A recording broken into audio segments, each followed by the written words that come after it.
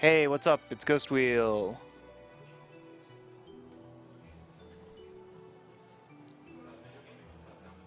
Yeah, it sounds good to me.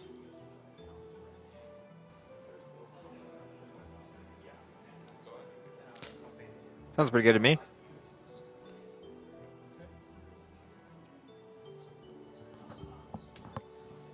The cropping can stand to be a little... Okay, there we go. That's pretty close to tight.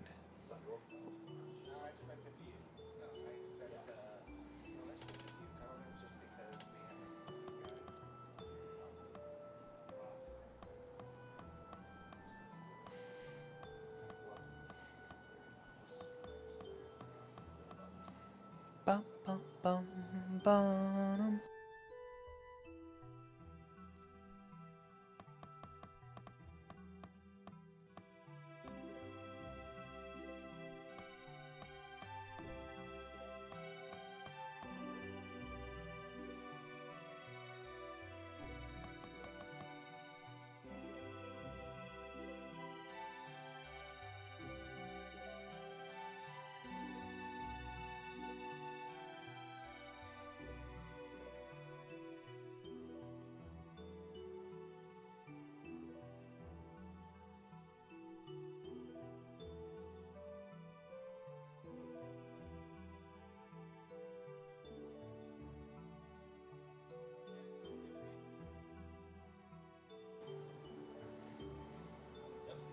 Yeah.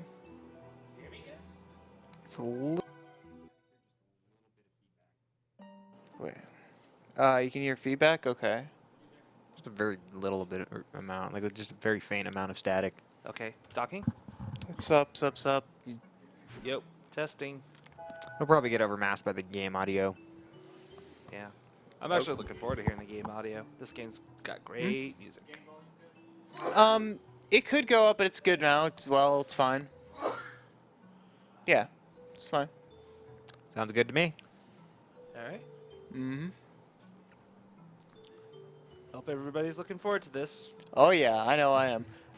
Gosh, we have an empty room though. That's so depressing. That'll Gotta get some hype in here. That'll change. I trust you. Yeah. It'll change Yeah. when it's not 6 in the morning. Yeah. Yeah. You know, a lot of the people who had runs early on in the event have kind of had to leave already. Mm-hmm. It's just the common thing when when run switches out, the room empties, but about roughly an hour, maybe people start coming back in, starts filling up really nice. Mm-hmm. All right. Well, you guys don't be afraid to scream or do whatever you want till there's the hype in here. Yeah. Yeah, let's not ignore the thousands of people currently watching us on Twitch. Are we live? They are loud. Of course we're live. Okay. Then when can I start the run?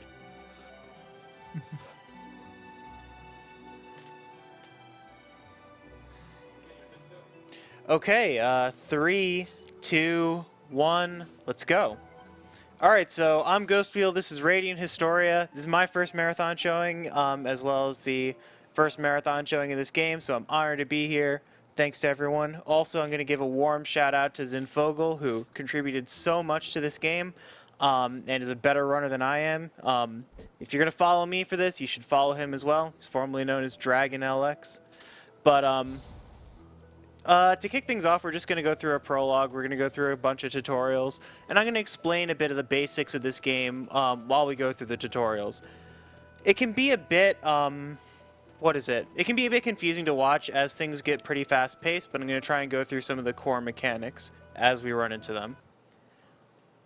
So to kind of just quickly go over the prologue of the story to this game, you start off with a party of 3 characters. Our main character is in the red armor and blonde hair here. His name is Stock with an E at the end of it. And he's joined by his sort of crew and fellow army members, Rainey and Marco. Rainey's the girl, Marco's the little support character dude or whatever. So to kind of go over the grid system of this game, for those of you familiar with Battle Network or Mega Man Battle Network, it's kind of similar. I'm running here, by the way, to cancel animation times. I don't want to be using attacks at the very end of that fight. But continue, Ghost King. So enemies are on a 3x3 grid, and this just kind of sets the premise for the whole gameplay system of this entire game. Right here, I'm going to use what's called an assault. I'm using push assault to put two enemies together, and then they'll take the same damage as long as I have my turns after that. So that was a good way to kill that one guy while taking care of another guy very efficiently. And this is just going to be a theme throughout this entire run, right? We're going to push a bunch of enemies into each other, and we're going to use our damage really efficiently. It's going to be really cool. Yeah, enemy positioning on the grid is very important to dealing damage and killing waves of enemies quicker. MP is very, there's a lot of it in this game, and not everyone has access to pushing in all of directions. So you need to be able to manage your turns correctly. Currently, only Stock can use push assault and left assault, and Rainy can use push assault. Marco can pull enemies by using grapple. We're now going to go over the change mechanic, which is basically you're allowed to trade your turns with any other turns in the turn sequence 10 turns from now. Basically, this lets you manipulate the order of your own turns as long as you have a lot of them freely. But you can also change turns with enemy turns to save up turns for bigger combos. There's a consequence to this, however. When you change, you're going to turn red. This is called Baroque status. You take more damage while in Baroque status until you can make another attack. Ooh, we got unlucky here. Normally we want one of those guys to sort of move down to the left so that we can push two of them together and make a more efficient fight happen, but that just wasn't the case. So we're just going to have another cycle here.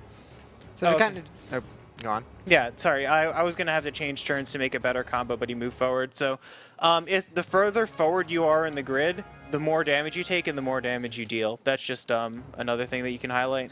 So to just kind of go over, you'll also see on the screen there is a level that goes up with each hit.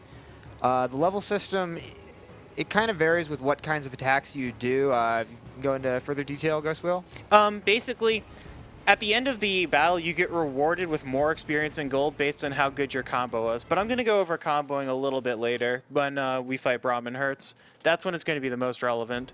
For now, this is a cutscene fight. Palomides, the Executioner, is just going to execute your entire party. That 1,200 damage. We basically, the fastest thing we can do is just attack him, shut up, and die.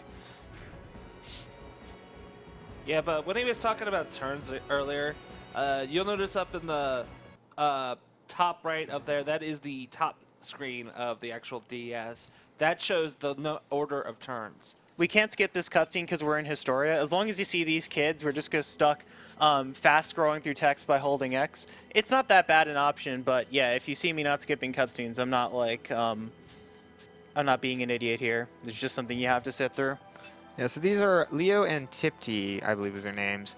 They're kind of this watching figure in this region called Historia, which at the very beginning of the game you get a tome called the White Chronicle. And that is what allows us to have this sort of... We get to walk up the Escher stairs in time travel. It's cool. Pretty much. So this game, as kind of shown by the title, Radiant Historia, is a time-traveling story where... so again, it's a little bit different from Chrono Trigger in a number of ways, if you're familiar with that, and like Chrono Cross in the aspect of its time travel, though.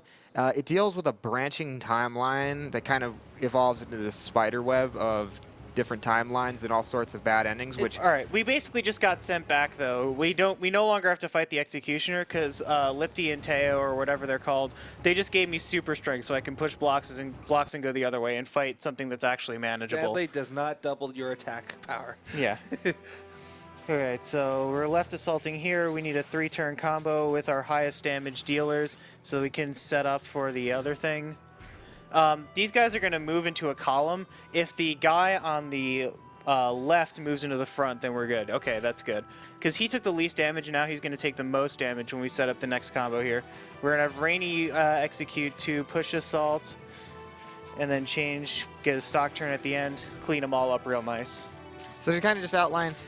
for the case of this game, when we refer to rows and columns, we're referring to from the character's perspective. From a viewer perspective, a column is going to be sideways and a row is going to be vertical. It just makes the most sense for me to say that because you have something that's called in-game left assault. It's to the character's left. So I can't help but use this nomenclature when I talk about things. Oh, I'll also talk about our donation incentives. We've already hit the best of our incentives to show Marco killing everyone's ending. That's basically the canon ending here. But we've also got 2 other bad endings we can showcase if you guys top those off. We have Stock marrying Rainey and then getting too lazy to save the world. And then we've got Gafka becoming a beast god and also killing everyone. Yeah, So there's a lot of bad endings in this game that happen based on your choices. Thankfully, a bad ending is just more story context, and it's really interesting. I would advise if you're playing this game casually that you take a look at all the different what are called nodes in history, and some of them have a bunch of these bad endings, which are really interesting to watch and add a lot of flavor and just interesting story to this game. we're not doing much right now. We're just skipping a couple of cutscenes, but then we're going to come to a decision point. We're either going to be forced to join up with our friend Rosh's brigade or stay in special intelligence with this sketchy dude named Heiss. And basically, we don't even have to pick one here. We pick both, and the timeline branches, and we get to make decisions in both timelines. They kind of affect each other. It's a little unclear exactly how that works in the story, but mostly we're just going to go wherever we need to, efficiently taking care of objectives. We're going to start out on Rosh's story. We're going to hit a roadblock. We're going to go over to Heiss's story with the items we get from Rosh's story. We're going to move on, take care of some bosses. That's going to be the general flow of the game. Yeah, it has this really cool alternating timeline between these 2 different timelines that you have to bounce back and forth. And it does make this game a little bit hard to follow, especially when you have to go back for things. Does it really make it any less hard to follow in a speedrun than just skipping all the cutscenes anyway, though? I mean, we're just kind of jumping from place to place here. That's typically how speedruns work. Yes. And we did just follow Chrono Cross, so there's we can kind of go uphill from there. This is Suffice it to say, the timeline is convoluted, so I'm not going to explain the story all that much, but I am going to try and lay out a lot of the boss fights before they happen. I'm going to try and make the gameplay as clear as possible. That's going to be my goal this run. Yeah, if you, any of you have an interest in playing this game, luckily, this game, there's all kinds of ways to get it. The Nintendo DS isn't region locked, so you can get it from another country, no problem. And it's a fantastic story. Yeah, and the nice thing is Atlas got a lot of demand for this game. It's sort of a cult classic that didn't get quite a lot of love and attention because... What I'm doing here is I'm picking up a soldier recruit quest, by the way. I'm sorry, I'm going to interrupt when I see things are happening. Yeah, go ahead, Ed. This is basically going to net me 1,500 gold, like, a little bit down the line, but we're just going to pick up some soldiers in here. But keep going, Ghost King. So yeah, you can get this game online. Atlas made a second shipment because they received a significant amount of demand, as if I recall, and it became this cult classic DS game, which was released late in the DS's lifespan and didn't have a whole lot of marketing. So most of what people know about it is from word of mouth. But believe me, at this marathon, I have talked to a lot of people who know of this game or have played this game, and they're all super hyped that it was able to make it into this marathon. If you've got a sub, by the way, you can spam RPG Jerkbird whenever you see one of these chickens, just for fun. Yeah, those chickens are pretty... Literally, they're flaming chickens. The chickens upgrade themselves when we go to the next chapter, by the way. They turn blue, so get ready for that. Start quaking in your boots. All right, so, you know, one of the reasons why we do Rosh first, mainly, like, it's pretty free to do Rosh first since we get the node at the very end of this little segment of the game here. But we also get the bronze mail from this cave, and we get a shop where we need to buy some status items. We're going to buy 3 poison wings and 2 sleep wings for the upcoming boss fights. But the most important part of this money management is making sure that we can buy the rune spear a little bit later in the future to set Rainey up for massive damages. Yeah, those books he ran across, those are the save points of this game. And they also let you traverse history. And I say traverse in this way because it's not like Chrono Trigger where you hop in a machine and it takes you to a period of time, which is essentially just a different world. Here, you're literally going to a very specific point in a These timeline. beasts scare me because they literally random walk. You run into encounters in this game, and it's just kind of unfortunate. That's how random encounters work, by the way. They just kind of sit there on the overworld, and if you walk into them or hit them or whack them or whatever, then you'll fight them. But we can avoid pretty much every random encounter in this game. It's pretty sweet. If you do the wrong thing here, there's just a total cave-in and everyone dies, and you have to come back and repeat the ending. That's true of a lot of these little decision points, by the way. Luckily, I'm smart, a.k.a. I played the game, so I know all the decisions. That said, it is kind of fun trying all the decisions and realizing, oh, that led to a horrible moment in time, and, well, that sucked. Yeah, that's how you 100% this game, is you go through all these different endings. So this is right here the pivotal decision that splits the timeline, basically. And we actually have to walk up to Heist this time. I guess Rosh wasn't willing to walk us up the elevator if we're not helping him out. But we're going to move over to the item shop guy. Usually, like, in an old version of the route, we actually used to buy our poison wings from there. But now that we need to buy sleep wings as well, we don't do that. But we go to the item shop guy. Apparently, the item shop guy is a sketchy contact, and we get to fight this guy in the alley for some reason. I don't know. I haven't seen the story of this game in so long that I've forgotten most of it, if I'm going to be completely If I honest. recall, it was a spy that they rooted out, and now you're taking care of the spy. Yeah. Shoutouts to the music for this game. I love the Alistal theme. Like many of the other games at this marathon, this game's soundtrack was composed by Yoko Shimomura, so we probably could have called this the Yoko Shimomura-thon. Which, yeah, that's kind of a bad pun, but there's just so many great songs in this game. I love the soundtrack to this game. All right, and now that we've talked to that guy in the bar, Vlad's outside the bar. And basically, the way this fight with Vlad works is we duke it out with him in the alley. We poison him in the face. Yeah, poison is a very strong status effect for these one-on-one fights. We let him take 2 turns of poison damage, and then we just kill him. So as you see, he's changing up his attack order so that he can just get 3 attacks and just combo this guy to death. And get that extra little bonus experience. Yeah, that's one of the nice things about the combat system, is you actually receive more experience points for having a higher combo. What's really cool about this game, as a speedrun and casually, is the risk reward, right? You get the opportunity to change turns and give yourself a giant combo to get a lot of damage at low levels. There's almost no grinding in this game at all. Like, in fact, like nothing in this game can be considered grinding, I think. And yeah, like, to compensate, you just kind of have to be smart about managing your damage, be smart about equipment, be smart about turns, and go into a Baroque a lot, and then just hit him in the face for 1 billion damage. Okay, so now that we're out here, we get to pick up Rainy, because we're going to have our party with us, and then we're going to go fight Brahmin Hertz. And we're just going to start chain fighting a bunch of bosses. It's going to be really sick. We just moved through the really slow and boring part of this game. Also, after Brahmin Hertz, we're going to pick up our main damaging abilities on these characters, and that's going to make fights a lot more interesting as well. All right, I got a little donation here. Yeah, while I'm walking, you can just... Yeah, I say little, but it's we got $100 from Steven0784 saying, "Hey, hi Ghostwheel. Been waiting for this run for the whole week. Hope all the practice pays off. Good luck. Money goes to whatever incentive for Radiant Historia that hasn't been paid off yet." So let me actually take a look here. Doesn't that top off Ongoing Calamity? Yeah, that was at like 160 if I recall correctly.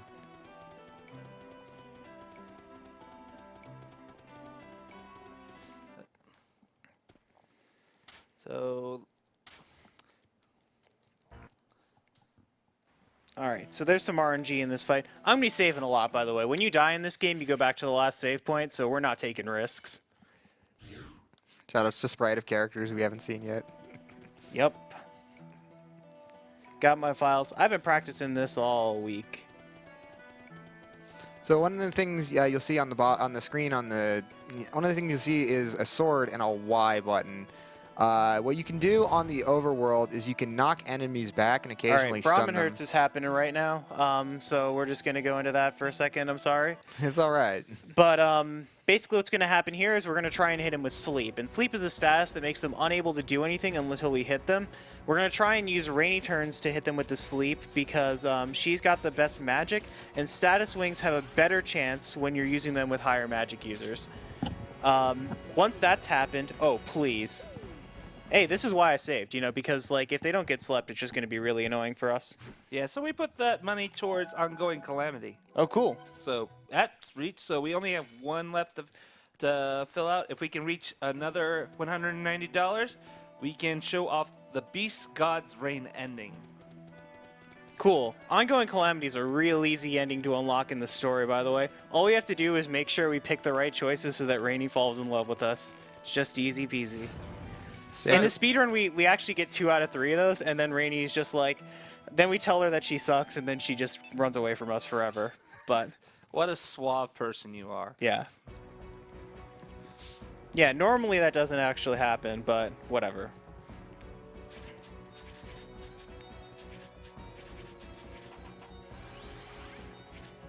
All right. Come on, Sleepwings. I know you can do it. There we go. This is what normally happens. All right, then we're going to Poison Wing Braum because he has more health, and we want to make sure that he's taken enough damage to actually die by the time we 10-turn combo them. But now these guys are completely disabled. They're completely inactive. And this is just going to save a lot of time for us as we build up this big-ass combo. Yeah, the enemies don't actually wake up from sleep. So this allows them to get literally 10 straight turns of just unleashing hell upon them. So we're going to use grapples here because if you interchange like skills with regular attacks, and if you interchange physical with magic, then we get more combo here. You watch the meter build up, it goes from 1 to 3, and then it goes from 3 to 5, and then it goes from 5 to 7. But as this meter builds up, your damage increases linearly. At about 16 combo, you're doing double damage, and at the end of the fight, you get a reward in experience and gold from the combo that you've done. God, just sitting here makes me want to play this game again. It's been like 2 years since I've actually fully 100% of this game. A couple months ago when I went to this convention, I saw a boxed copy of this game, and I was so tempted to get it. So yeah, kind of to go back a little bit. So you see a sword icon and the Y button. You can actually knock enemies away and stun them, and this allows you to avoid random encounters. So it's not just movement based. You do have an influence over which encounters you get, although you can still run into them every now and then. If you run into a stunned enemy, you get a preemptive strike on them, so it's also useful for that. Okay, so that I can just run past. Like, a lot of the improvisation in this game is in the overworld encounters. The enemies are in not fixed places, and you just kind of have to play around where they're going to be, run over to the next place, etc., etc. I think this cliff is judging you, Ghostwheel. Yeah, it is. And now it's going to judge you in a cave. All right, so we're pretty much just running up to the next boss here. We've now picked up new abilities for the characters. Stock has Power Wave, which is just a regular high-damaging physical attack, and Rainy's got Thunder, which is your basic magic.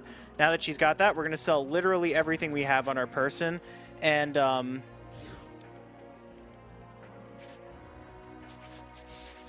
So just kind of go over the party. Stock is kind of this jack-of-all-trades character, although he's pretty good at most everything he does, and we use his ability to be flexible for a lot of different purposes. Rainy is sort of a mage-like character, and Marco is a bit of a support-type character, although he's, seen probably like the least in the run. Yeah, he's one of those characters that when you find a better character, Marco's usually the first to go. yeah. So we just shelled out for the Rune Spear on Rainy, which is just really helpful as far as boosting our overall damage output, because she's just clearly the best damage dealer right now. Stock's going to be too consumed with using like stuff like push and left assault. And Rainy's just getting poured into these next fights here. Alright, I'm going to juke this guy. Yeah. Alright, so we have these Greg defenders, and in these one versus many boss fights, you really just want to clear as many of the little guys as possible, so you reduce the overall strain on your turn sequence. Yeah, now we have formations. Oh yeah, sometimes enemies, this is really minor, sometimes they'll get into formations and then like, then they can do a special attack if they're in that formation, but we often don't even let it get to that point. I've completely forgotten about formations, by the way. Because you kill them and break them with formations fast enough. Yeah. So we take a three-turn combo to kill these guys in the front. We're going to take another 3-turn combo to kill these guys in the back.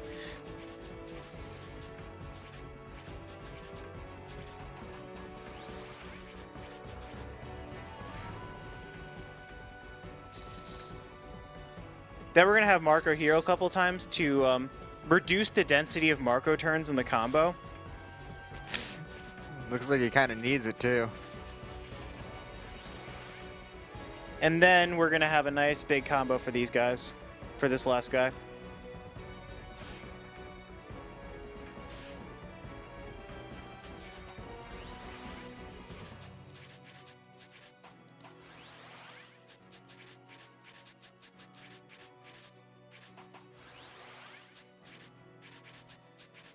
So yeah, a lot of this game's combat is about setup. It really pays off to have a good plan to do, like, to set up this just long stream of attacks and form like a good strategy. Equipment's cheap, and it's very variable. You can set up your party really well before a fight, and we know exactly what's going on here. We just interchanged our physical and magic attacks as well as we possibly could. We got a couple crits, made me look stupid, but, you know, whatever. We got a lot of experience out of it. Yeah, one of the things to note is Overkill, best kill. Yeah, enemies don't actually die until the end of your combo, so that can take up a little bit of time, but, you know, sometimes better safe than sorry. Yeah, it's nothing's more painful than you get to the end of your combo and they just have just that tiniest pixel of health left. Yeah, but it does get you, it does still pay off a little bit to get that extra hit because it still adds on to your combo and get you more EXP and things like that. Really just going to go overkill on the saving. I don't care. Doesn't take all that long. Next up, we're going to fight a couple saber-tooth tigers. They're really weak. Gonna play it safe with that guy as well. Oh god, Demon Chocobo.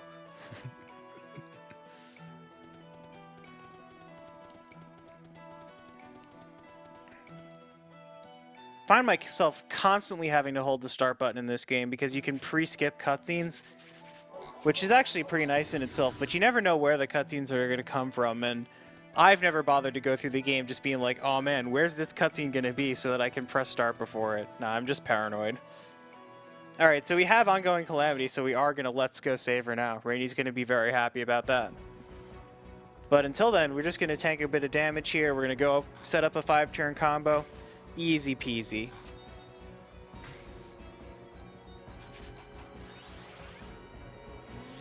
Yeah, he's speeding up. I mean, it's probably just fine to heal here. Still nothing bad can happen. Yeah, just kind of reiterate, as the character is glowing red, they take a significant amount more damage. Somewhere around 1.5 to 1.7 times as much damage. We don't quite know. It's not... we eyeball it per fight, basically, to try and find HP numbers. I haven't tried to find a systematic Baroque multiplier. Because all the times when Baroque matters, it's situational. Yeah, clean up those cats real nice. Basic combo right there. Nothing to really say about it. We're coming up on one of the most annoying dungeons in the entire game, since this is before we get an ability that allows us to bypass random encounters completely. But after we've learned how to use explosives. So we've got a lot of stunning of enemies, pushing explosives in the presence of enemies. Really just painful stuff. Yeah, as we just kind of... In the story, you get introduced to one of the different races of the game, the Satyrs. I still The not... Satyros? Satyros. And, yeah... Goat people. Goat people. There's a few different races like this in the game of just sort of beast people. There's also the Gutrals, which are the monkey people. Yeah, they look a bit more like gorillas.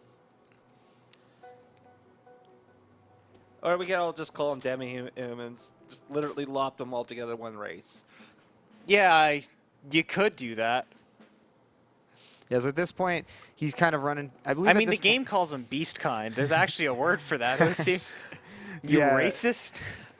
I'm so sorry, guys. I'm so insensitive. All right. But you know what's not insensitive? Prizes. And we got quite a few here that you guys can potentially win if you donate during this run. We got a blue slime nightlight. Donate $5 and you're in the run for that. And we also have a knit blue slime hat. And of course, starting now to the end of the marathon, you will, if you donate at least $20, you will be in the running for a Nintendo 3DS XL. Yeah, we just blew up that goblin. No Yeah, worries. These barrels have explosives in them. It's really cool.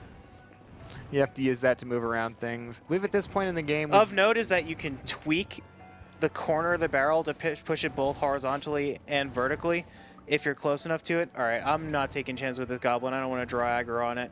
This is kind of a silly element of mine, to be honest, but not much I can do about it at this point. We're pretty much through. Yeah, at this point we've gone to the other timeline in order to progress in that side of the story.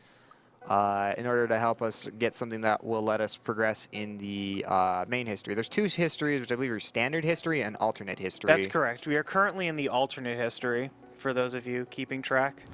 I don't blame you if you're not. Yeah, I won't be too specific on which one we are. Just kind of cover the two different timelines of standard and alternate. Of note, by the way, is the fact that we just reset that enemy's movement by pausing the game. This is a short trick that comes up every now and again. But by doing so, we were able to easily pass it. We put Rosh in our party here for this little skirmish because he has an ability called Grave Truck, which hits an entire column of enemies for physical damage. Also, he's just a tank. This guy's just going to absorb these hits, and we don't have time for healing in this fight. Engraved Truck is an awesome skill name. Yeah, it is. Just Yeah. truck him. Yeah, the sad thing is, Rosh has probably some of the most limited availability because he's very much confined to alternate history in terms of where you can use him. But Similarly with Gafka. he's still a great party member, in my opinion. Yeah, he's going pretty much every character in this run is going to get enough use that you really can't be sad about it. If you've got a favorite character, they're going to have a shining moment, and you're going to love it. Nice thing about enemy animations is a lot of them seem to happen like all at once, so it happens very quickly and makes battles really fast-paced. Well, sometimes yeah, they can actually pause between their own actions for not really a well-explained reason, but yeah, for the most part, like as long as you change smartly, you can stack a lot of enemy turns together and make life easier and faster for yourself. Also helps make the speed run go by a little bit faster. All right, so we're going to clean up these last two guys in the back. Sometimes a guy in that back can survive. That's why you grave truck here. But, yeah. It's a pretty clear-cut fight. Just 3 combos. Clean them up nice. After that, we're going to start on a couple more missions for Rosh. We're going to pick up the Soldier Recruit quest now. We're going to get that 1,500 gold. We're going to fight a boss in Judgment Cliff that isn't really that bad, but is pretty good at giving us a lot of experience. Buy a couple things in a shop. Prepare for the future. Alright, I love this song. The nice thing is this game had a arranged version of its OST in which 5 songs were arranged for piano. The outro theme, this one, and 3-1 scattered throughout. Just go look it up on YouTube. You'll spend the next 20 minutes just like in awe. This is a good time for donations or plugs if we have it, by the way. I guess I can plug something here. I could definitely plug a donation. How about that? All right. Yeah, we just got $20 from M saying, "Go Ghostwheel! Rating Historia is my favorite JRPG available on the DS, and I'm glad to see it showcased in such a great marathon. Thank you very much." All right, so we accept the next quest here, but we're actually getting the money. And the money updates as we walk out the door for whatever reason. But yay, we got it, 1,500 gold. It's faster than a chest over there, if only slightly. Yeah, if I recall correctly, the money in this game is fairly tight. Yeah, there's a lot we want to buy, and a lot of sources of money too. So it's quite an interesting money route. And quite frankly, I'm not very good at routing the money in this game. That's Zinfogel's territory, 100%. Yeah, it goes to show that the more you know about the game before you start routing it makes a huge difference overall. You never know how that bridge is going to go because of the way things were set up. I thought if I stunned that one guy, I'd be able to run from the other guy easy, but it's okay. Once you get into a fight like this, all you have to do is just run from it here, and it actually runs from every enemy in the screen.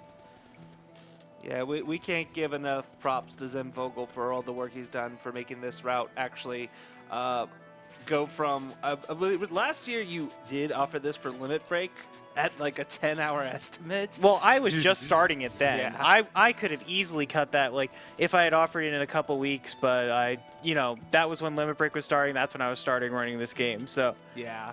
Yeah, it's been cut down considerably. I believe you said your PB between when you submitted this and like currently and like Yeah, my from PB is right now recent- 407.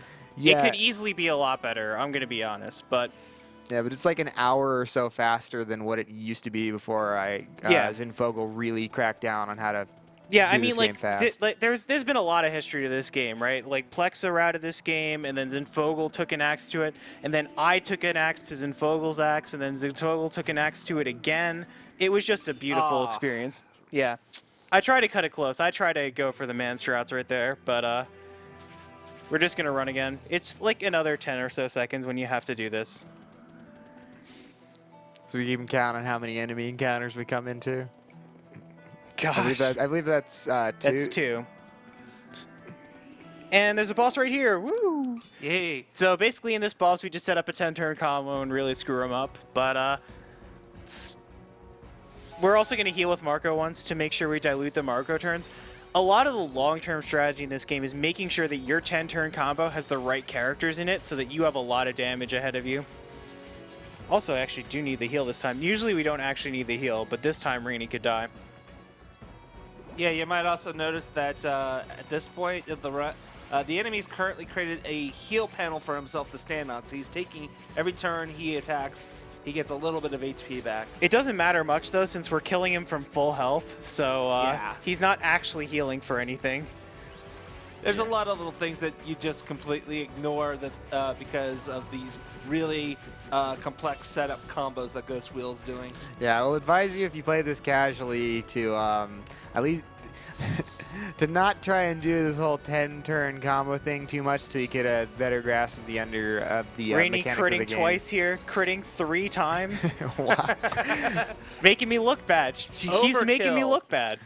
Yeah, this combat system is very high risk reward. You got to know what you're doing in order to make sure that you optimize your turns. When I Otherwise, played it will- the first time, I barely changed. I treated it like a regular RPG. Yeah, this game was developed by Atlas. So Atlas, they're pretty well known for some very tough games. And while I wouldn't quite put this at, Nocturne or Shimigami Tensei level in general, it's still got quite a bit of challenge, especially early in the first half of the game. Yeah, the main challenge I find is actually just wrapping your head around the combat system. One of the really cool things about this speedrun is that a lot of the bosses that you guys probably found tough as a casual, that I know I found tough as a casual, they get destroyed here, and beautifully so. So it's just going to be fun to watch. Right here, we're going to pick up the sword dancing from Kiel, which is basically plot dancing. We just get to move on a little bit. Poor Kiel. A Kiel thump, yeah, I mean, he's going to die off screen in this speedrun. It's so sad. I know. Rip that guy. Yes. He was just a kid. He had spunk. He didn't deserve this. All right, we're coming up on one of the most annoying bosses in the entire game, and definitely the most annoying boss in the early game. We're just gonna get some meat and some wood, and it turns out there's a big boar that's got grass growing on it that's just gonna get in our way and be a big meanie. But until then, we're gonna pick up Mana Sight. That's an ability that allows you to see hidden objects in the overworld, which basically means that if you're smart, / if you know what you're doing in the game, / if you're speedrunning, you can find lots of good hidden items to help you out with your quest.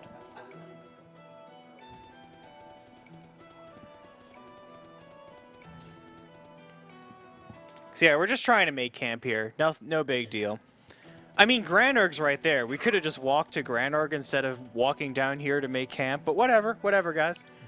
Now that we've made camp, a lot of the goblins that appeared in this first walkthrough have gotten eaten by tigers, and the tigers are looking to eat us now. It's pretty scary. Survival of the fittest out here.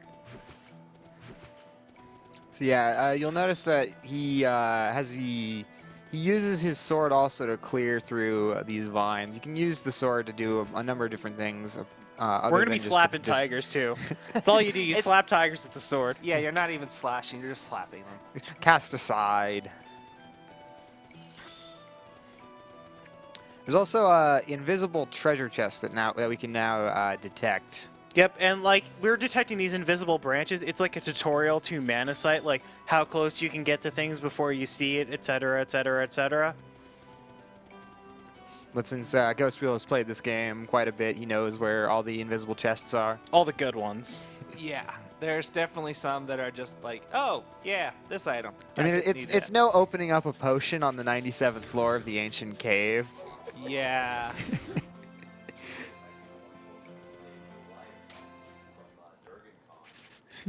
All right, so Shout now outs we're to definitely Dragon saving Con. because Fumble sucks. We're also bringing Odin for the first time. Ghost King, do you want to explain traps for a second? Because that's Ott's main shtick, and it's going to be used a lot. Yeah, we so- love the lollygoat. So Ott is That name. Yay. Anyways, so to outline Ott as a character, she's a glass cannon mage who has an interesting mechanic that plays off this game's gameplay system where she sets traps. Traps work in a way that whenever an enemy is moved onto a panel, either they walk on it voluntarily or is pushed onto it. Turn 1 Stampede. Gotta love Okay. it. Stampede is a very devastating attack. Do I for even this have a fight. first aid kit? Yes, I do. Okay. Guess we kind of just have to roll with it. We're not happy about this, let me tell you. Yeah, for the longest time, I remember watching Ghostwheel on the streams before this fight was even more optimized. This was that boss for If him. we ever get stampeded again, by the way, we are absolutely dead. So to explain traps a little bit, anytime an enemy is pushed onto them, they take a very large amount of elemental damage. For Volt Trap, it's electric damage, and these traps do a ton of damage. Shoutouts to the most broken character being the little girl again. The 9-year-old Satyr. So going for safety, we're not going to be able to kill the second mushroom in the main combo, but that's fine by me. Yeah, Ott has this kind of role in the story as this like very powerful but young mage who kind of seems to know more than she lets on and has this sort of I won't call it yandere, but she starts to kind of... She's got a bad ending in which she kills a lot of people to protect stock, I think. Yeah. Sadly, that one's a bit out of the way, but All right, we got another fumble turn there. he becomes a little bit obsessive Yeah, there's the over it. stampede. Okay, that's why you save, because you can't live through 2 stampedes in this fight. You just can't do it. A turn 1 first stampede is also pretty brutal. Basically, in most runs of this game that I've ever had, you just go through 2 turns, you don't get stampeded, you walk through, you have a nice life. We're not doing so happy on the RNG front today, guys. Let me tell you. We've lost both of the places where I actually felt I would need to reset so far.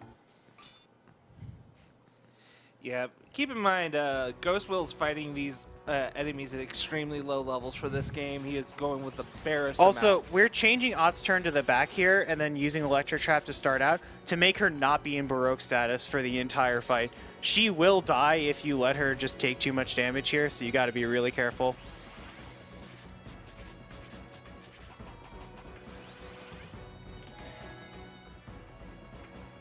Okay, so that's a fight. Even if he stampedes now, there's nothing he can do. Now we're just going to set up the big plays, the wombo combos, etc., etc., etc. And maybe actually steal something off of him to get some money.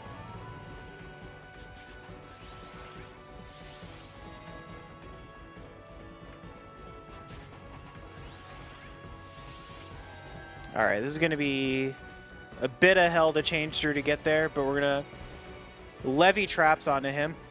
The condition for the trap being laid is that the space is empty at the start of the turn sequence, so he left a hole there to just keep dropping traps on fumble. Yeah, if an enemy is standing where a trap is being placed, it automatically triggers the trap. Ott's also going to steal here. Oops, accident steal from the mushroom, so that's probably not actually going to happen. Oh well, it's only 500 gold. Doesn't matter too much. See, like, we just lowered that trap onto him. Be warned, by the way, though, that when you do this, you get lower combo out of the trap than if you use a trap and a pushing ability. Oh, it actually worked anyway. Nice. I'm actually really surprised that that happened. Marvelous. And we picked up a Sleepwing, which saves us 500 gold in the future. Really cool stuff. Now we're going to go back, get our full heal from Vanoss, move on, start actually, like, going through one of the most boring sections of the game. We're going to be collecting a lot of stuff from the sewers, and then we're going to be disarming bombs in the sand fortress. Sewers hype. So yeah, we'll talk a little bit about the sewers when we get there, but for now, like, this is a good time for donations and/or plugs. Yeah, we got some. I can read a plug here or two. By the way, did you know that May is Mental Health Month? If not, well, this is a great time for you to help support NAMI, the National Alliance on Mental Illness. NAMI works to increase the availability on mental health care, promote early identification and intervention, as well as support mental health caregivers. If you want to know more, head to NAMI.org or reach out to NAMI on Twitter. which you can do so at Nami Communicate. All right, thank you, OC. Yeah. Okay, so we have Mana Sight. We're gonna go over to Grand Org now. In Grand Org, there's a wing over there where you can have some. Where's the weapon shop, and then there's a wing with the item shop, the inn, and the bar. We're gonna go over to the weapon shop to talk to a shady contact, and then we're gonna buy a heavy mail for stock to sort of bolster the defense of everyone, just for this early game kind of stuff. A lot of this stuff gets sold back to the authorities anyway. It's really not that much of an investment to begin with. And it's very, very important to buy items in this game.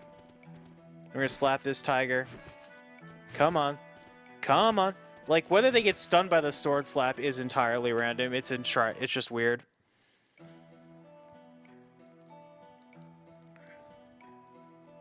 This tiger just keeps bouncing back. So now we're coming up on the city of Granorg. So to outline a little bit about the story, Stock comes from a country called Alistel, and they're at war with Granorg. So he has a mission here to kind of come in and... We're going to kill a princess. That's why Yeah. we're talking to shady contacts and saying stupid code words like the eagle has landed in Blackest Night or whatever. Like, definitely a covert operation. We're also going to pick up 2 might herbs in a chest. These are items that raise stats. Important to note that these are affected by magic as well. So, just like status wings, if you use them with higher magic users, they are more likely to be effective. If you use buff items with higher magic users, they're more powerful, if only slightly. Can mean all the difference sometime. Yep.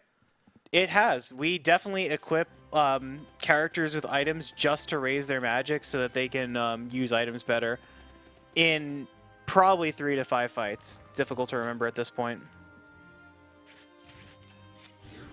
Also really cool is that you can equip items straight from the shop menu, so you don't have to worry about that. You can do that in a lot of games, but, you know, I think Radiant Historia's system is particularly efficient. We're going to walk over, we're going to go to the sewers. We got a couple objectives here in the sewers. We got a lot of juicy hidden treasure chests to deal with. There's a convoluted route to flip a bunch of switches and be able to open up the direct path through the sewers. And we're picking up Claire right now. We're picking up Pierre's, I think it's his daughter. Like, I don't know. Or maybe it's just some cute kid he likes. But, I think that would make things a little bit weirder. perhaps. So you notice, I believe an NPC in this bar says something about smelling a particularly bad smell from around the building, which is kind of a clue that the sewers are really close by. But yeah, Claire's going to be something we have to pick up because we actually have to save Pierre's life, we got to save Will's life, we got to save Otto's life for the end of the game. And if we do this now, we actually save ourselves a boss fight a little bit into the future. The sewers here are filled with a bunch of little frog things that like to ambush you from the ceilings and make you feel bad. So you just kind of got to know where these are and be able to juke them as needed. We don't need the invisibility to deal with them quite yet, but when we have that, that's going to be very nice. If they get you, it's almost always going to be a surprise attack. It's almost always going to decimate your health, and it's almost always going to take out like a lot of time. So these sewers lead into underneath the castle, where we're going to go and assassinate the princess. Always the secret entrance from the sewers into the castle. I don't know why, but this gives me slight nostalgia for Final Fantasy VIII in the sewer section of that game. I should play Final Fantasy VIII. All I have is nightmares was when I thought you actually had to go through the sewers when you were controlling Laguna. I spent 3 hours in there. Oh, God. I couldn't get out. So yeah, just going through these convoluted paths. Not much to say here. We're going to pick up the mail vest here, which is another really cool like armor item that's going to carry us into through the early game. We're going to pick up some money, and we're going to pick up a wind armlet, which raises characters' speed. Speed is a stat that's not incredibly relevant, but it does affect starting turn order quite significantly, and that can be incredibly relevant. If you need to get a turn past a bunch of enemies to use an item or like maybe apply some status, maybe deal some damage, maybe get your turns ahead so that, like, at the very end of the combo when you're grabbing that 10th turn, you want to make sure that it's a specific character. You got to have a couple speed items to grease the wheels here. Starting turn order isn't exactly determined either, so it's, you know, you want to be able to have a little bit of a buffer zone. There's a bit of improvisation with, like, this game regarding the turn sequence. All right, we just took Claire outside. We didn't take the incredibly heartbreaking sorry but option there and just left her to die in the sewers. You're not a heartbreaker, are you, Ghost? Which What's one? that supposed to mean, Osi? Which nothing, ghost? Nothing. Yeah. You want to stun these guys so you can walk past them. There's actually no other way to get past them without an encounter in these narrow straits. So which ghost were you referring to, OC? I'm going to say silent on this one. Nah, Ghost is always me. That's the nomenclature when I'm speedrunning the game. When you're in this chair, you can be Ghost King. I've already been in that chair. Yeah, and I'm sure you were Ghost then, weren't you? But you weren't here. Now he is. That's the secret, you know? That's the secret. Yeah, we have this kind of discussion in your chat of who Ghost is. We actually had a funny situation where somebody was asking for Ghost's number and they ended up getting mine, and they're like, they actually meant Ghostwheel. It's getting spooky in this room. Yeah, Yeah. I mean, everyone left when Chrono Cross ended. Can't imagine why. Well, I was sad when Ghoul left from hosting because we have all the spookiest members of the marathon in one room. Hey, my name's an AI reference. I don't know about you. Right, you're educated. I'm something. All right, so now we went through a lot of the boring. Now we have to disarm bombs. We actually have to press X to move through these cutscenes because Start only works on relevant cutscenes, and Stock actually doesn't know these bombs are relevant yet. We're actually preemptively disarming the bombs and not, like, seeing the disaster happen. He's just like, oh man, look at this bomb here. I guess I should probably disarm it, like Good Samaritan and all.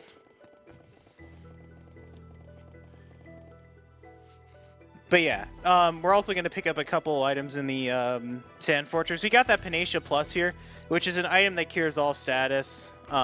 It's pretty cool on all your characters. We need a lot of these status restoring items pretty much for the final boss specifically. And that's why we bought a bunch in Lasville from a long time ago. We're going to come up and fighting the Gray Shadow, and he's going to have the Power Zone, by the way. I'll explain that before we do it.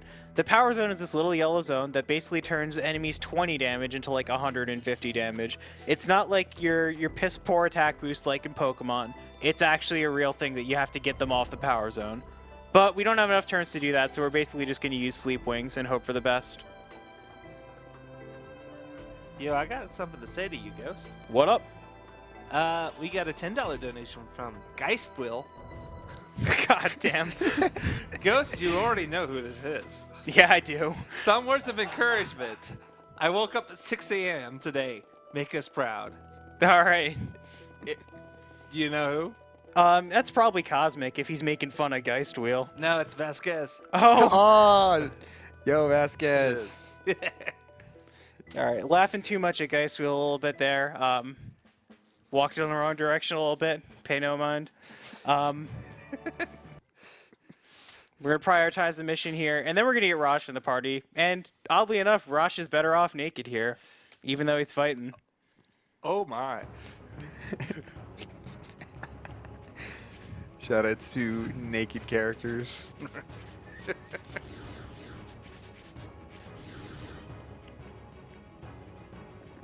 Rosh is useful here as a tanky character that knows left assault, and so he's better at being a tanky character than Marco, because left assault's better than grapple.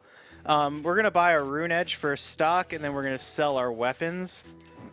The 3 Brigandines we have left, and then buy 3 first aid kits and a Horn Charm on Rainy for the magic boost. I believe this is where you said this was a recent change, too, wasn't it? I'm going to buy a second Horn Charm later. That's the recent Okay. change. That's going to be done at Celestia. when I know I've got the money for it. But yeah, we're going to cut a little bit of RNG out of this marathon route, guys. Don't worry about it.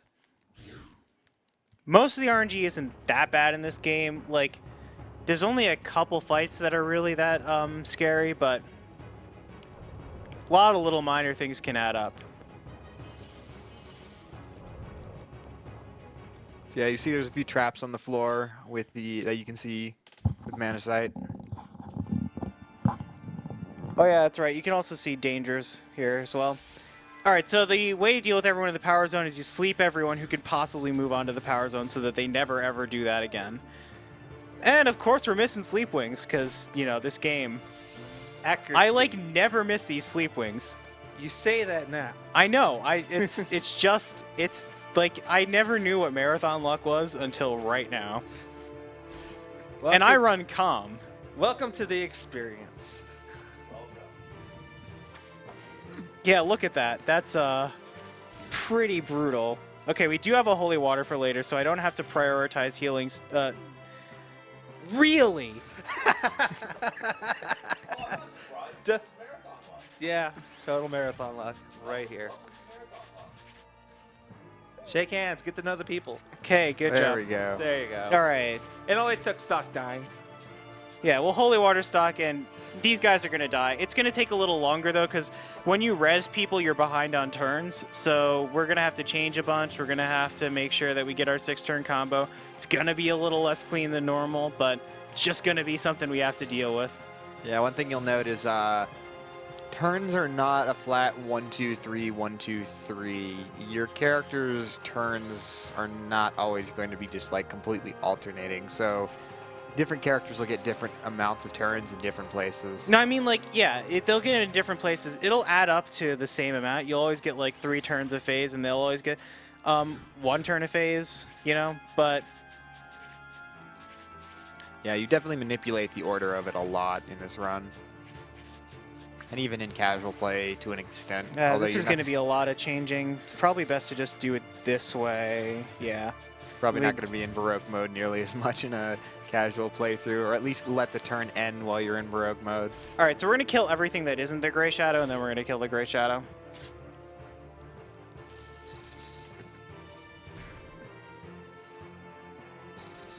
We're also going to have Rosh guard like a bunch of times just to make sure that we have enough rainy turns in the end.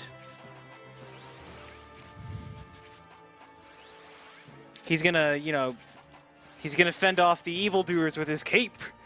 Get him! He is the Dark Knight. All right. Well, we didn't need that much. That's too much. I tried to just change with the other turn there, but whatever. We're just not going to need to do much setup then. We're just going to let this combo play out. Power waves and thunders. This is way overkill. Get some experience, etc. Come on, Rainey, get some more crits. I want to see Ghostwheel flinch. Yeah. I think that was one right there, maybe. Nah, we're good. Yeah, only 2 extra attacks there. We also got into blue for that, so we're just going to get that slight little bit of extra experience. As in half of how much you got.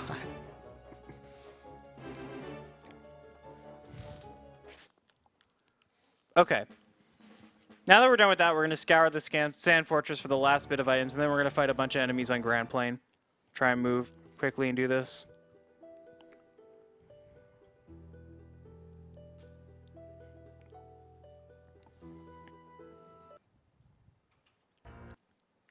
I wasn't going to talk over that because I love that song. Yeah.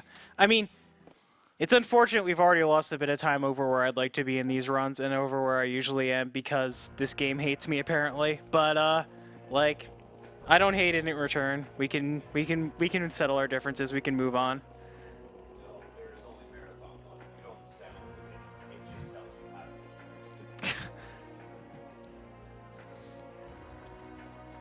Just a quick reminder to everybody else. Current incentives, we're currently still $150 short of showing the other ending for this game, which is where Gafka kills everyone. You'll be introduced to Gafka a considerable amount later. Yeah. Is it that much later? Yeah, I guess it is. I guess it's maybe like 20 or so minutes until we really see Gafka. So if you want to see that ending, get to donating. We want to see this happen just as much as you guys do. Okay, so we picked up the Wisp Blade and the Leaf Ring, which are basically items that increase the health of your characters, and that's actually really, really, really important defensively. Like, increasing your defenses is okay and all, but at this low level, it doesn't really change the combat math all that much. It's much better to just, like, give yourself 10 health, give yourself 30 health. Maybe then you'll start living at 1 HP against a lot of these fights. Alright, so stock Bronze Mail, Marco Heavy Mail Wisp Blade. Here you get the Leaf Ring. Then we have stock heal these guys. It's been a little bit since we saved.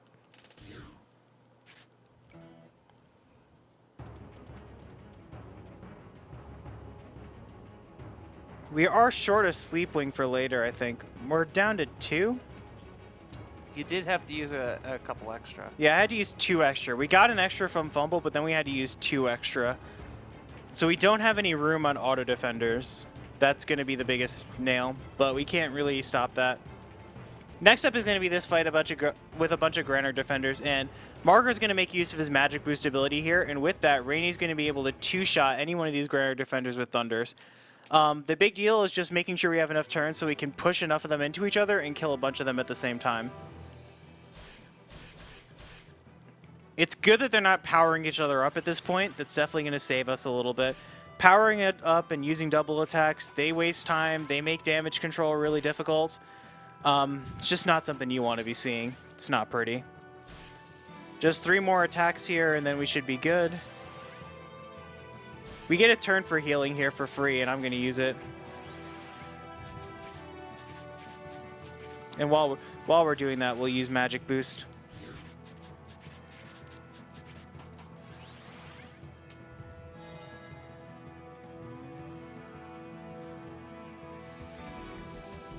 Okay, stock shouldn't die here.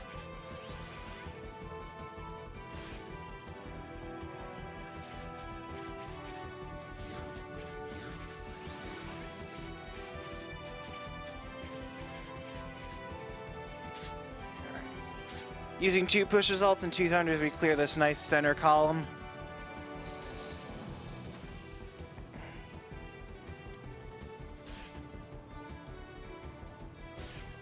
Then we can do another combo to clear this horizontal column right here. Some would say horizontal columns are rows, but apparently I'm not one of those people. Whatever helps you process this a little easier. Sometimes you just have to word it in your head a certain way, or else in order to help it make it sense to you. Is that magic pixel you were talking about earlier? Yeah, I Ozzy? mean, like, so, yeah, magic pixel can sometimes happen for those, but I wanted to just do that anyway rather than change with 2 turns, because even if that guy lived, then we would have still cut out 1 turn from the combo. We can just follow it up with an attack, really no problem. Now Stock has fire, so he can use magic, so he's now currently just become a damage dealer. Pretty sick. Alright, next up is this Paleton boss fight, and this is actually some pretty cool strats too. I'm going to wait till we get there though before we talk about them. We're going to juke these walls here every single time. Yeah! Take that, walls. Those walls trigger an encounter, if I'm correct, right? Yeah, that's right. If you hit him, you'll fight something. It's supposed to be a barricade, but they apparently just didn't do a really good job. These walls here are buffing the defense of everything on it, so we're going to take a turn here to make sure that we clear the wall surrounding the boss, the guy in red over here, and a single archer. We're going to kill both those guys at the same time. It's going to be pretty cool. As you can see by the walls being made of wood, they are weak to fire. Fire burns wood. Good, great advice. Hey, I mean, It makes sense. when you can use Pokemon logic, you may as well. You're one of those people like me that tries to institute Pokemon logic for every elemental type of damage, don't you? Yup. So with a magic boost here, this combo is actually pretty clean. We go right down the center line. Thunder, push, thunder, thunder. Clears the boss and the archer behind it. This is about as natural as it gets. And then after that, we're going to get a 6-turn combo ready, and we're going to slap these guys around, and we're going to kill everything at the same time. Also really cool stuff. And then I play games like Battle Network. Wood is now good against electricity. They got to have some way to tie it all together. I mean, Right. there's only so much you can do. Okay, so left assault over here, then to grapple. Then we're going to thunder all these guys once, including the wood shield. Then we're going to right assault them to the other wood shield.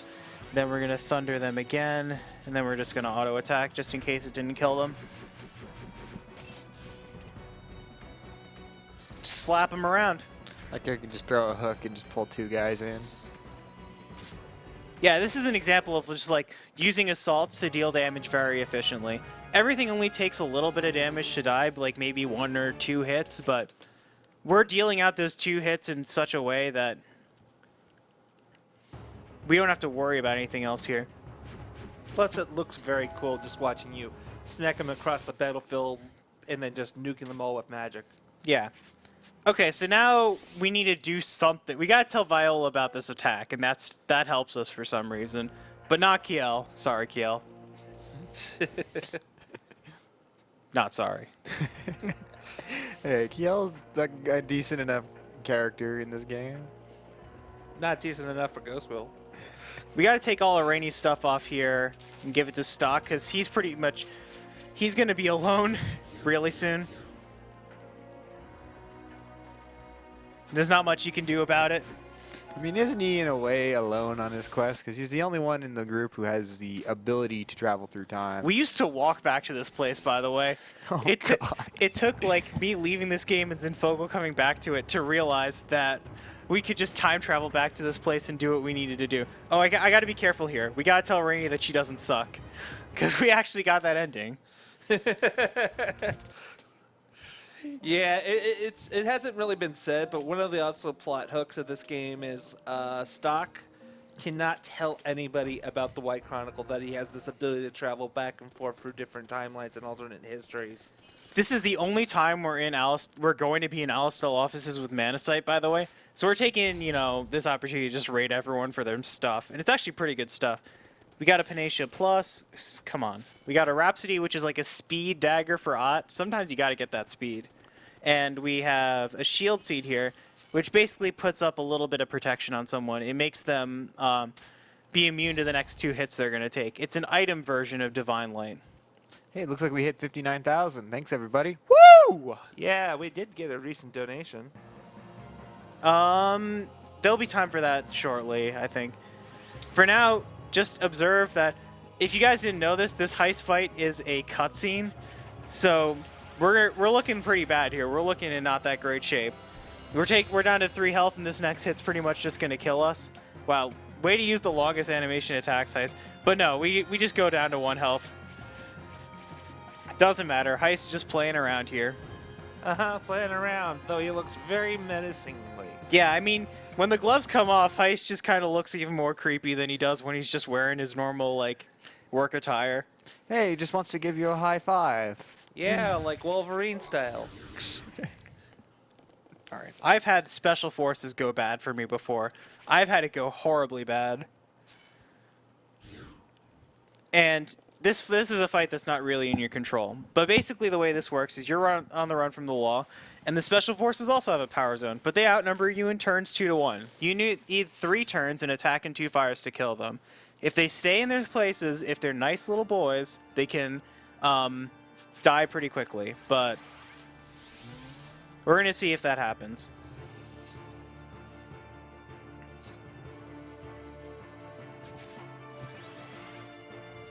Yeah, we're good. So the worst case scenario for that fight is if I have to keep pushing them out of the power zone. Like if they both go to the top and bottom columns of that and I just can't keep up with their turns and I can't do it. But if they just stay where they're at and they attack me, nothing they can do but die.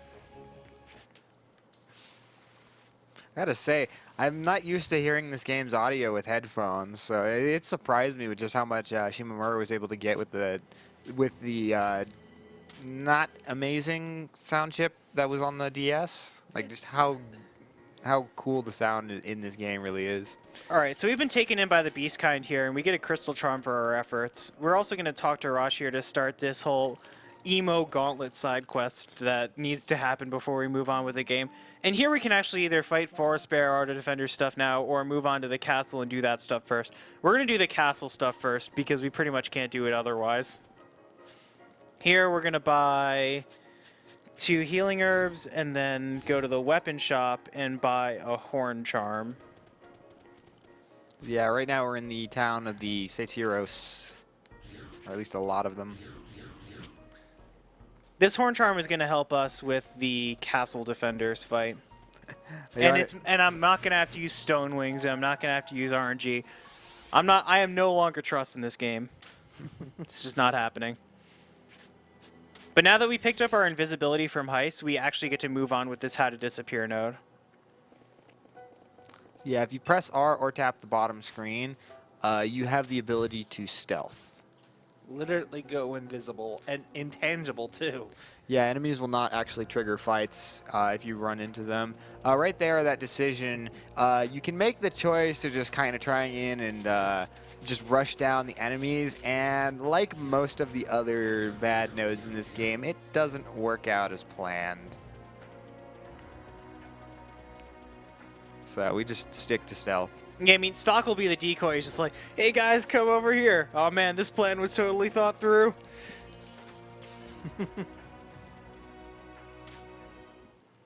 Yeah, it's definitely worth checking out for those nodes. Well, they call them nodes, but they're just kind of different points on the timeline. There's 235 in the game, and I believe the speedrun goes through about 150 of them. There is a 100% category, which goes through all of them, which takes about an hour It's and a not half really more. all that routed. I don't think I've seen a run of it ever, even from the master himself, the Zinfogel. Yeah, he placed, I think, an hour and 40 minutes longer estimate on that. An hour 40? You gotta fight Vanker. There's no way. That's like the big squeeze. Yeah, he also runs on emulator, which has much quicker load times than on console or handheld. We gotta change one more time so we get a second rainy turn here with these strats. Okay, Coolio. So, again, we have to clean up these guys that are really punishing us with their damage. Just right magic will do it with this horn charm. Nice crit, Rainy. Way to make me look bad again. RNG coming up right when it least matters. It's Fire Emblem rule. It's the Fire Emblem rule. You always get the crit when you don't need it. Thank God we have a second Holy Water. I probably should have healed again. I don't think Stock has res at this point. If he doesn't, then we need to reset. That's unfortunate. Nope, we don't. All right. Rainy needs the experience. Yep, that was my bad.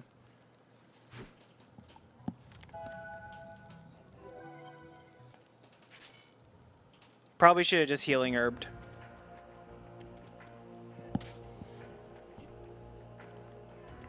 All right. The good thing about this game, though, is that these fights aren't even that long if you ever have to get into a situation like this. But, yeah, that's probably a solid 30 seconds to a minute there.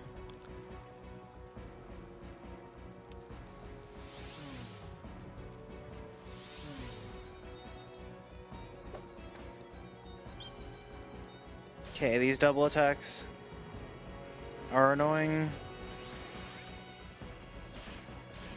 Ow.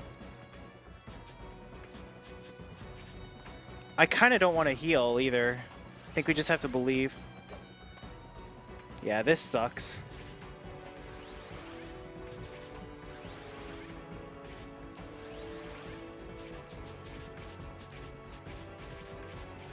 Alright, we kill these guys, and then we're going to kill the next 4 guys all in one combo.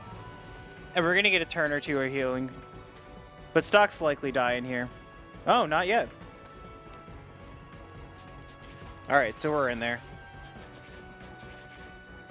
Got the healing herb up. Probably not having to do anything for the rest of this.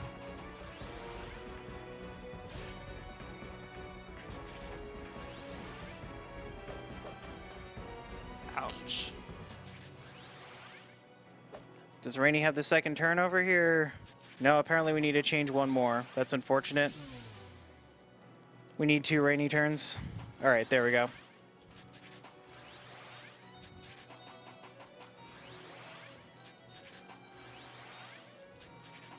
There we go. So it's right. Oh, really? We have to do this every time? There you go. Right, grapple, frost. Got him.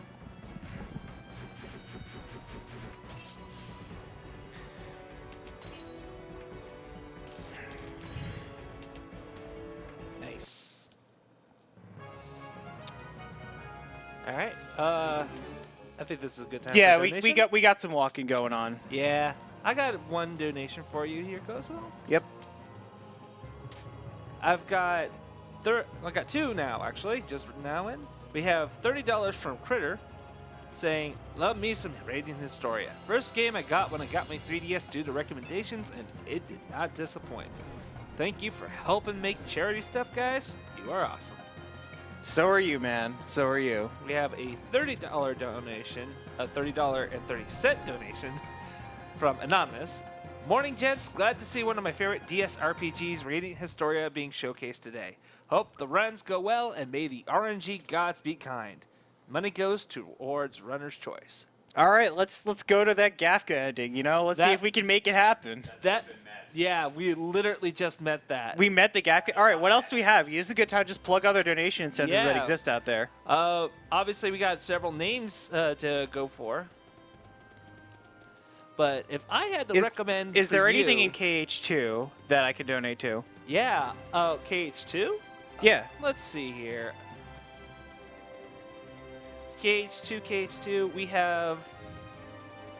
I think everything has been met for KH2 already. All right. Well then, If I can make a recommendation, we're still a little bit short on the learn and use special attacks for Bravely Default. fine. I'll help that out. I hate Bravely Default, but I'll help him out. I'm sure it's a good speedrun. Yeah, you just don't like it. I get it. But yeah, thank you very much. Yeah, no problem. And thank you for donating, whoever that was. Chat blowing up 3, 2, 1.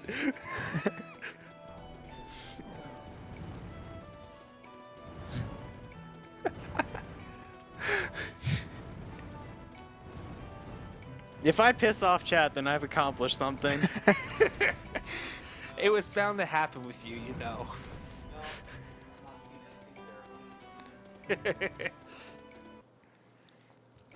Well, you could also donate for naming incentives. Those are great for any game. Yeah, we actually. Wait, I lied. Oh, meta. All right. Well, okay. We picked up a Bishop Stud, which is actually just like defense grease, to be honest. It's really helpful just in a couple fights. Picking up that Fang Charm, little attack boost. And hopefully here we have enough money, yes we do, to buy the Silver Dagger for Ott and the Holy Plate for Gafka. This is like the only place you can buy these 2 items, and they're actually really, really good. So part of the money ride is just saving up stuff for this. We're also getting the Sprig ring here with this barrel, which, man, that item is saved for the rest of the game. Yeah, we do have some awesome donations coming up for the next run, which is Dragon Warrior 3. We have several naming incentives for both the main hero and 3 other party members. Most of them are still really close in terms of donation, so if you're willing to drop $25, you probably can beat one of those incentives. What are the leading names right now? How funny are we talking here? Oh boy, here we go. So let's see. We have for Name the Hero, we have Tough Guy at $50, DNGR at $30, and Prism at $20. For Name the Mage Warrior, we only have an uncontested name of BCAS because at $30. We have for the Sage, we have Asterion at $200. That one might be a little tough to beat, but I'm sure you guys can do it if you really want to change This that. Grinder Defenders fight, by the way, is much, much easier than the previous 2 Grinder Defenders fights. We're just trying to change for a big combo and then executing that big combo. Continue on. And lastly, we have the Warrior, which is currently going to be named Bagus with $35, or Use Worsen with $26. So many of these are very close, guys. You can easily change this if you want something a little bit more memeier. Whoa, whatever that was. The plays. It's alright, we got our 6 turns right back.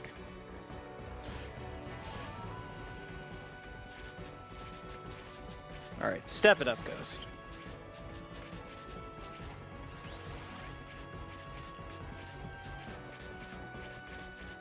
Alright, that's a kill.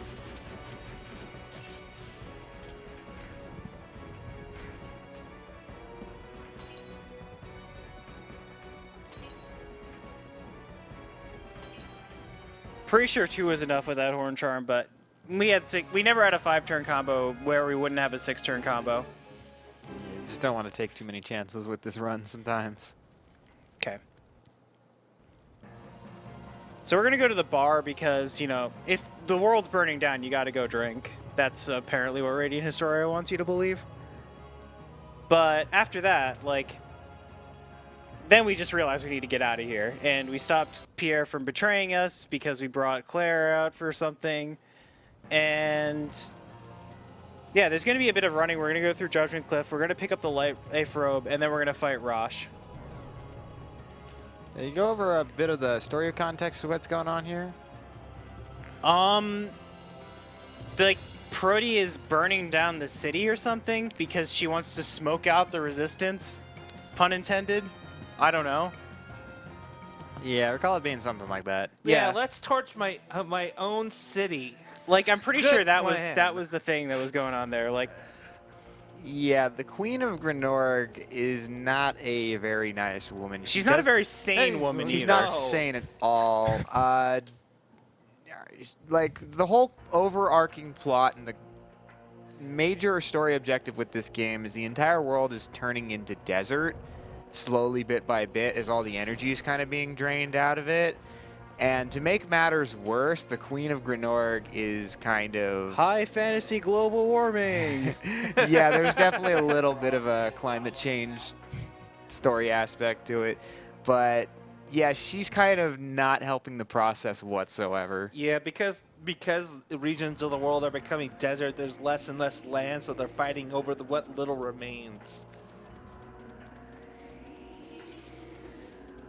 And she's not a very frugal person when it comes to that.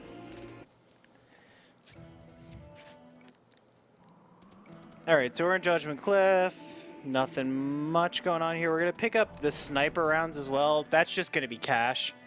We're back to the cliff of judgment. That is We're not judging you. We're not using Aruka just yet, and when we are, she's not going to be used for damage. Oh, by the way, I just want to point out, those tornadoes are enemies that are trying to actively heal. That's why I'm going invisible. Like, yeah, those tornadoes, they're sentient. Those tornadoes, they got beef. I don't know why. It bothers me so much. Yeah, kind of to explain Aruka's role in the story. She was the princess we were sent to assassinate, but it turns out she's actively working against her mother, who's not her or the queen, I should say, who's not actually her biological mother, and she understands that there's more at work than royalty, and she's kind of a bad queen, so Erica's like actually a key figure of the resistance.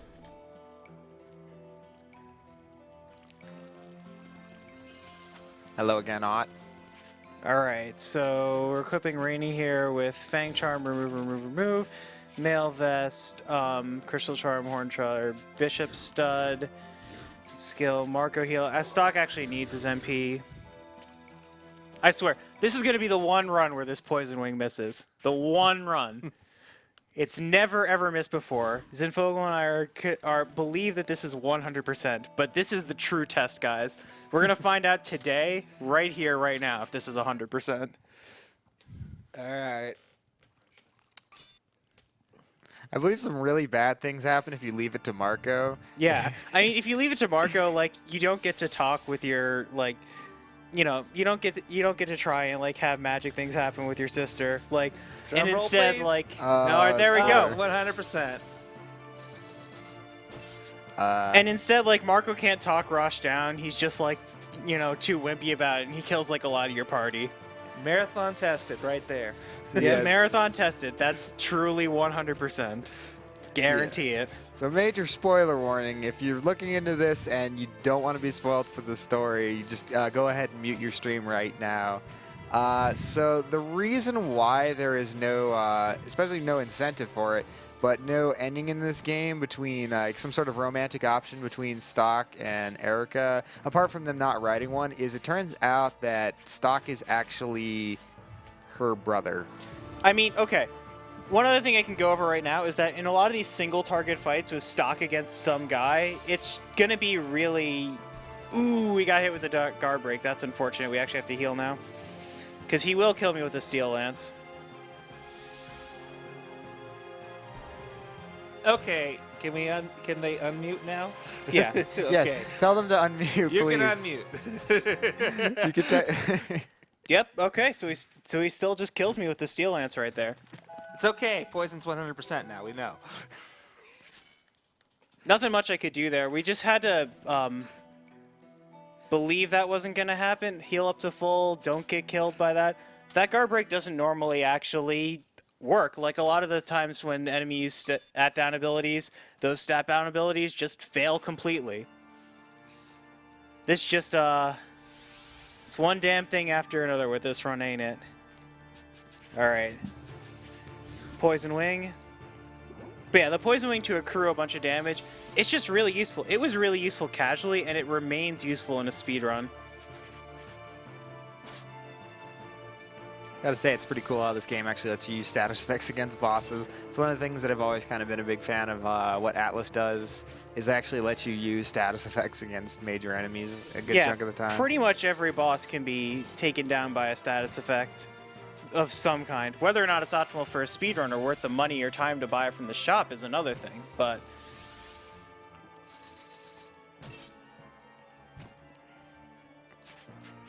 Alright. We're gonna play it real safe with this guard break stuff, hopefully.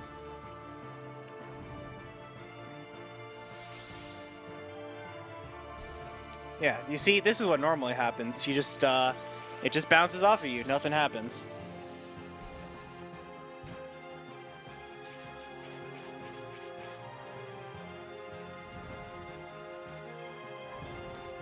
And we're meeting out our turns there so that we can make sure we kill him right on the nose at the end.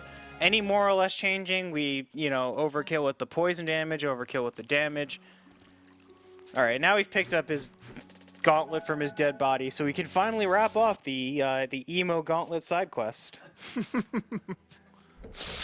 Yeah, so the ability to travel between timelines allows you to do things that you probably shouldn't be able to do.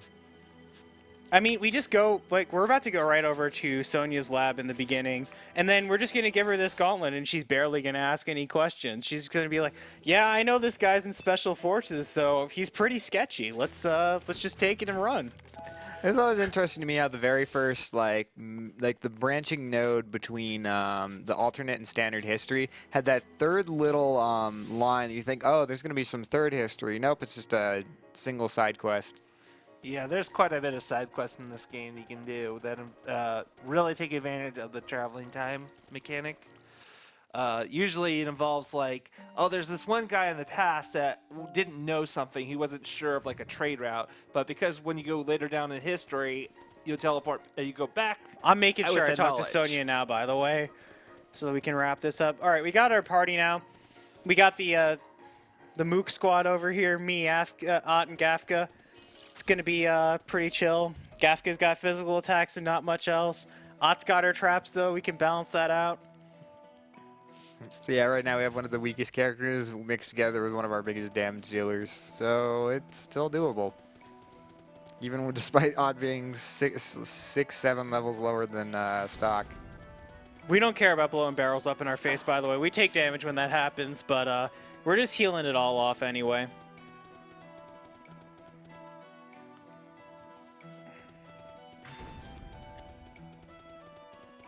Okay, so what's going to happen now is we're going to make sure we don't get poisoned, while also equipping these other characters. Ott's going to have a very high magic loadout. Gafka's going to have the Holy Plate and that Rune Claw, helping his physical loadout for a couple fights in the future. Okay.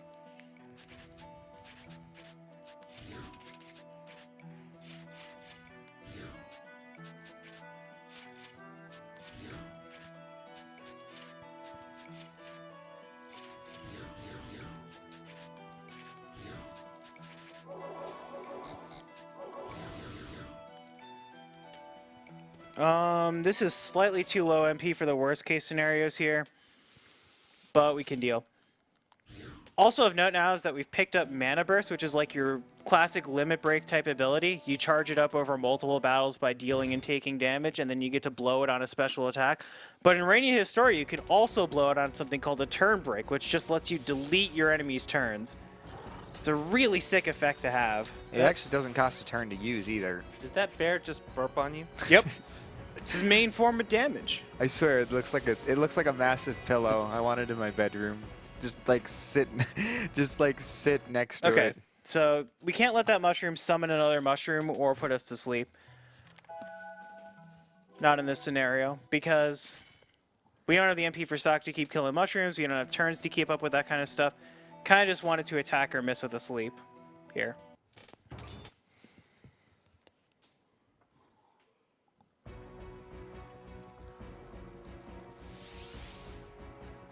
Yeah, he's going to continue to burp at us here. All right, that's all good.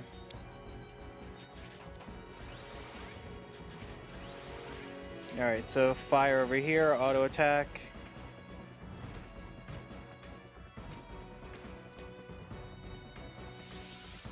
Okay, he's charging up.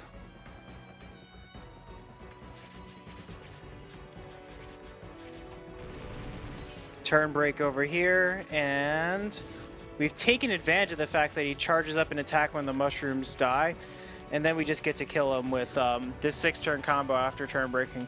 But if we let him use his attack, it just makes life a lot worse for us.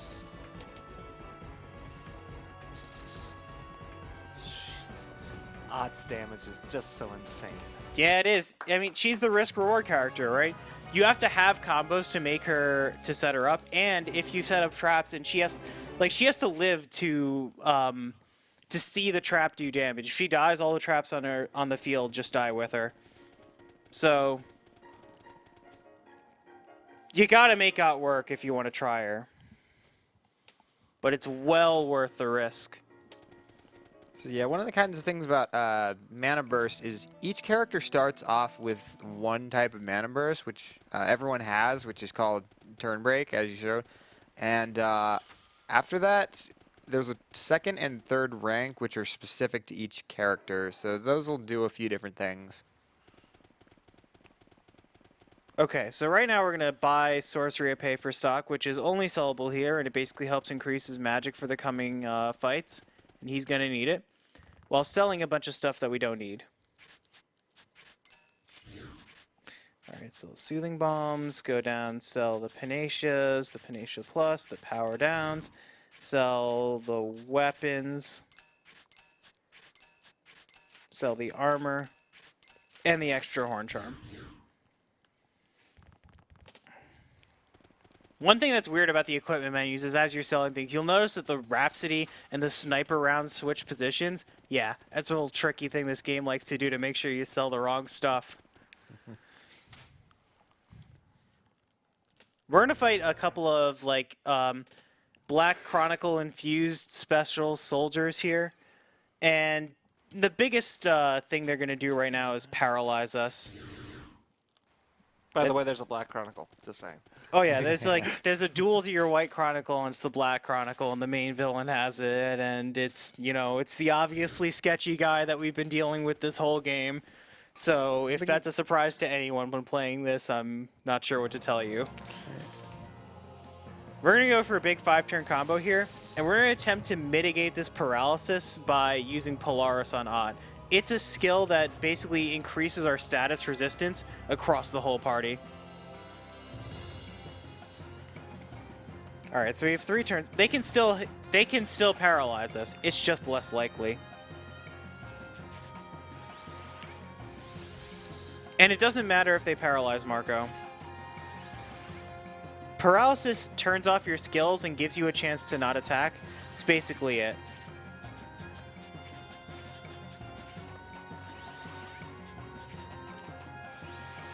Alright. 2 traps and a couple bits of pushing and we should be good to go here.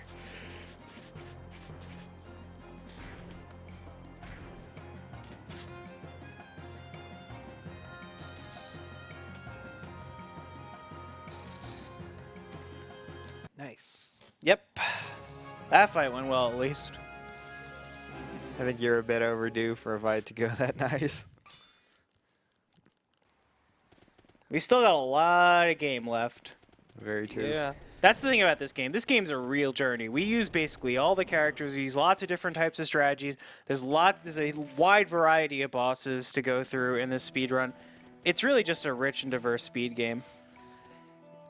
Yeah, and I got a nice donation here for you. All right, we got time for one. Yeah, so we got $20 from Mick Haley. Great job, everyone, on so many great runs. Can't wait to see the remaining games.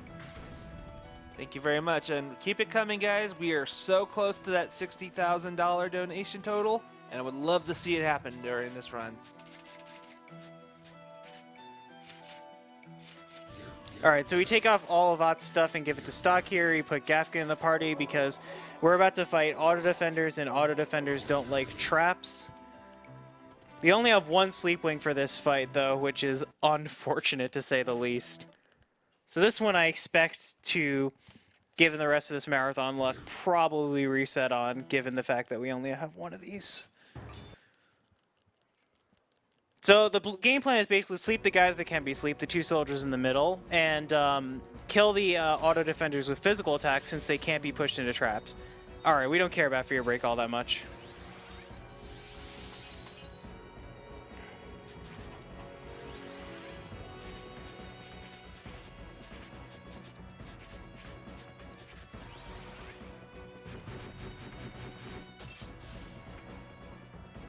Okay, we got him. Nice. All right, now we're looking for the old 7-turn combo. We get a turn for healing here. And Marco can do it.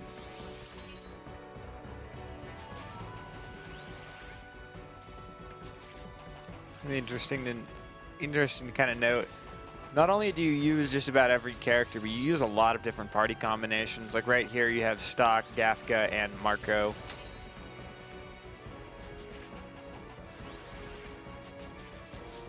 One of the things I liked about this game is just how all the characters played off of one another in very different ways. Yeah, it's pretty cool. All right, so Miter, Gafka, this should be right. So we go push assault. We go left assault, air assault. Stock is using power wave here. Gafka's using another air assault and then auto attacking.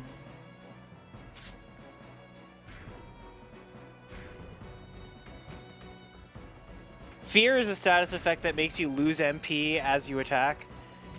It's really not that big a problem. Air assault is a move that like sets up for the next attack. They'll take half the damage that was just dealt on the backswing there. On the landing. Yeah. Convenient, actually, since I'll- then he can plan around just doing the highest point of damage on that swing, bringing them down. Yeah, the kind of annoying thing here is about the fear is that I can't use air assault on this combo, so I have a lot less confidence in it. So I'm just gonna roll like this. We're just using regular auto attacks anyway. Pretty sure this will be good enough. Yeah, this is definitely good enough. Especially with Marco helping me out with this combo here. Yeah, got him. Okay, cool.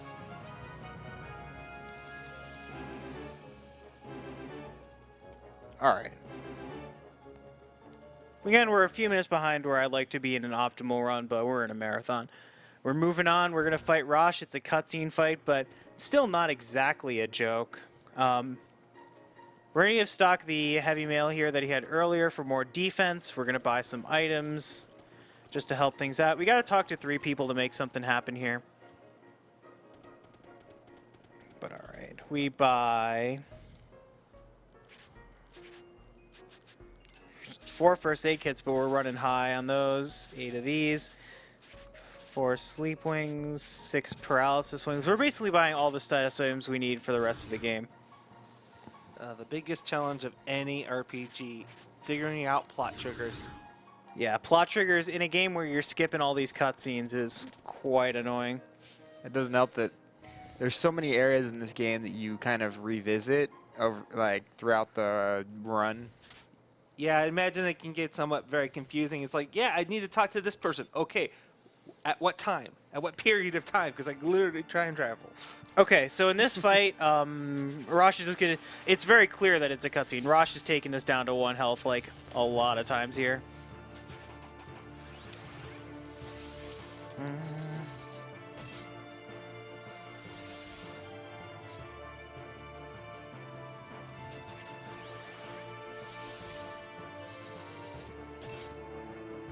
And basically, neither of us can die until we decide that we're trying to kill each other.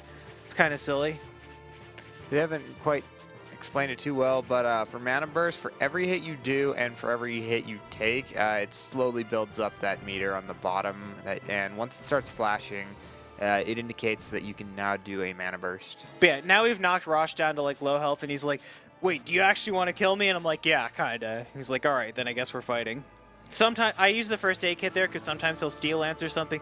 Most of the time he just walks to that heal zone to try and get heal up, but it's too late for him. He just can't save himself.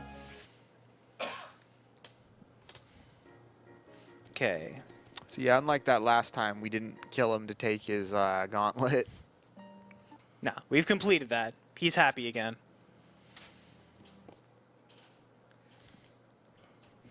Well, this chapter's name, Bad News. Okay, now we're going to set up for the gladiator fights here. So Stock's going to put the emerald on. Marco's going to take off the wisp blade. Ott's going to put on the life robe and the stuff we put here. Leaf ring, bishop stud, sprig ring. That should be good. Yeah, that should be good. Now we're just going to move over to deal with the fire again. Now that we've affected Rosh's mental health in this timeline, it affects him in that timeline or something. It's unclear. It's unclear. There's a lot of scenarios where it's like, how do these things affect each other? But they just do. It's kind of like, I guess people have souls and their disposition matters no matter like when...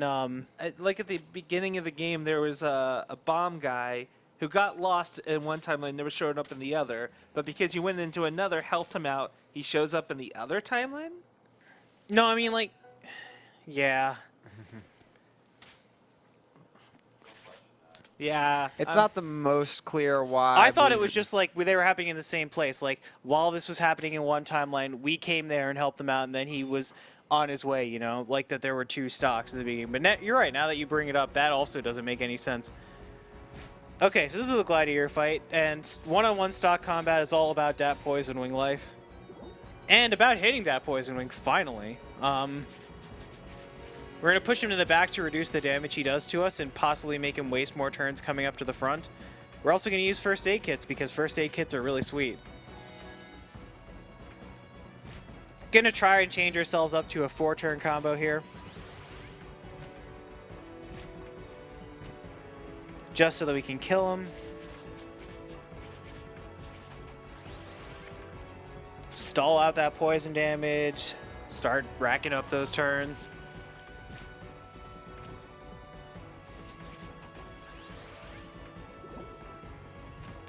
And then we're going to do a basic physical change with magic, but fire still more damaging combo. Nice crit stock. Way to make me look bad. Every time. I'm doing too good. That's Stock's thing. All right, this next fight is very, very similar. Instead of being with a gladiator, it's with Garland himself. And we need to put the wind armlet on over the emerald here since we don't need to be immune to his poison attack anymore. That's what the emerald does as an accessory, by the way. It basically makes you immune to poison. But against Garland, we have a strategy. We need to turn break him and then take advantage of the fact that paralyzed enemies are more weak to elemental damage. So we're going to just shoot off a pre-paralysis wing. No skin off our back if it misses, but the poison wing's nice to hit with. Yep, we got both of them. That's pretty sick. Nice. Oh yeah. He could also get stopped by the, the fully paralyzed type thing. Pokemon, whatever. It works a bit differently though. Not only does he have a 20% chance of failing to do an attack, he takes more elemental damage. Yeah, he takes the poison damage when he's doing this too because of the way we set everything up. Does that stack with the elemental damage? No. No, okay. Garland's got a couple HP gates where he uses attacks that buff his stats. It's not really a big deal, but we actually get to use these to just let him take more poison damage and feel more free to change into better combos.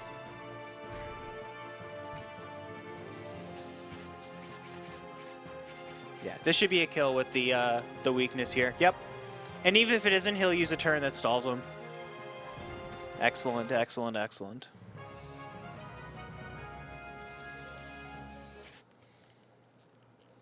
All right, so now we're moving on. Garland's let us out because we've showed our dominance. We've asserted that, we can beat up the people that he sends at us, and also we excel in negotiations. So, woo! We get to leave here. We get to pick up some first aid kits. We get to pick up some free money.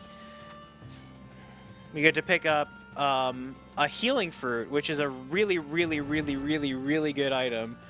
Heals 300 HP to all of your party members.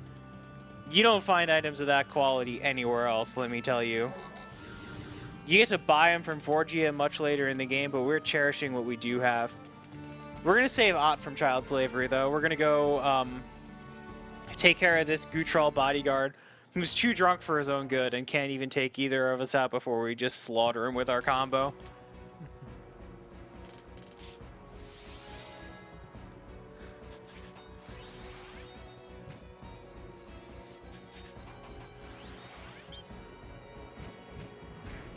Yeah, we're well set up equipment-wise here. Got nothing to worry about. So we'll just mash out this combo right here.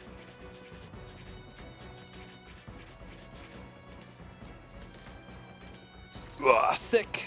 We're going to go to the shop next, and at the shop we're going to pick up an iron mail for defense, and we're going to pick up a second sprig ring that you can buy for not cheap, let me tell you. As well as a couple of magic herbs to help with our strats on Thou Machine and Guardian. Right here is the Protection Pact. That's going to help us out with learning a skill for Aruka when we do the Vanquer side quest. I'll explain a little bit more about that later.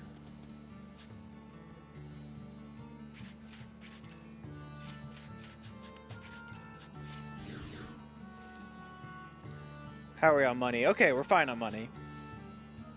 If we can buy these magic herbs, we're doing good on money.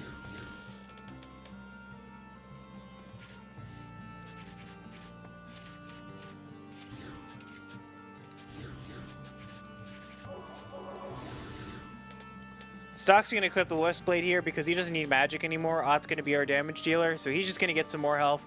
We've got Cygnus Tournament coming up. And, yeah, there's just a couple of force fights that we have to deal with before fighting Thou Machine, Cold Shelgadeth, Hell Spider. This section of the game's kind of fun, gotta say.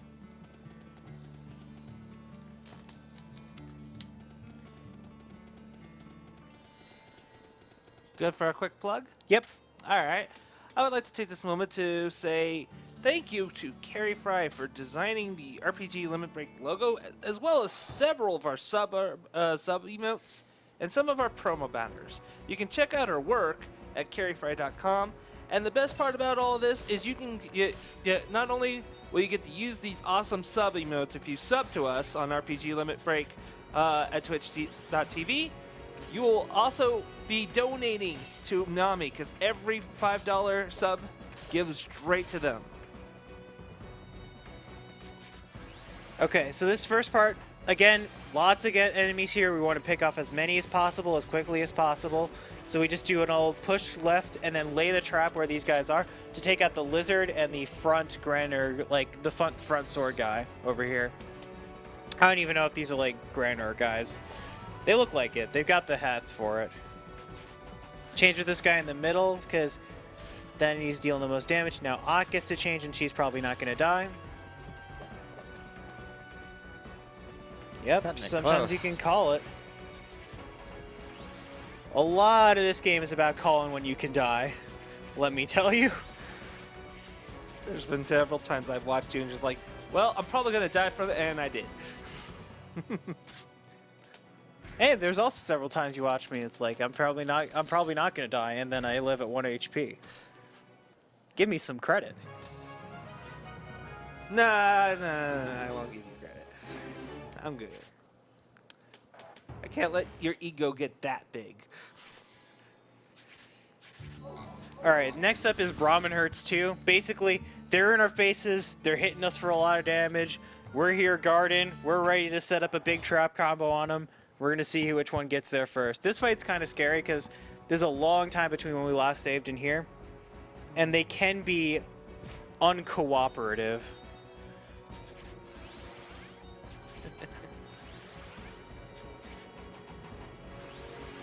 We're going to guard here, help save Ott. We're going to change turns one at a time for safety.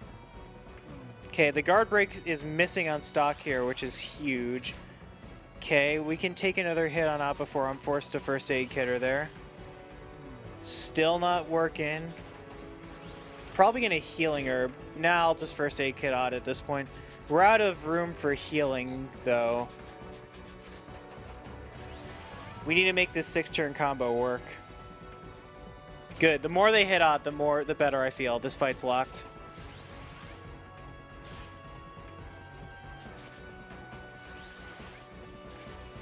Right. Trap. Left. Trap. Trap. Trap. That's the thing about Radiant Historia. You're either losing or the fight's just over and you've won. Like, you just kill the bosses in one turn every time.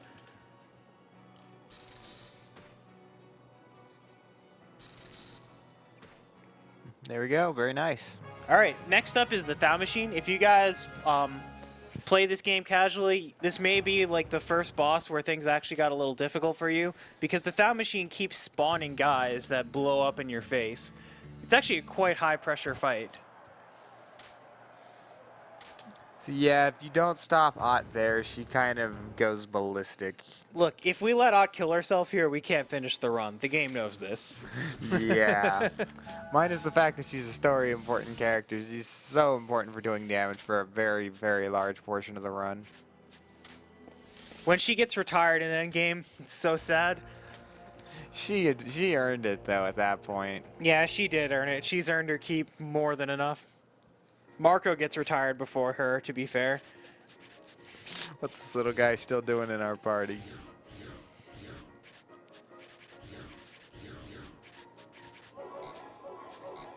All right, so we're getting stock Akak Gafka in here. And basically what we're going to do to circumvent the fact that this thing keeps summoning these Clockwork Thunders that keep blowing up is we're going to have Gafka use his Lightning Hammer Mana Burst. It's an AoE physical attack that'll clear all these guys, and we're going to smartly equip ourselves, smartly change some turns, so we can one-shot kill this machine so he never spawns these guys again. We absolutely cannot keep up with these turns. We have to use valuable Mana Bursts to do this.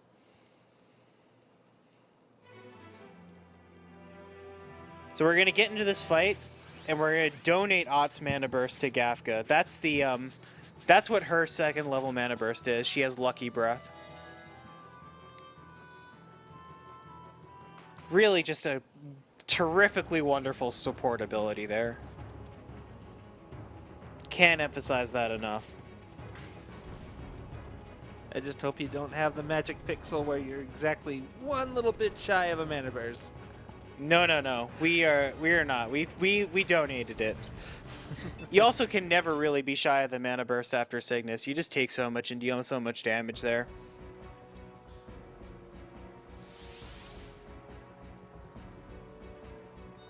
Alright. Nice crit on Gafka, boy. Okay, good. Didn't matter. We win. That was really scary. Magic Herb. Trap. Push. Trap.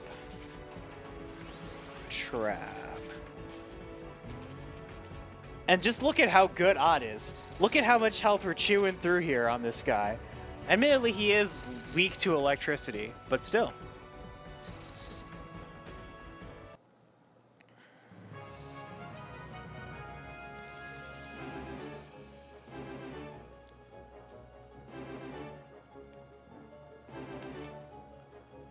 Come on, let us level up here. A lot of the level ups get really annoying toward the end of the game. You start learning so many skills that you can't get out of these fights.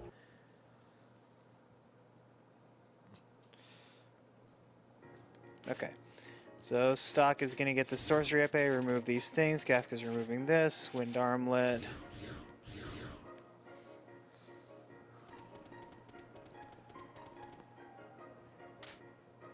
So at certain points throughout the game, Stock is going to equip different equipment, which helps one of his offensive stats, either strength or magic. And that will kind of dictate his role for the upcoming fights. Yeah, I mean, he's going to get sorcery epee here because we're prepping for the Hell Spider. And the Hell Spider you can't use traps on, which is actually a real pain. Yeah, there's a few enemies in this game that actually take up 9 panels. So because they can't be moved in any sort of way and because they're covering every panel, they basically are immune in an odd way to panel. Yeah, they're just geometric immune to traps. It's kind of weird they made enemies like this in the game. I don't think a lot of them are particularly interesting, but hey, you know, you do what you got to do. Odd having the wind armlet here lets us get just enough speed to get 5 turns here, which is perfect.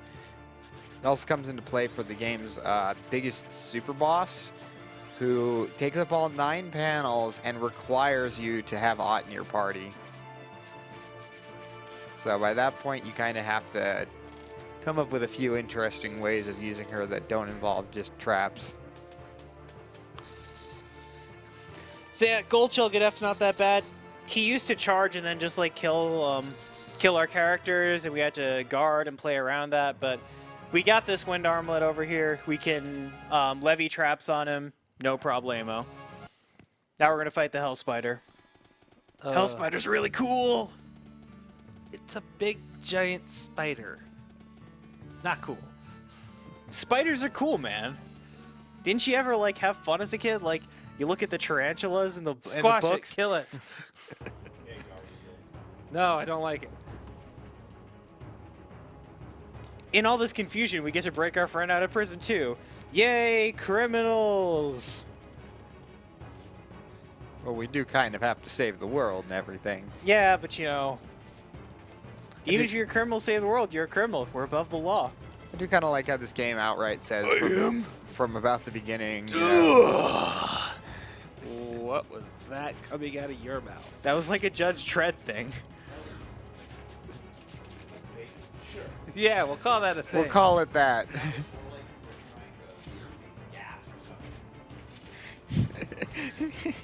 Oh, no, Gas are no fun.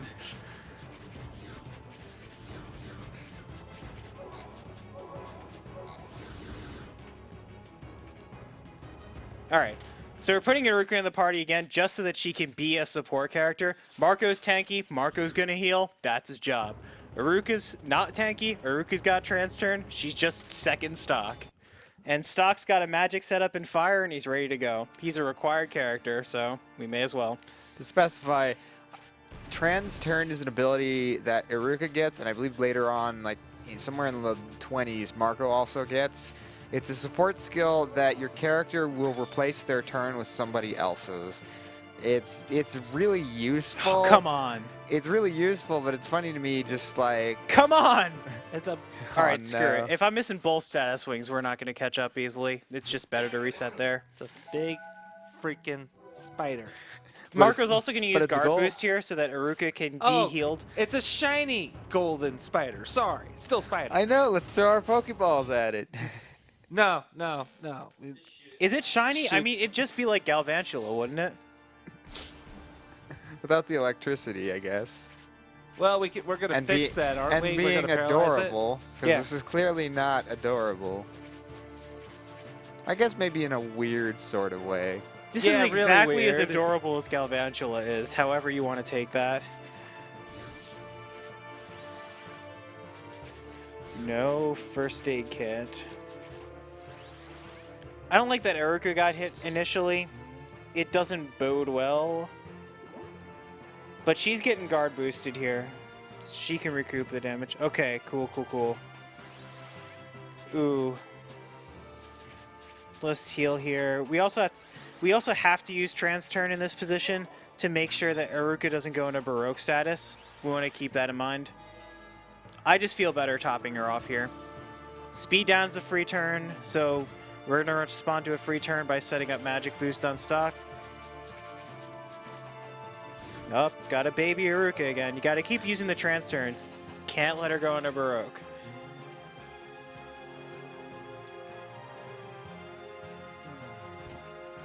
This spider is being uncharacteristically nice to us. Well, you did have to reset first. That's true. RNG manipulation. RNG manipulation. It's always RNG manipulation. Of note is that Iruka's basic attack is worth 2 attacks for some reason.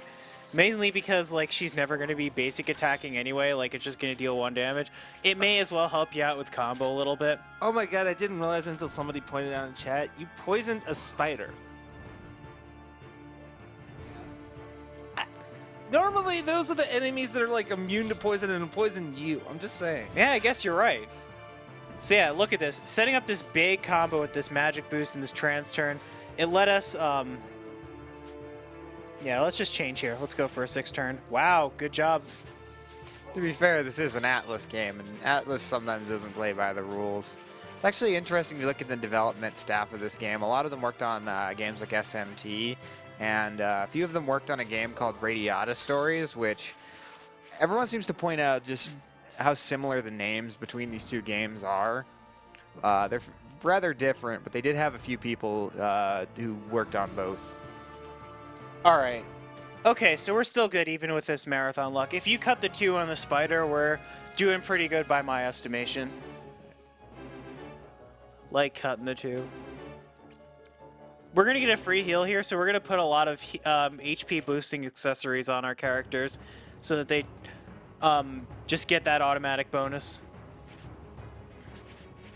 All right, so Wisp-Blade, Iruka, remove accessories, Bishop Sprig, Marker, remove Leaf, Mail Vest, Rainy, Iron Mail, Leaf Ring.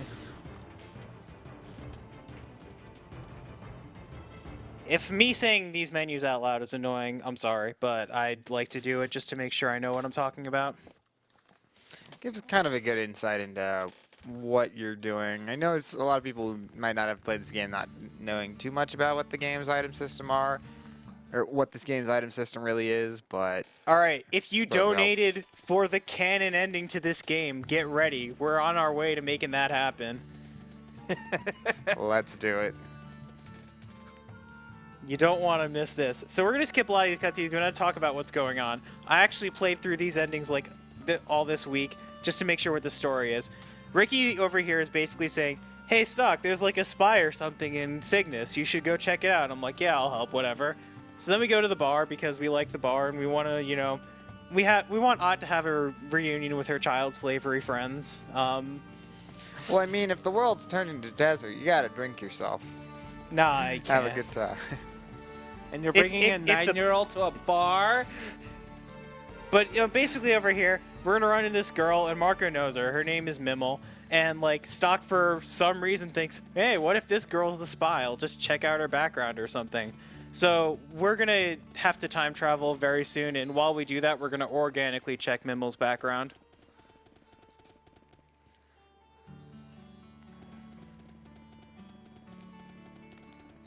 You're ready for it. This ending is... It's pretty something sweet. else. It's pretty sweet, in fact. Like, you know, Marco kills everyone is pretty great on its own. Simply because Marco is just like the most unassuming, like beady-eyed, like little chibi character there ever was. Like, he's not hurting to fly, and he sucks in combat. Like, any one of you could take him. The little pipsqueak finally can't take it anymore. Yeah, we'll just see what happens there. So we have to talk to him. We have to be betrayed by Hedge here, and then go back to Desert City Messiah to deal with that. But before then, we have to go to Chi-Clad Warrior so that we can deal with Mimmel's stuff. Like, I picked most of these endings, not only because they're sweet, but also because they're pretty easy to acquire. A lot of these side quests have bosses attached to them, but all we have to do is Make some talk to a couple NPCs. make some really poor decisions. Yeah. Yeah, there's a few that have really long, elaborate routes. You talk to a guy in Chapter 2, you've got to play till Chapter 6, and then you return to Chapter 3 to do something in Chapter 4. Okay, so here the bartender basically is like telling you, oh yeah, you know, Mimmel's here or whatever, I have a letter for her. And the letter basically says that she knew about the Hell Spider attacks. And that's pretty problematic, you know? Like, you know that she's the spy. So we're going to go back over here, and we're going to confront Mimmel. Well, Marco still doesn't know what's going on. It's like he's meeting her for the first time. Probably could have gone to the save point in the inn there. Probably would have been about the same. But first we're going to go to Desert City Messiah, like I said we would, and deal with the actual thing we wanted to do when traveling back in time.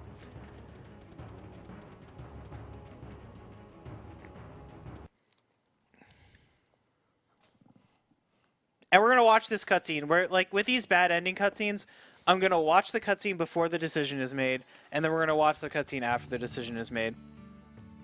This is what you guys donated for, so I hope you enjoy it.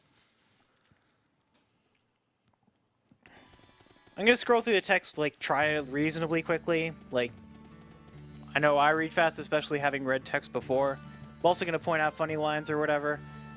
Like, what's really cool here is that Stock's just going to pop the cool guy wall lean.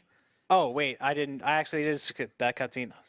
Stupid. Okay. Reflexes. Okay, so Stock's copping the cool guy wall lean here. He's basically saying, like, haha, I got you, you're a captured spy. And so we're basically deciding whether to turn her in or not. Can I really just take her without a second thought? Yes, we can. It's the job, man. I can't make any exceptions for her. Going Batman on Marco, you're just going to have to deal. This game usually gives you a second chance in case you accidentally press A. All right, on now a don't bad blink. ending. Here we go. All right, we're dragging Mimmel away. I don't want to skip this cutscene. I think it might skip into it. We have to go. We need to end this war. Oh, God. Oh, God. Everyone's dead. The carnage. Marco, why? I trusted you. How I've waited for this moment. I've dedicated myself entirely to one thing, taking you out. But why? I'm sure you remember Mimmel, the spy in Cygnus. You turned her in after all. I heard she went through hell. Her suffering was so bad she took her own life to escape it. You know that's what they do to spies who get taught, and you turned her in anyway. No, Marco, don't do this. It's just the carnage. You won't escape, Stock. What a little devil. Stock's actions put an end to the espionage operation in Cygnus. No new spies appear to replace the one Stock rooted out. The crisis passed. But little by little, a rift grew between Marco and Stock. Until one day, Marco's festering anger towards Stock erupted. The group was decimated. Stock, too, suffered severe wounds and was forced to flee. Thank you very much for donating for that. That was so beautiful. That's the true 90% right there. Yeah. And that's how Marco ruined everything. He's just like plotting this revenge all the way up until the final boss, and then he just kills everybody. The thing about all the bad endings, though, is conveniently they manage to let Stock escape every time. Just barely, you know? Yeah. I would imagine that would take an immense toll on your psyche, seeing your friends kind of... Imagine if you would, instead of just cutting to the end of the game to play that trigger, You actually played through the rest of the entire game, got to that moment, and then he betrayed you. Yeah. That would be amazing Then and you have to terrible fix at it. the same time.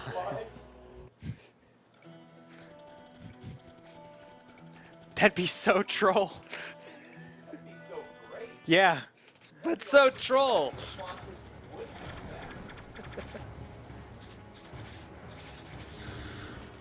Yeah, let's get that little guy out of our party. Alright. Kinda is gonna have to take a while to get his trust back. It's always the quiet ones. All right, so these are ballista battles. They're just little skirmishes over here while we prepare to fight Palomides the Executioner. Nothing really too big of a deal happening right now. Hopefully we don't get slept. Okay, we didn't get slept. Cool. So we're just going to burn these ballistas to death.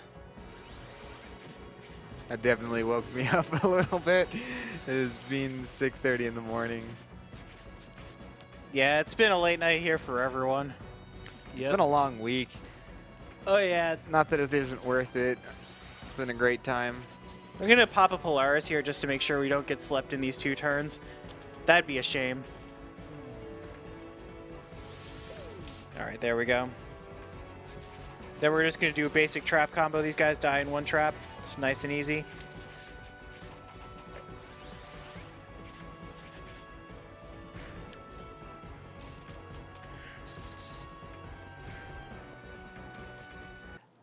I got a quick donation here if you All want to right. hear it. Might cheer you up after all the Marco to killing everybody. That already cheered me up, but you can cheer me up more any day, OC. All right.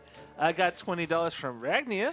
Oh, yeah. What up, Ragnia? Ghost, my man. Best of luck on the rest of your run. Let's you. hope everything goes well. And remember, Ott is best goat. Yeah, it is best coat. And also, just to say this right now, we have actually completely filled every donation incentive that requires a specific amount. So all those goals are currently met. However, that should not stop you from being able to go for some of the character names for the upcoming runs. We got several names to go for Bravely Default and Dragon Warrior 3. So those are all still in the running, and most of those names are very easily able to be beat. What are like the totals on some of the lower running names? Like, how easily could we start a wagon here? Oh, I could see a few. Most of them are like within the $50 range.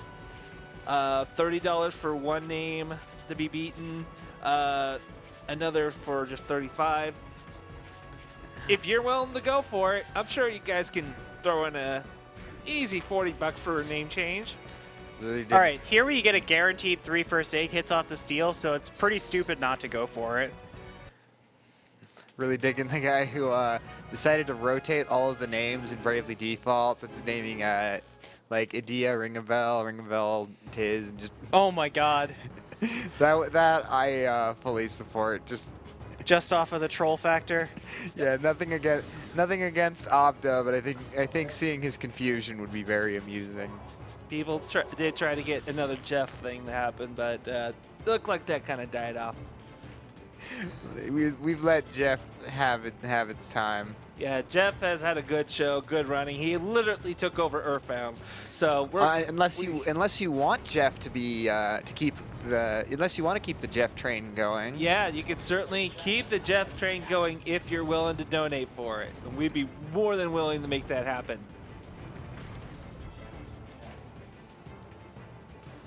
But of course, Jeff is not the only names we got available. Oddly enough, the character, I believe, one of the character names for Agnes is named Agnes? Agnes is going to be named Tiz, I think. Yep. They're rotating the names. They're Oh, doing it. boy. You know, I fully support that. If there's any more donations for Runner's Choice, put it towards, naming like Idea, Ring a Bell, or whatever. Like just whatever needs the most help in the rotation department. Right. Let's just mess with Opta. Gotcha. We love you, Obda. We do.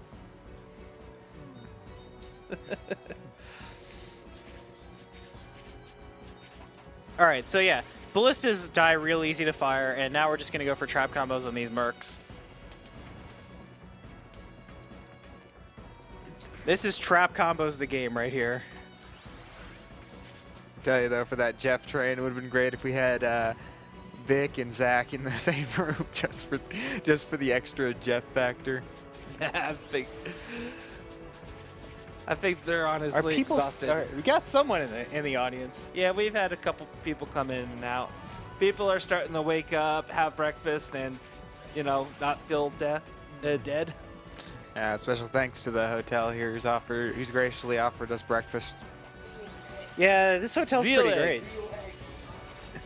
great. Bob over here is cheering for the eggs. Just don't talk to him about the bacon here. That will lead to an argument you'll never win. Discussion is an argument. Discussion is an argument.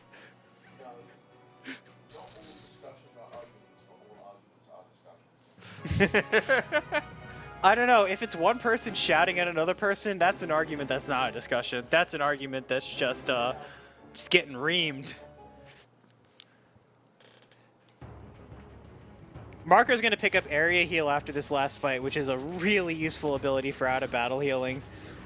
And kind of ironic, considering we just saw him do area anti-heal.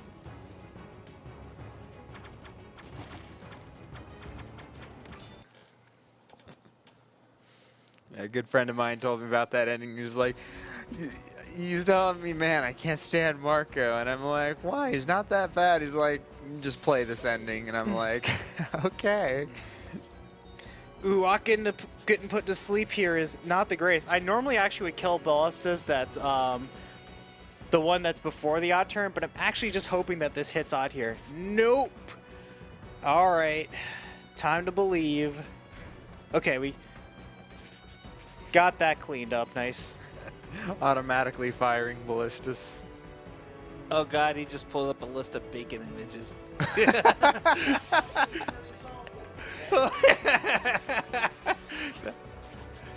right, now we got we finally get the chance to set up Polaris here.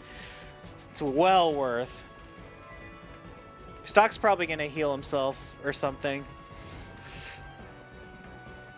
Yes, actually Rainy can do it. We've got enough first aids. Okay, no sleepy. We need a 5-turn combo, so we can have another turn for healing here. But we're pretty much locked up. Barring sleep through Polaris shenanigans.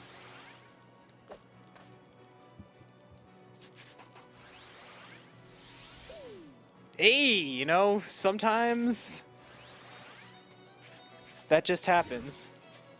Rainy's the damage here. I guess we can go for like some kind of jank combo. I'm all for it. Like something like this. Attack, fire, kill off 2 of them even without Rainy. Like we're only setting ourselves up for more disaster if we try and like play it risky by healing Rainy's sleep here. Excuse me. Gotta improvise in this game. Gotta do it.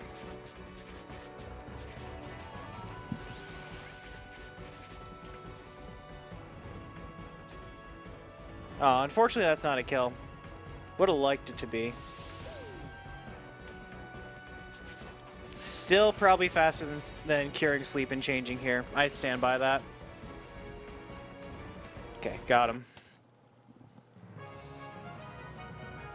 All right, next up is Palomides. You're fighting this big, hulking, like heavy Granergite Knight or whatever. The strats are just you sleep him. That's what you got to do. You sleep him, and then we're gonna set up a big combo and cheese him out. It's really, really lame, but it's also really, really funny at the same time. So take what you will out of it. Sorcia Pay, Heavy Mail, Iron Charm, remove 2 and 3. Go to Ott. Crystal Horn, Aruko Wind Sprig, Stock Sprig.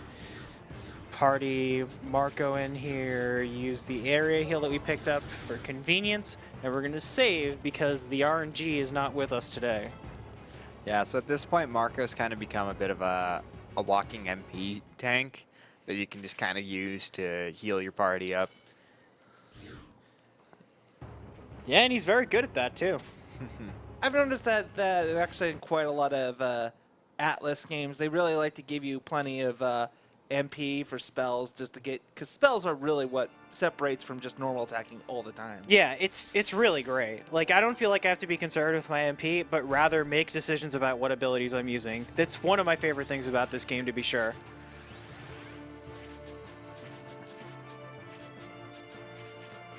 So Stock having the most magic is going to be the one dishing out the sleep wings. Gardner, it doesn't matter if we sleep him. It does, however, matter a lot. Wow, look at this. Look at this marathon luck, guys. Look at this. No one's sleepy. All right. This reset, we're going to get Crusade on Odd here. It's another thing we can't stop happening.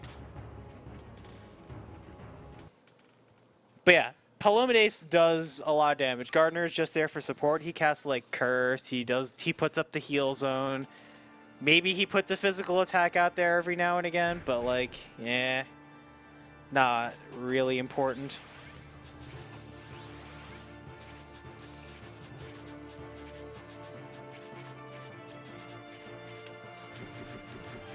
I've dedicated my whole life to taking you out. Okay, we got Pello. That's all we care about. We in there. Gardner's going to eat up a little bit of animation time, but he's not ending the fight here.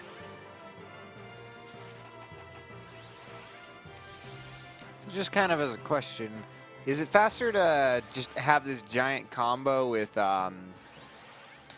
using the traps themselves beforehand, or like, because you have like all nine of your turns in order? Would it be faster to just set up traps when you have those 2 Ott turns in a row and then? Well, you got to keep levying traps at some point, right? So you got to find a way to like leave a space for yourself to levy traps while also like setting some stuff up. Yeah, you want to make sure this happens during the combo, probably. You want to do all your changing and then do all your attacking. Okay, so we're weaving some power waves in there because Gardner's resistant to magic but weak against physical attacks. Otherwise, we're just, you know, taking advantage of Palomides' weakness to electric here and just one-shotting our boss. Okay, after this is going to be a long time for plugs and donations because it's going to be Vanker side quests and walking and stuff. This is the single longest piece of dead air in the entire run. And I'm going to have a bunch of talk about as far as what we're getting out of the Vanker side quests, but for now, you can just plug what you got, OC. Oh yeah, I've got plugs. I want to first say that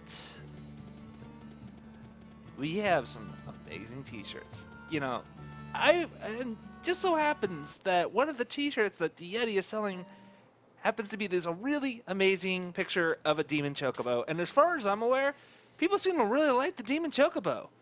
Yeah, shout out to reading $13,000 for that incentive. I can't imagine a better t-shirt for you to wear to represent the true cause you believe in. Yeah, there are other t-shirts, you know, in case you like good taste, I suppose. But yeah, every single t-shirt you buy from the Yeti, $3 of every purchase will be donated to NAMI. And remember, that is spelled YETEE.com/RPG Limit Break. Alright, so we're triggering this side quest here, and we're also going to walk to Scala to get the last pact we need before moving back in time to get all this stuff. What we're getting specifically is 2 abilities each for Stock, Aruka, and Ott. Ott is picking up Volt Star Trap, which is like your garden variety trap, but it's 2 spaces in length and deals a lot more damage per trap. It's very efficient. It's going to be our bread and butter for damage in the late game. That alone would be worth doing this Vanker side quest for. But there's more. Ott also gets Dancing Death, a 15 MP attack that basically just adds 7 combo to your meter. That's going to be really useful when we have big combos with lots of different turn compositions, and Ott can lend herself to being like multiplying the whole combo by 5 or something like that. Stock's going to pick up Will-O-Wisp, which is relevant because it's a cross pattern fire attack that deals a lot of damage. And Aruka picks up Divine Light here, which is the best support ability by far, hands down, the entire game. We're going to buy the Alchemy Edge and a Crystal Charm for Stock to help increase his magic because he's going to be using Will-O-Wisp offensively pretty soon. So to outline what the Divine Spell does is She casts it on a character, and that character is immune to 2 hits of damage, no matter what the attack that is cast upon them is. They just take 0 damage. And this is part of what allows us to complete the run at a much lower level than what this game was intending for us to do. This is, again, that alone would be worth going to just to get for Apocrypha to make sure that we can do it.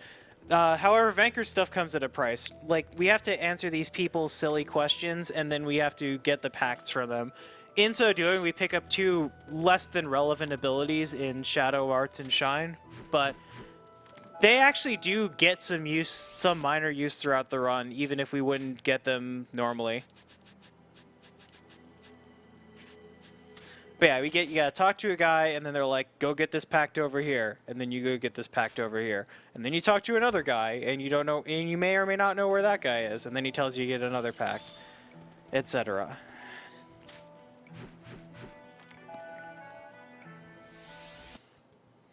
The only thing about these packs is sometimes their locations can be a little bit cryptic on how to go about finding them. That's like the one thing about 100%ing this game is keeping track of where everything is, and it's kind of tough to do without a guide. Also of note is we picked up the sand sword from Tarkin and gave it to Will, so we just saved his life there. We just moved on with that kind of snag in the plot. Mm-hmm.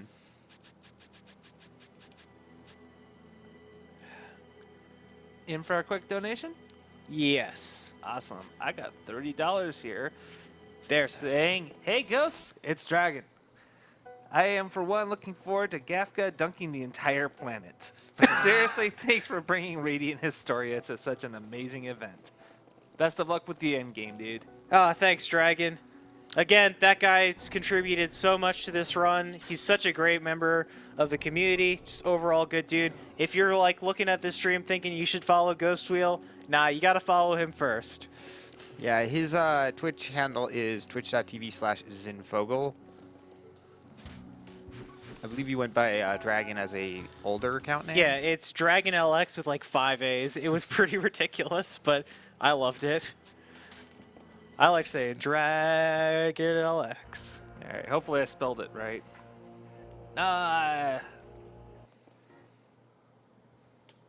Is it U or L, E for the last letter? Zinfogel. Ah, darn it. I knew I Ah, you spelled it like mogul? Yeah. Sorry. Whatever. If they were there, they'll get the correction.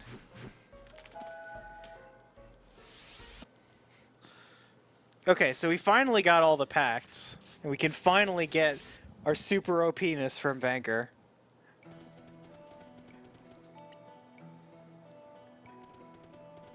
Like, really, this stuff is OP. And then we're just gonna walk to the Hall of Ruins and make our way to Shadow Grutrol and Guardian over here. Just a little bit of walking. So you can plug some more stuff if you want. I talked about everything we're getting from this side quest. Right. Well, we are currently in the process of getting to that $60,000 mark, guys. Yeah, I mean, if that happens during my run, it's going to be pretty hype, you know? Yeah, I can't imagine anything more hype. And last time I I checked... mean, I can. Yeah. $70,000 would be more hype. Yeah, that would be more hype, actually, yes. So, to help you want to get to that goal just as much as we do, if you donate at least $30 accumulative over the course of the entire event of RPG Limit Break, you will be in the drawing for a PlayStation 4. And that is an amazing chance at getting that. And of course, we still have a bunch of other prices that are currently going right now that if you donate at least $10, you'll be in the running for as well. What are those prizes, OC?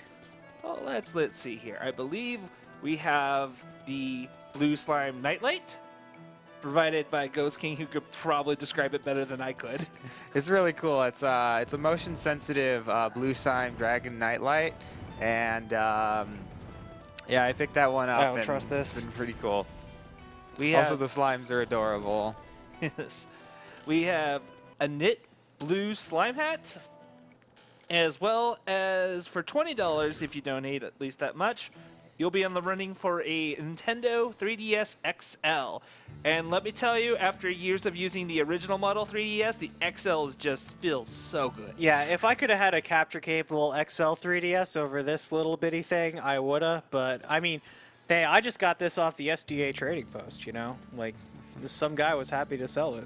I'll take what I can get. But the XL is beautiful.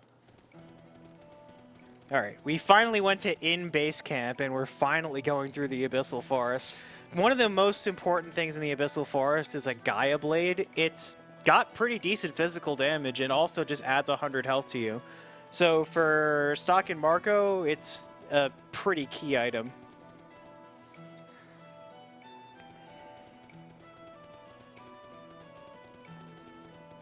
In this timeline, the Gootrels are happy to let you go into Abyssal Forest because they just know you're going to die.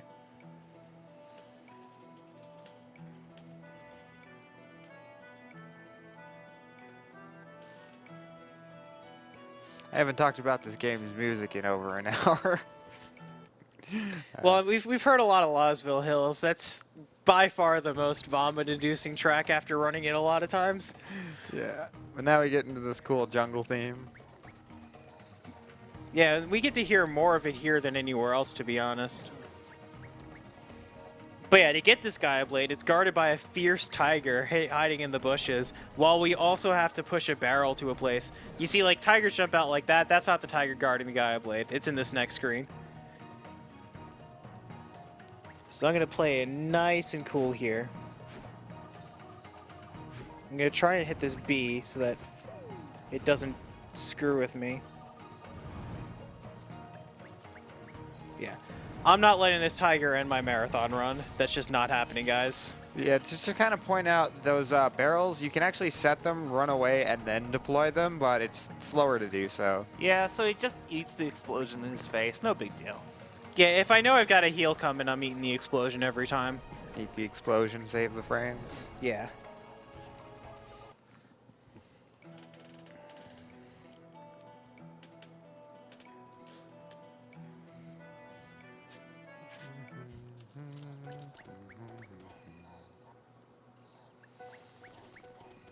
Alright, so this is Hall of Ruins. This is the only time we're ever going to be here, so we're going to make sure we can pick up all the stuff that we can. So yeah, those 6 Gootrolls right up front, they will storm you and try and fight you. You can actually run through and not have to go invisible to avoid them, but that requires, like, the triggers for those switches, they do not line up with the actual, like, design of the switches or whatever it is, right? Like, it doesn't line up with the graphics. So it's very, very finicky, so I don't take my chances with that. I use the 5 MP to get through there, returning invisible, because it doesn't matter at all.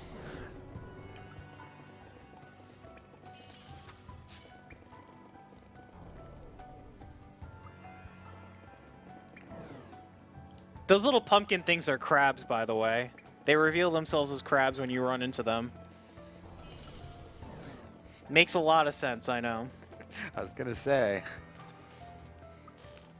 Well, various games do have like hermit crabs that have different shells.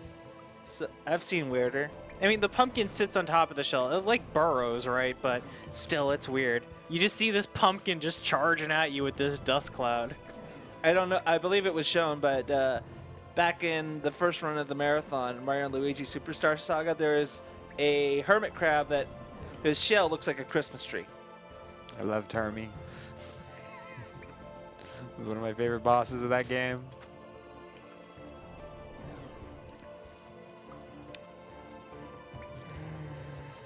Little note, the composer for that game is the same composer as the one for this one. Yep. And like a bunch of other games at this event, including the closer tonight, Kingdom Hearts 2. Yeah, it should be awesome, guys. I think this is the first time I've ever heard of a Kingdom Hearts game as a closer, so I'm looking forward to it. Oh yes, we certainly do. Alright, so we're giving these guys emeralds here so that they don't take this poison damage. These guys are the main damage dealers in this Shadow Gootrol fight.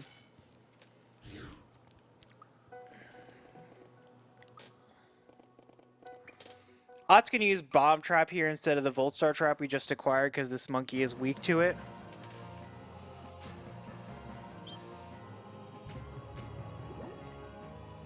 Good thing I saved because I didn't change my party because I'm dumb.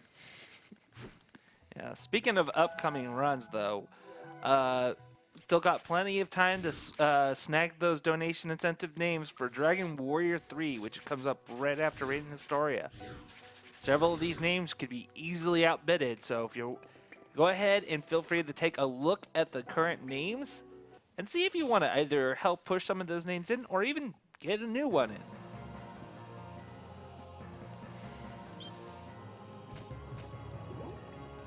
Okay, so we're going to change turns here, protect the girls with Divine Light. It's going to really help us out.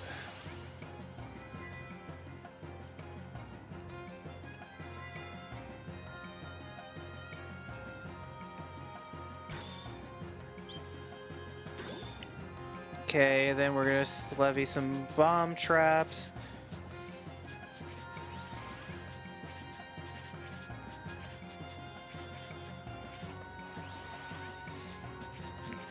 Kind of just explain what the Shine attack does. Is it's a one-column range attack that pushes all enemies to the back of the column. All right. And I don't remember if we mentioned. That was a little slow. I don't know if we also mentioned this at the beginning of the run, but enemies that are attacking from the back row with physical attacks actually do less damage. Yep. That we mentioned at the very beginning, but I'm sure we've gotten some people since then. Yeah. They're probably lost from the myriad of other things about this game. You know, I thought they would be used to this. They just come back after watching Chrono Cross, which is one of the most convoluted games. Yeah. And nothing against those guys. I mean, they admitted that the game was pretty convoluted. It's a pretty great game, but It is convoluted.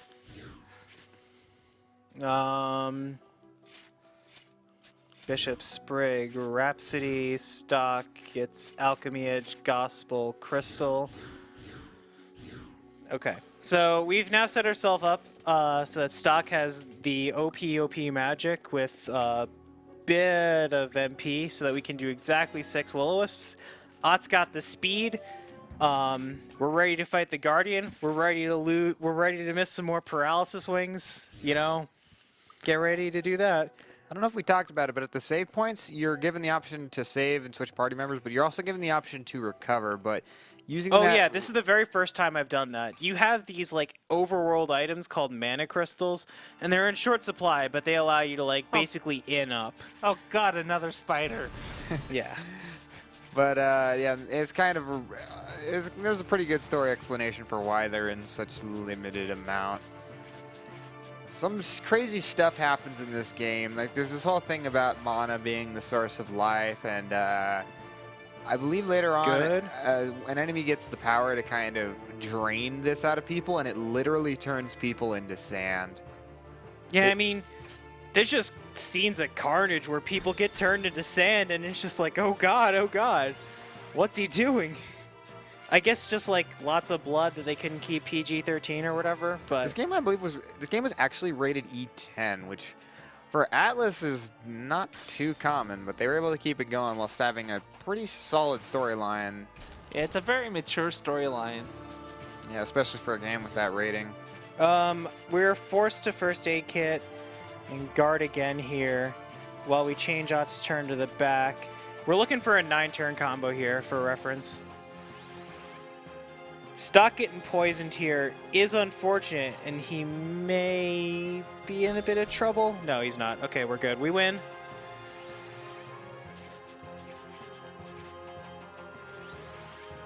So I believe this is the first time we get to really show off Dancing Death in action. Yeah, this is the true wombo combo here. Yeah, it's also, if it isn't obvious, because the spider is so huge, there's no moving it using on the grid-based system, so laying down traps Again, we is- can't use the traps. Ott's just a speed bot here, and she's got use in Dancing Death. This is like one of the only combos available to us with the equipment that we have that can even kill the Guardian right now. So yeah, this does virtually no damage, and it's not designed to. It's basically there to accelerate our combo into the almost to the And 20s. like we're really stretching stock as far as he's gonna go here with this damage. Like we're giving him the best magic weapon. We're giving him magic accessories. We're giving him the best skill that he can get at the time, using the Vanker quest immediately. Stretching as hard as possible. Dun-dun-dun-dun.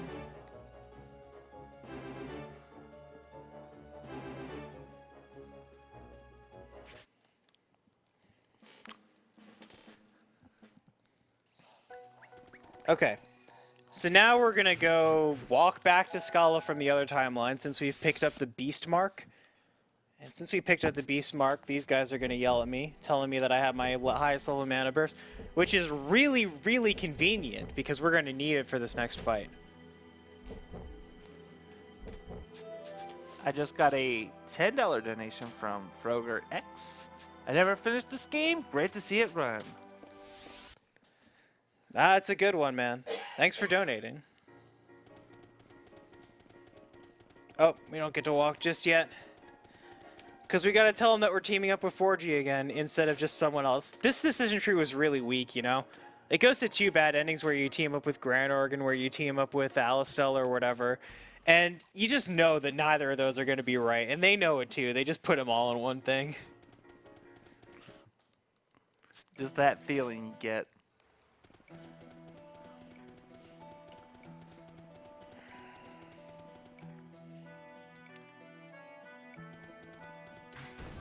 Alright, we'll blow ourselves up in our own faces again. I mean, this is the way we roll as the Radiant Historia crew. We take explosions to the face. We don't care. We're going to pick up a couple items here on the way to Scala, but there's not much of note until we hit Forgia. Then we're going to sell a lot of it. We're going to re-equip ourselves up for the Alistel officers. A fight which forces you to have stock Rainy and Marco at a time when that party is very, very outdated. You want to be having you want to be having Rosh, you want to be having Gafka, but you can't. You're stuck with Marco. Yeah, the thing to outline, though, about Rainy is despite her being seemingly obsolete for a good chunk of the game, she does make a pretty fantastic comeback later on in the run. Yeah, I mean, she's one of the only accessible ways to do, like, higher magic damage. But if you level, like, in a casual playthrough, if you level any other character, like, higher than Rainy, they're going to do better for it. And we're already really cautious around Marco. He's kind of a ticking time bomb. I mean, I wish he could go ham on these guys. I wish Marco could go all Terminator, you know? I've been waiting my whole life to take you out, Alistel officers. Yeah, there's one thing to note about Rosh.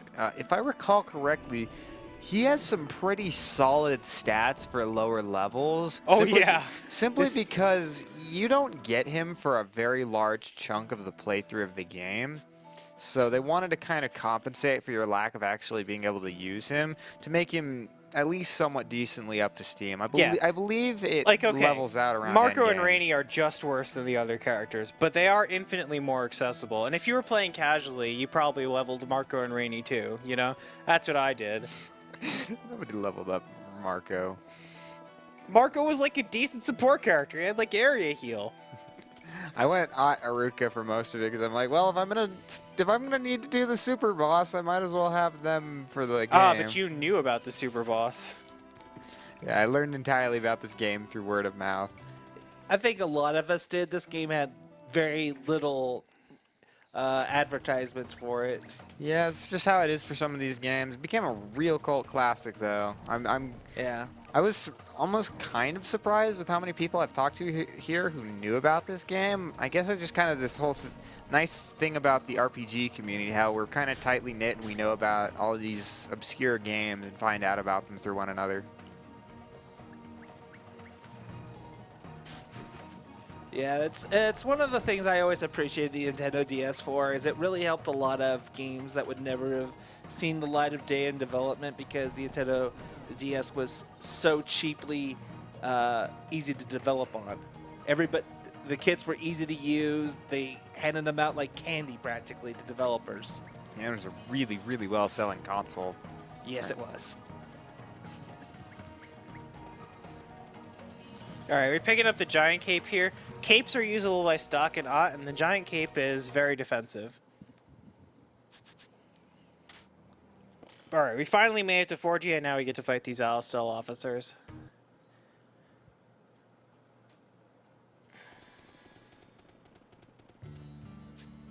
Okay. Cells, Soothings, Superiority, Do, and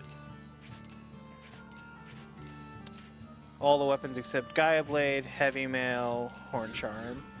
Oh no, I need to buy things as well.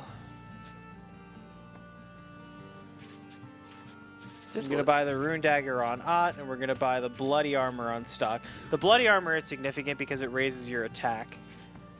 So stock is getting Gaia Blade, Iron Charm, Wind Armlet, remove.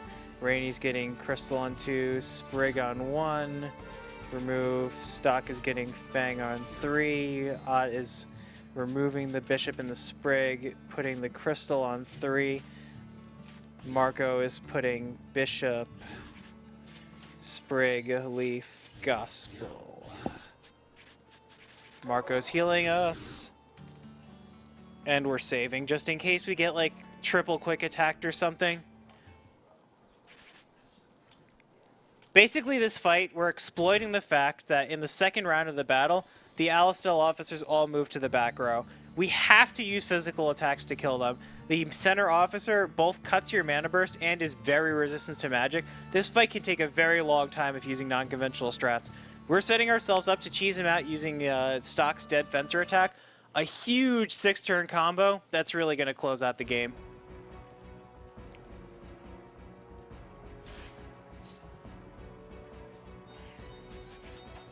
So we get 3 turns for healing, and we're going to use one of our healing fruits here 100% of the time.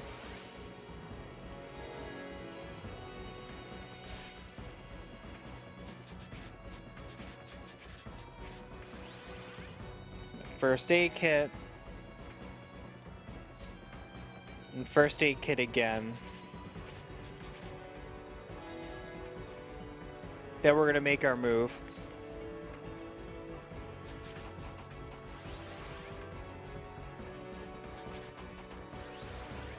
So yeah, sometimes enemies will just burn their turns to move around the grid.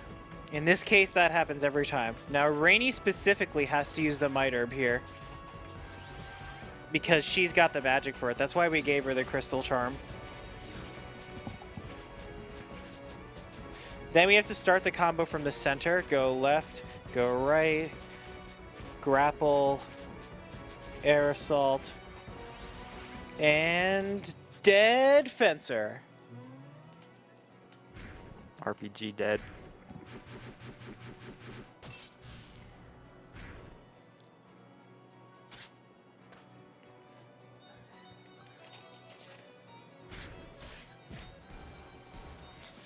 So yeah, this attack is pretty cool. Oh, yeah. You slap him about. This is the ultimate chaos control. You had to bring a Shadow the Hedgehog reference, didn't you? Just for you, OC. Just for you. You can stop. I'm good. Thanks. By the way, we just got a $100 donation Oh, sweet. from Nick saying, "Hey everyone, I donated on Monday, but I lost a friend to mental illness on Thursday, and I knew I needed to donate again. Thank you all for stream. Fundraiser is raising money and awareness for a huge but underrepresented cause. And for Anya's name, let's call her Jeff so we can all agree on how to pronounce it for a change." All right, so since we got the Gafka ending, we need to talk to this guy where he can basically say, hey, you know, what if I can make Gafka stronger for you, you know? What if I could help you out a little bit here? Make him a beast god. And, yeah, you just kind of take that sketchiness and you roll with it. We're going to buy the Earth Drops, which increases your resistance to various things here. We need to sell this stuff first. We're a bit lower on money than usual. But we need to buy this skull dress for Aruka here. We're also going to talk to Gafka's master here for the sole reason of spawning a node so we can go back to Forgia later. It's actually really inconvenient about spawning nodes for Forgia. Go figure. But most of these characters, they're learning skills by, you just talk to some guy, you get some item, you talk to some other guy, you get the skill. Gafka's got to fight for it. Gafka doesn't get off that easy. Yet another example of a choice that would lead to a bad ending. Oh yeah, I mean, that one's like, you either go with support or not. Like, come on. Yeah, some of them can be kind of given. Some of them not quite as much, but it doesn't punish you for doing it. It's like, oh, well, now there's a new node. I'm just going to have to go back, repeat a few boxes of text, and then say something else. Somewhere Marco needed to remove his stuff. Okay, there we go. Leaf, Spriggs, Skull Dress. We're back on track. Get the party up in here. Alright, so this is the Protea Guards, and the Protea Guards themselves are really not that bad. It's their friends, the Heavy Granergates, that are. So we need to take care of them, and we actually specifically bring Aruka here so we can have Shine with us. It'll push both the Granergates to the back space while also damaging them slightly. That's how close a lot of this is. This combat math.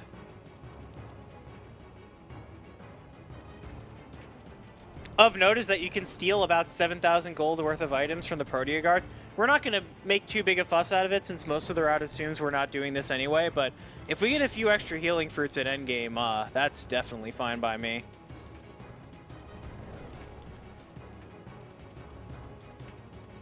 Like, there's no downside to having more money. Yeah, I'd like to take this moment to say, the Glow people, if you learn about the upcoming things that you're going to expect to see in the KH run, we have reached pretty much every incentive for level 1 critical mode, level 1 Sephiroth, and level 1 Terra. All those fights are going to be seen, and they're all going to be fantastic, so look forward to that.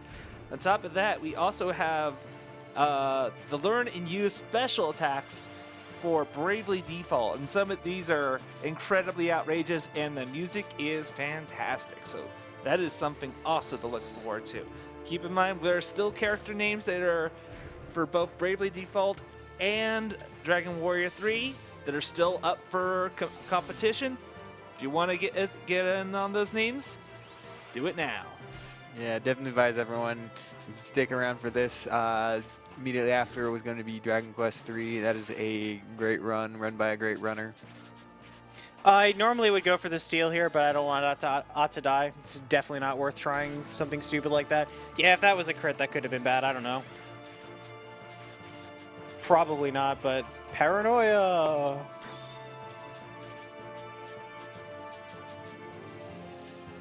Where's my left assault? There it is.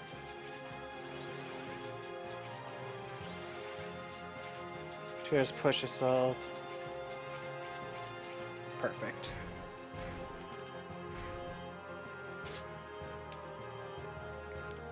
Yeah, Shadow Arts is definitely not one of the more useful abilities we get from the pack. No. But it does show up That from is time to time. that is the only place it shows up. And we don't even have to use it. We could just left assault double slash instead, but it is slightly faster to use the Shadow Arts that we picked up.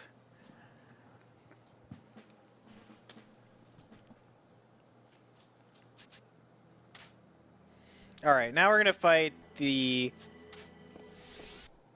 sort of other half of the endgame-y type stuff. Alright, so Stock's getting the Alchemy Edge, Party Odd over here, Skill Marco area heal. Forgia item shop. Sell the Rune Spear, the Rhapsody, and the Mail Vest, and buy 6 healing fruits because we're going to need it in the mid-game.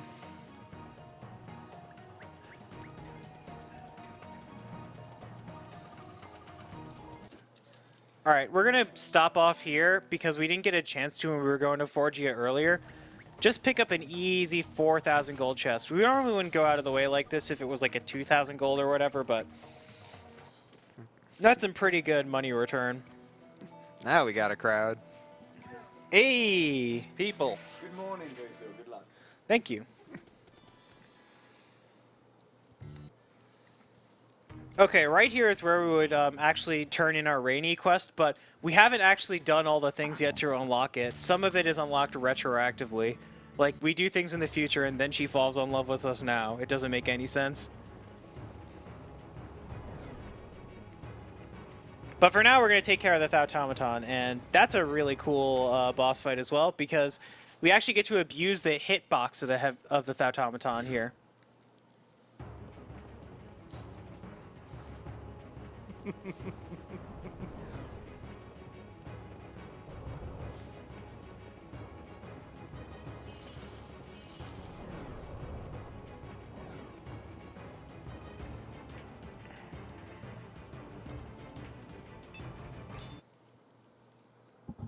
After this, we're going to get pretty close to turning in Beast God and Ongoing Calamity as well. Good, that guy moved forward. That's why I saved there. He can be mean. Yeah. Okay, you always check as well. Like, that could not be the first turn. Here, Marker's going to turn break to make this fight free. Then we're going to grapple double Will-O-Wisp here. And the Will-O-Wisp hits the corner, and through the hitbox of the Thautomaton hits both the cannons. Sets him up perfectly to die to the Volt Star traps too. It's just beautiful.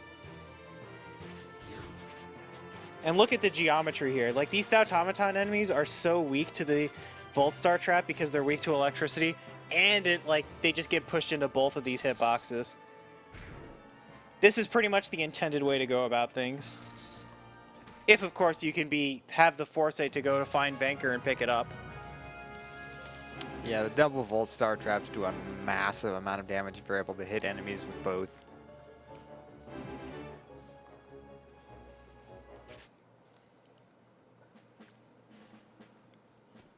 Okay. Bring back now, completing Rainy's love for me. And then equip Bishop, Life Robe, Stock, Giant Cape, Gaia Blade. That's good. We're equipping our HP items again before we walk to a place where we get more HP. Hey, Ghoul. I got $5. I'm not Ghoul, Gallop. man. Oh, Ghoul. Sorry. I get Ghoul and Ghost all the myths. You have was two confused. ghosts No, here, and you I messed know, this I up. know. It's because I'm so used to hanging out with Ghoul all the time. He literally did a run with me this week. But Ghost, we got $5 from Gallop. Oh, man. What up, Gallop? Oh man, it's Raging Historia. Brought to you by Big Red. Roll with that Ray Stock or Ot Oreca Rose. How does he write this No, stuff? he's spelling all the names wrong on purpose because you hear these names and they don't make any sense. He just thinks they spelled something. Shout outs to my boy Ghostwheel and my boy Cosmic K. Yo, Ghost, what's Killtacular mean? The Like the Ghost thing Wheel you is do rolling. with The Ghost thunder phone is visions. ringing. And the plow train has no brakes. See a star sign. All right, think that's a Kill- pretty good one. I think Killtacular is a Halo reference. Yeah, it is.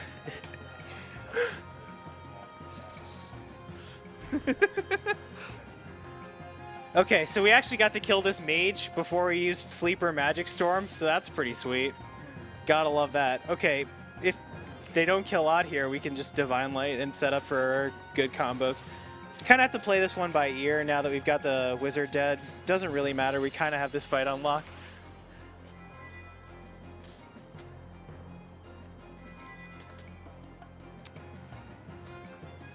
Kinda. These guys can't do all that much to us. As long as we're careful. Which I will be. 122. The hell? You guys can move in a sketchy way like that, sure. Formation complete. Oh no! What am I gonna do? Probably just shine him to death.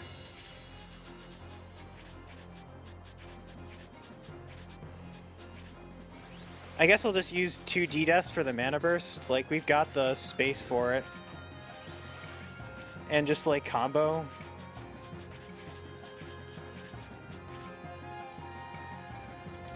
This is way bigger a combo than we need, but want to make sure I've got mana burst for stuff anyway.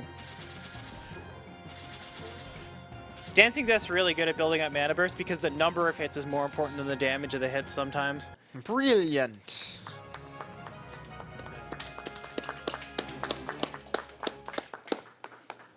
Okay.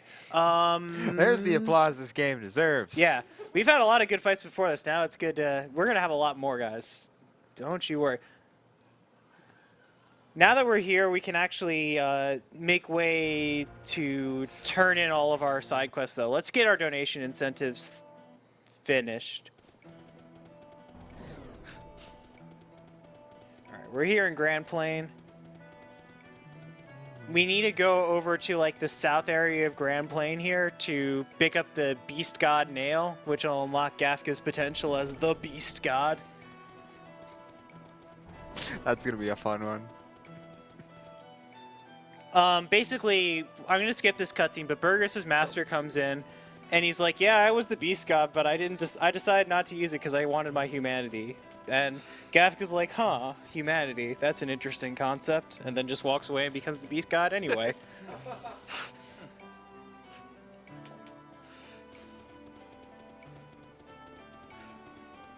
All right, what do you guys want to see first, Gafka's quest or Rainy's quest? Me personally, I think we should just kind of see Gafka's first, just because we kind of want the good one to go last. Maybe All right. not end on such a bad note. Yeah, I agree.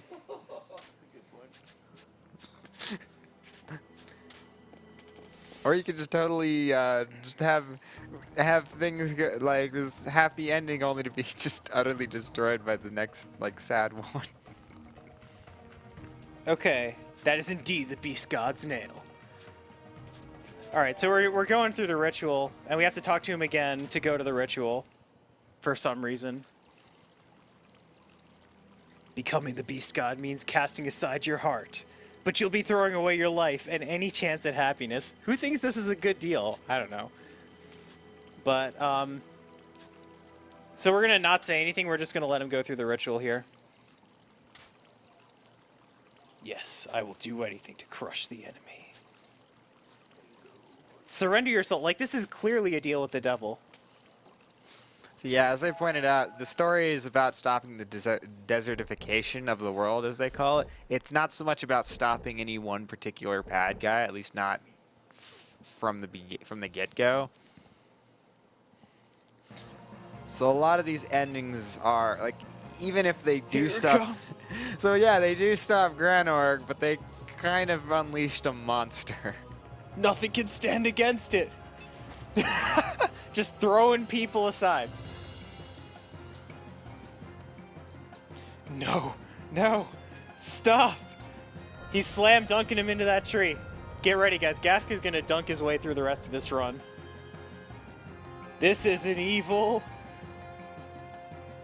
Gafka had thrown away his conscious mind, but it did far more than increase his power. He never saw the faces of his enemies.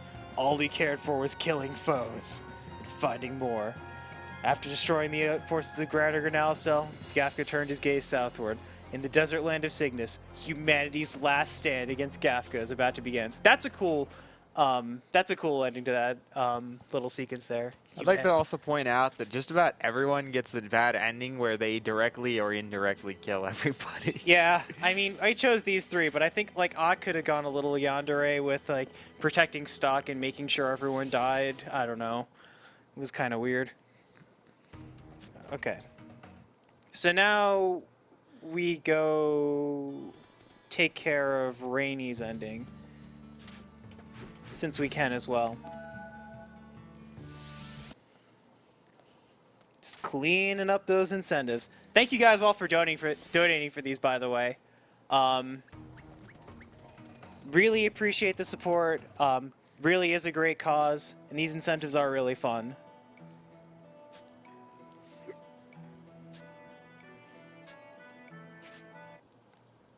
Okay, so everyone's hanging out in Scala, and Marco's like,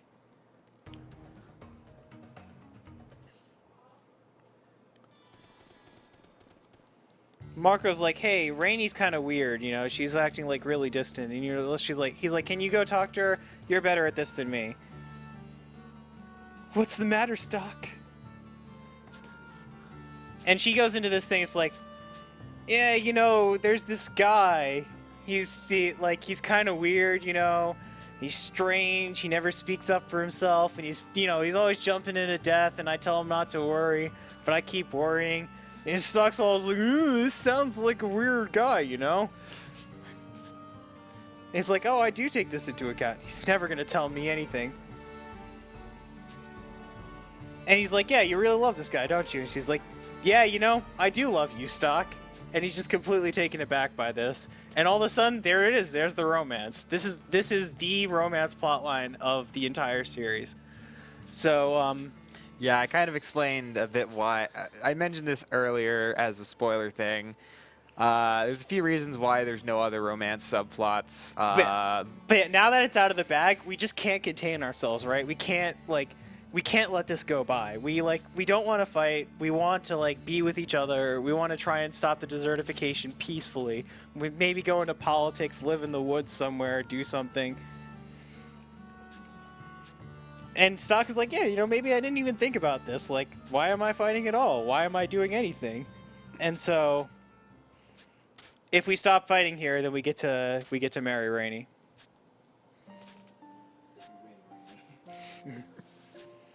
But if you want me to, I've never done anything but mercenary work.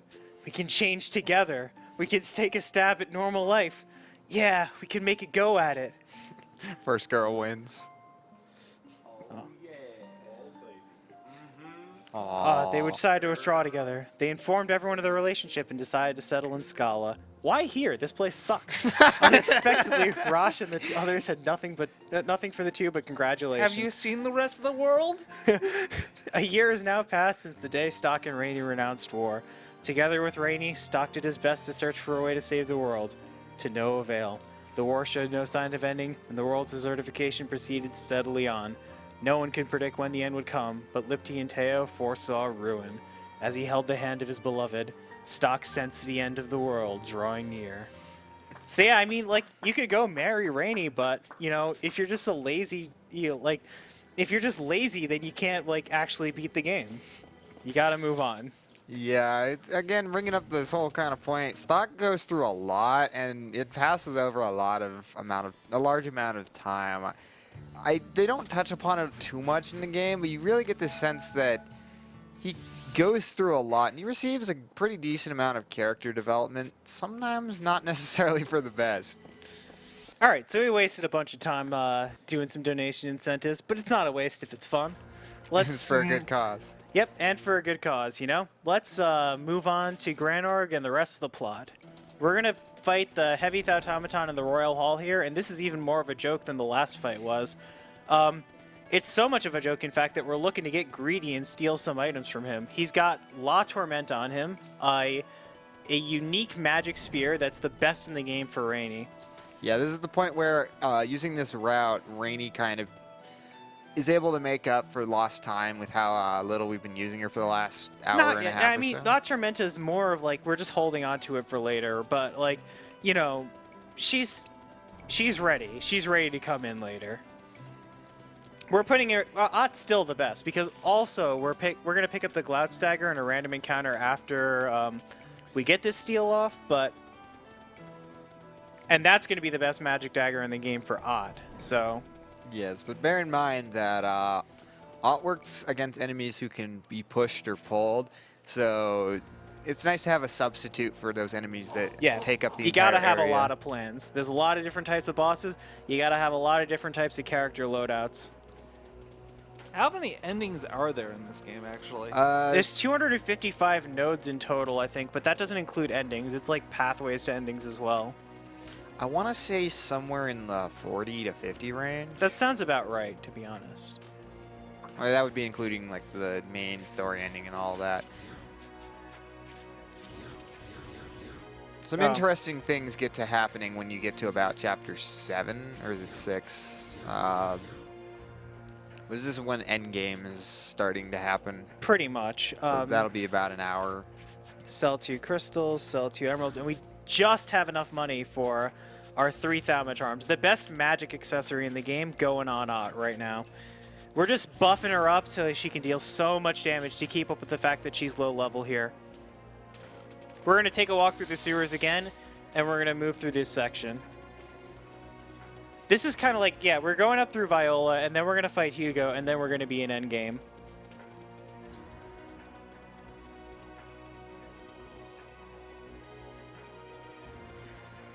kind of sad. We don't really get to see much about Viola. She's a fairly interesting character in this game's story. She's sort of this general, and she's not necessarily even presented like evil or bad. Just I mean, like, I guess it's kind of weird with Viola, right? Because she's presented as this general who wants to uphold, like, her own country, even if she knows for a fact that her country is corrupt. I don't know if I can respect a character like that, you know? Who doesn't have the strength to stand up for their own beliefs. yeah. And also, I think if I recall correctly, she also has like some sort of serious disease in one of the timelines and not in the other one. Yeah, she's got a serious disease, and she just tries to martyr herself here.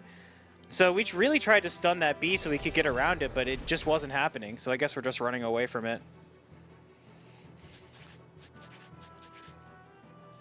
Yeah, we kind of miss out on a few of the more interesting characters and side quests, but again, as I say, like, if you want to check those out, this game is Definitely worth it. it's definitely worth it, and it's not too hard to get either. And just a quick reminder to folks, we are about a little over $500 away from $60,000 raised total Yeah. during this entire event. And If I I gotta- could see that number roll up during my run, I'd be so happy. Look at this couch. You build up the height, guys. Come on, we can do Go this. 60k! 60! Woo! Not yet. Don't worry, I'll do it again. What are you pointing at?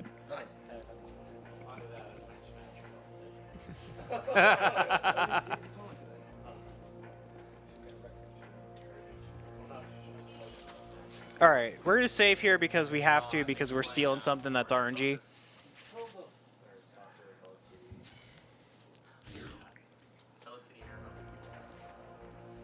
All right, let's go in. So the first thing we're gonna do is Will-O-Wisp these guys.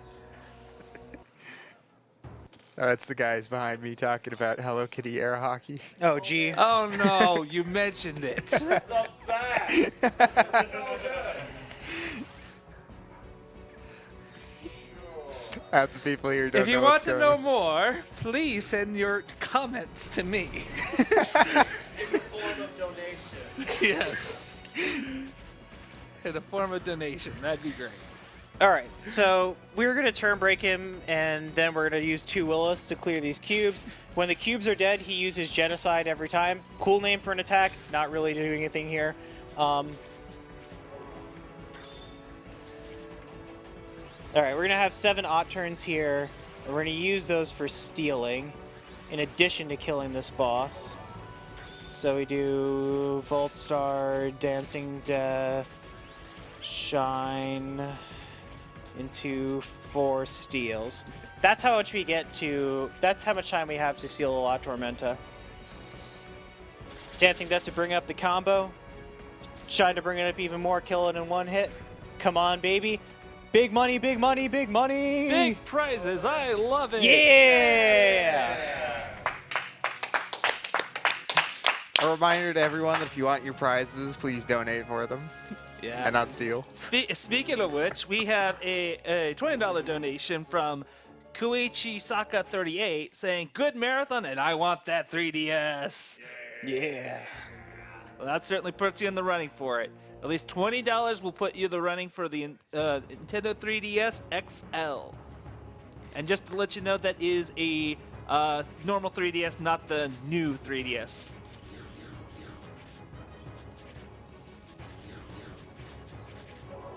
All right, so we set up Rainy with a bit of magic and a bit of health so that we can have her assist in the Glauc Dagger steal. This may seem like a long, drawn-out process just to get a weapon, but 1, it's the best magic dagger in the game. 2, you can't get it any other way. And 3, it replaces an old route quest where we actually did the one where we got the Beastkind girl, Lise, married to that guard in Granorg. That took so long to do, and this is way easier in comparison. Yeah, it's a very interesting side quest, but not exactly time. It's not exactly. Like, there's a Good choke. for a There's a speedrun. choke point though. You have to have a certain amount of magic on Ot. There's not gonna be. There's no way around it in the end game. You have to keep up with turns. So what we're gonna do is we're gonna sleep these 3 Alistel officers. Hopefully. Oh, come on. Only just one? Yeah, that's not good because if they stay up, like, If they stay up, they can actually cut the mana burst of our characters, and almost certainly will. I'm not going to waste the time and let that happen to me. And the mana burst is really important for, say, Viola later in the game. That's just unfortunate, though. Oh, we're even triple sleeping him. And Rainy's got so much magic with La Tormenta on her, too.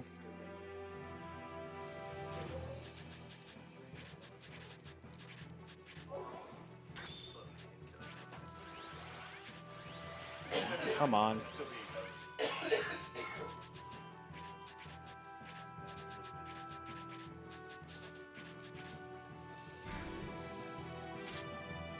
Get him.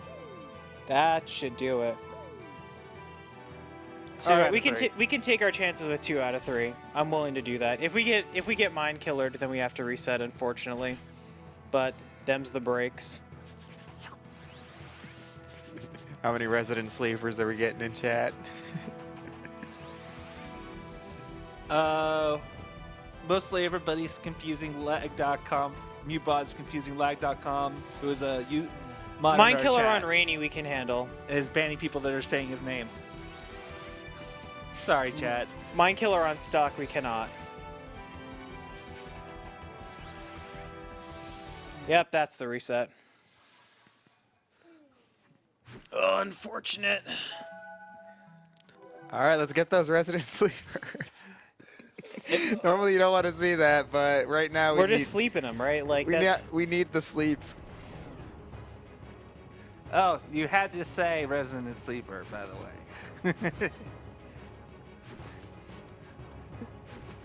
No. Okay. Oh. You got to get the preemptive here so you can make sure they go to sleep.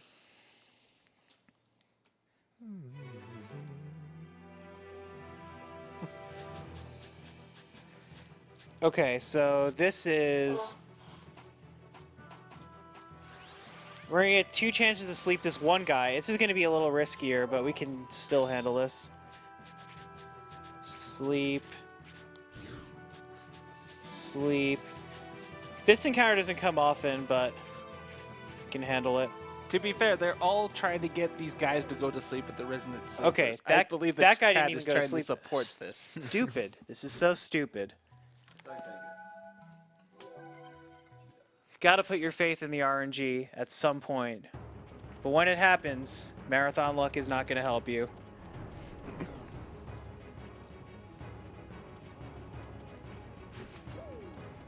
Like, I made a judgment call there. Like, it wasn't necessarily over, but there was much less of a chance of things going right. Okay, this can also go right. Let's see how this happens.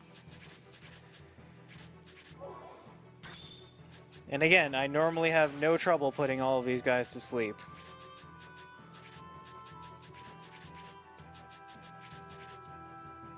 Okay, push assault, right assault. Sleep them! Get them with the sleep! Sleep! Jesus. Okay, so we still got a rogue over here. Hopefully he doesn't mind killer stock.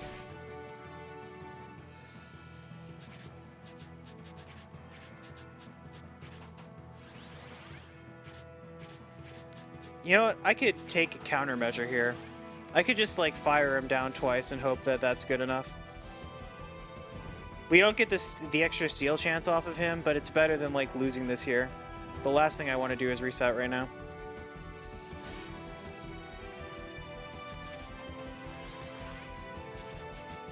Alright. We're almost certainly going to get the steal on 2 guys anyway. Ba-da-da-da-dum, you don't hear the random encounter music in this game particularly often in a speedrun. It's a pretty good random encounter theme. I'll attest to that.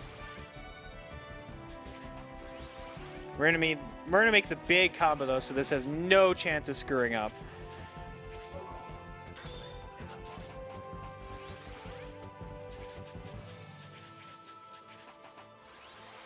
Alright, so push, fire, trans turns and steals. That's the name of the game here. Smash the A as fast as we can.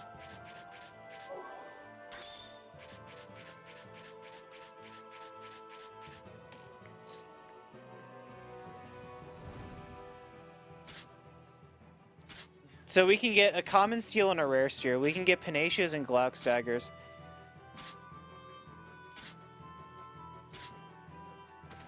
Okay, please. Please. Okay, we got one. Yay. Yes! That was also uncharacteristically low for the number of steals. I was really worried there. Gonna be honest. Okay. Gaia Blade, Life Robe, Marco, Gospel, Glauc's Dagger.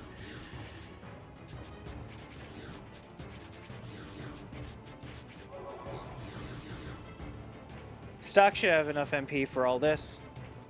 Now this fight's also super scary since we're not going back to save here.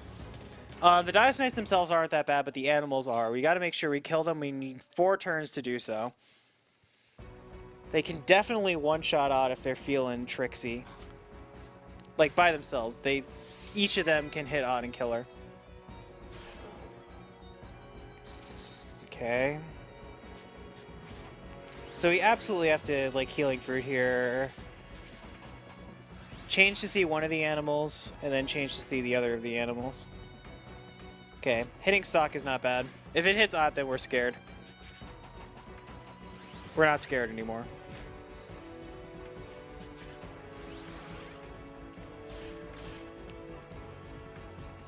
So this geometry is actually really annoying for setting up combos. This is like we've tinkered around with so much. This is one of the only things that can even kill these guys in 4 turns. But it's pretty effective at doing so. You lay the Volstar trap down to deal with gold, and you lay the bomb trap down for Sapphire's weakness to deal with Sapphire. Then we can just do a standard left trap, right trap combo.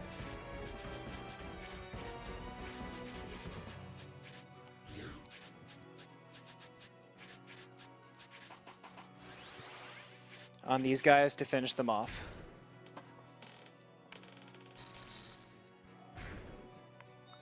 We received a $35 donation from Fallen Star. No comment. Thank you very much, because we're that much closer to reaching 60K, guys. Oh, Less yeah. than $500 to go. We can do this. Donate more, guys, to like flipping the rotating the names on Bravely Default. That's gonna be hilarious. We also received a $30 donation from Fens saying, I've missed too many runs due to work, but everything I've caught has been amazing. I love watching long RPGs, beating them in just a few hours. Keep it up. I'll definitely be watching the VODs later. I'd like my donation to go to Runner's Choice. Speaking of which. Yep. Yeah, that's what I That's thought. what we're doing. We're recovering on the node here. We're gonna fight Viola now. Taking off Iruka's stuff so we can like manage it more later. She's kind of going to be queen or something for a while after this. It's really inconvenient. She'd probably be used a lot more in this run if she didn't have to be queen during the end game. It's a damn shame.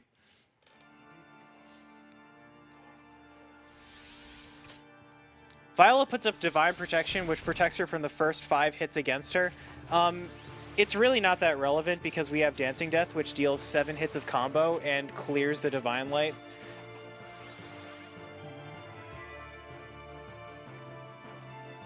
We're going to give the girls some more protection here while these guys get a turn. Then Viola's just going to die in 1 turn. The actual hard part of this fight is the crystals, not Viola herself, believe it or not.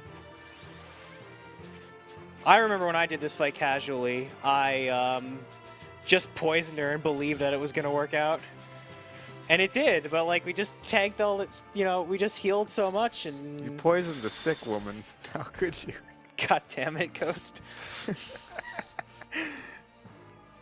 And yes, I know by my own admission I'm talking to myself here, but I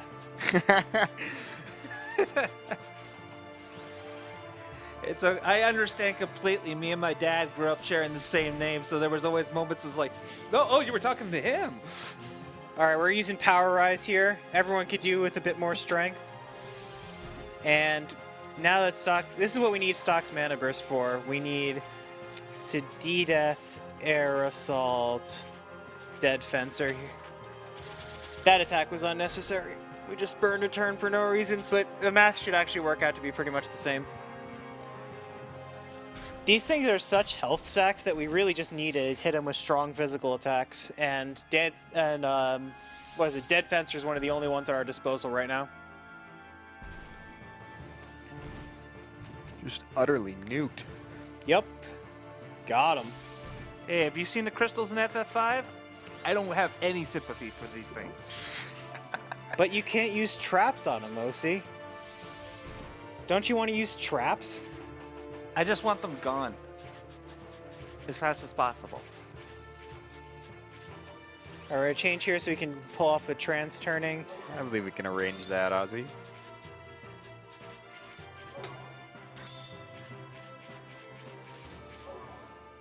This see, look at this. It's such overkill. We're going to max combo here. We're going to 21. After 20, like, the combo rate, like, really drops off as far as damage you're getting out of it. And then we're just hitting with 6 power waves. This is like a boss combo killer right here, and we're using it on this crystal. Brilliant.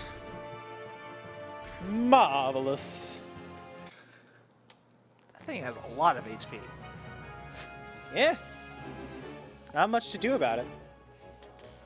Alright, now that we're finally done with that, we can do the final thing before Endgame, which is cleaning up Hugo. It's going to take a little bit. So at this point, Marco has actually learned trans turn. Yes, that's true. The finally gets the arguably one of the best support skills in the game. Yeah, and we do actually get to make a little bit of use out of that. We're very happy that Marco gets trans turn, but Aruka's better at it. Because Aruka can do other things. The limelight. Yeah, that's pretty much the only important one of those.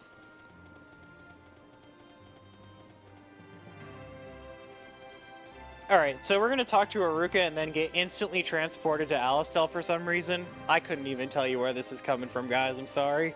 But we're going to go to the underground lab. We're going to try and expose Hugo for the liar he is. He's, like, been false profiting people for this entire game now, and he gets this weird god complex where he's not just manipulating people, but also trying to gain some power and actually believe that he's a god. So that's going to be fun, you know. If anyone was around for my run yesterday, you know how much I kind of start to twinge whenever somebody says the name Hugo. Yeah, like the general, like everybody that's an Alistar followed like this prophet guy. And then when the prophet stopped speaking, Hugo came in, stepped in. No, I speak for him. He speaks through me now.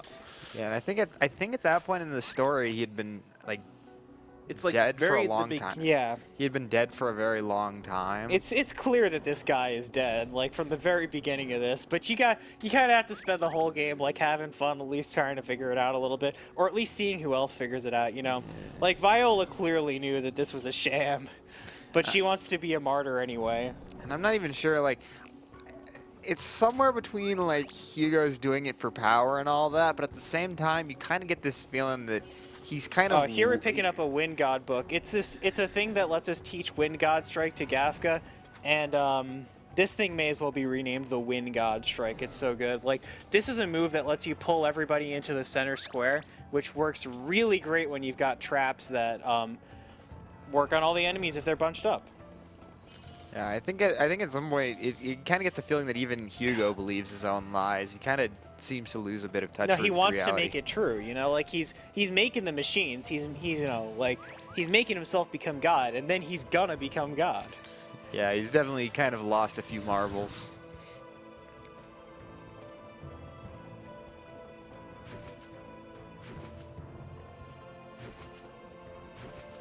Okay, we're gonna stun this guy and run into him so we can run away and clear those guys because we're moving barrels in this room. But we're also gonna take this opportunity to fill up Gafka's mana burst because we actually need it. Ott's donation of mana burst is like a really useful ability throughout this run because she gets so much more use than the other characters, and she can just give it to characters that need a little bit more. Save a mana burst for the Guardian, save a mana burst for whatever. Yeah, her own mana bursts, while good, or like one of them is just donate her mana burst to somebody else. which is arguably one of the best ones because it makes somebody else's amazing mana burst be used more more consecutively. It effectively, Yeah. you could think of it as gives her 2 delayed mana bursts. Here we're going to pick up another skill. We're picking up haste mode for Rosh. It's basically Dancing Death, but on Rosh.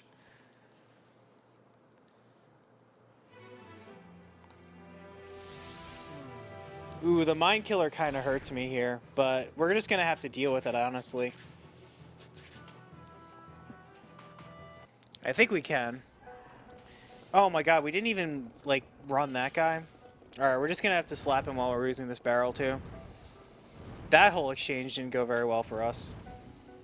That is being able to sword slap a giant metal machine.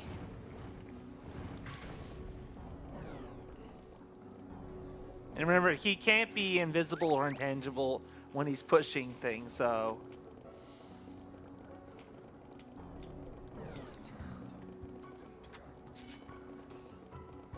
Yeah, like, at least we ran from 1. Dealing with 2 is very, very difficult because those guys can charge quickly. So one of the things you got there was a tourniquet, which heals 500 health, which is significantly more than he even has at this point, so they're a pretty handy item to go and grab for safety. Yeah. And the Celestial Dew is like... Is that a full heal or like a really max revive? It's, the Dew is an MP heal. It's Alright. 200 MP, for the whole party. If, for our purposes, it's money. We get enough MP heal in this game. Oh. Come on. Thank you.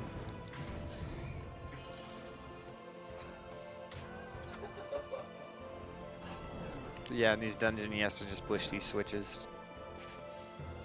We're gonna get Marco in the party for Trans turn because Ott needs to build Mana Burst too.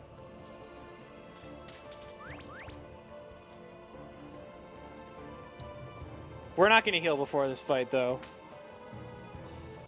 We're just gonna take it. Hugo's going to attain the power of a god. Brace yourselves. Marco, do something! Ah! 1 damage is just the beginning.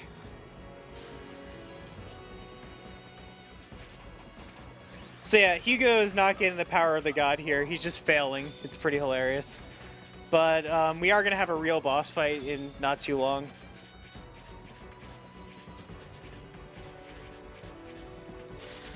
I could probably help, like, boost Stock's Mana Burst a little bit more in this fight, but I think we're going to call Stock's Mana Burst a lost cause.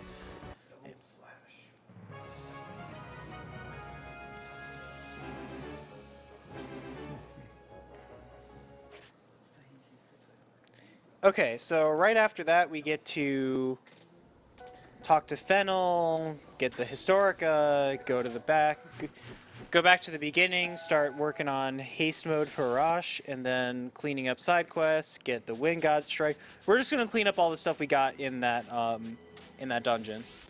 Yeah, Fennel is an interestingly designed character to say the least, but he's very much like this, like, I think he's a automaton, and they call them Thou Machines. He designs them, and yeah, his design is, you have to see it. You kind of don't only get a glimpse at his sprite, but It's literally just a head in a machine. it kind of makes you uneasy. He's just like the looking Bean at Man, I don't know. Over here in Celestian War, we get to do 2 for 1. We get to give Rosh haste mode by talking to Sonya, and we get to power up the Historica by talking to Elm. There's some backstory here that I long forgot. There's a bit of a romantic interest between Sonya and Rosh that if you do all the nodes in the game, or I believe there's one specific one, ends with them kind of having a romance. Oh, I a was talking romantic about end. Elm, but yeah, Sonya and Rosh, like, definitely want a romance. That's not questioned.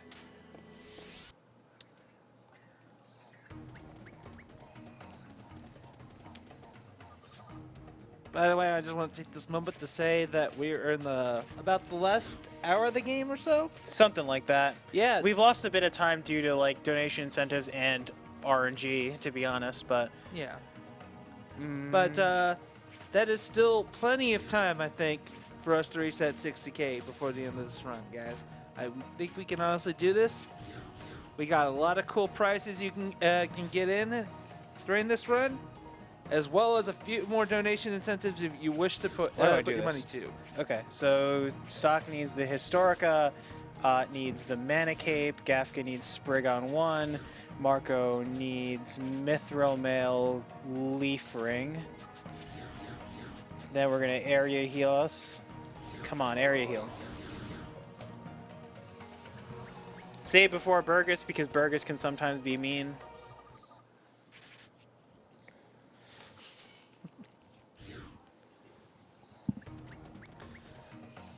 But yeah, we gotta claim our Wind God Strike, and we gotta do it the hard way.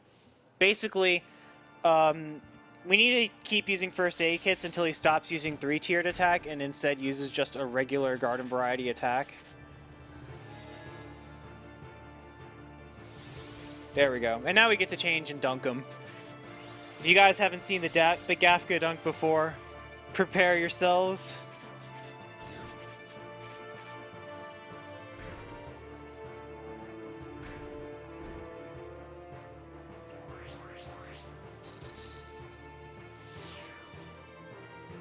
Slam dunk!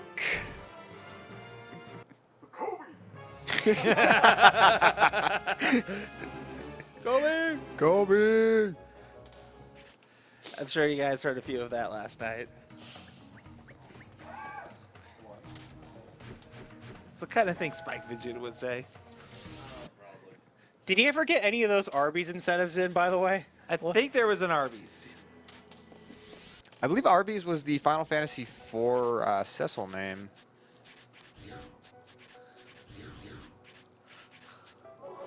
All right, we're set up for Hugo now. Ready to roll. Draw your sword. If you take the power, Hugo just takes that opportunity to kill you. It's kind of hilarious. He's like, I'll give you power, stock. I'll give you power. Take this. Die. How's that godly power doing you? Oh, you just called 2 people to do the work for you. Never mind. I mean, if you can literally create people, I don't know. That's like that's a good start. Or maybe he's a woman. Do you really think he'd let anyone else into this secret lab where, you know... Very good point.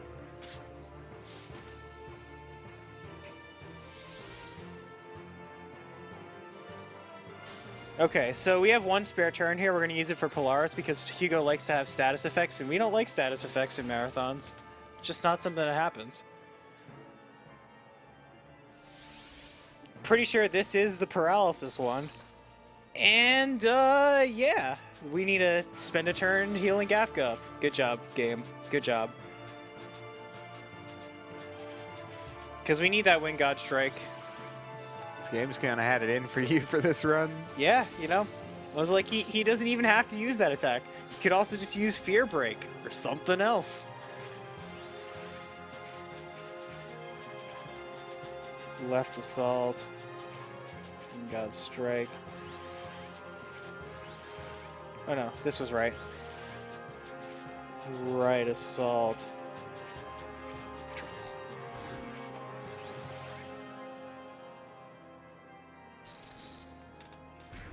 Look at this creative trap combo. Chain and attacks all the way through the center of the field. Goodbye, Hugo. Alright, now we're officially in Endgame. Welcome. Oh, Endgame's so hype. I love this part.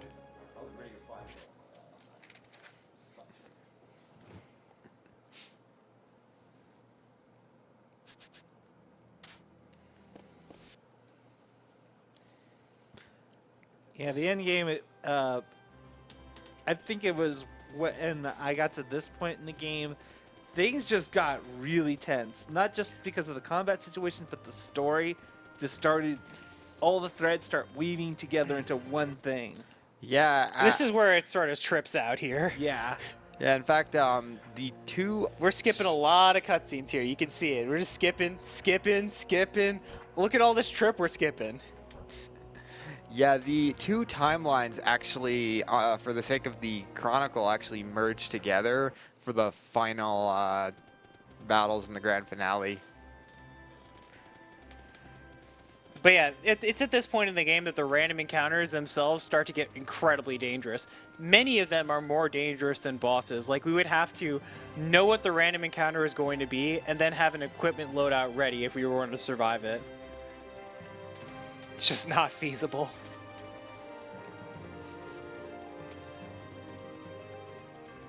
We're going to walk ourselves all the way through Judgment Cliff over to the Imperial Ruins, where we're going to meet heists, we're going to meet boss battles, whatever. Is this the last time we going through the Judging Cliff? That's right. This is the last time we're going through the Judging Cliff. You got any judgments for me, Ghost King? You really want to hear him say that? None that I'm comfortable with answering. All right. Fair enough, man. I'm messing with you, dude. I'd be more comfortable if it was a line from, I don't know, Demolition Man. I still haven't seen Demolition Man. You haven't seen that? Nah, I've been meaning to. You need to see this. Oh my god. My judgment right now is that I am hungry. Yeah, most of us skip breakfast to do this, but it's all for a good cause. We're happy to raise money for NAMI. It's a fantastic charity, and I hope to see that 60K mark reached so that NAMI also feels great about that too. Remember, guys, rotate those names in Bravely Default. You can do it. You can troll for me. Poor Abda.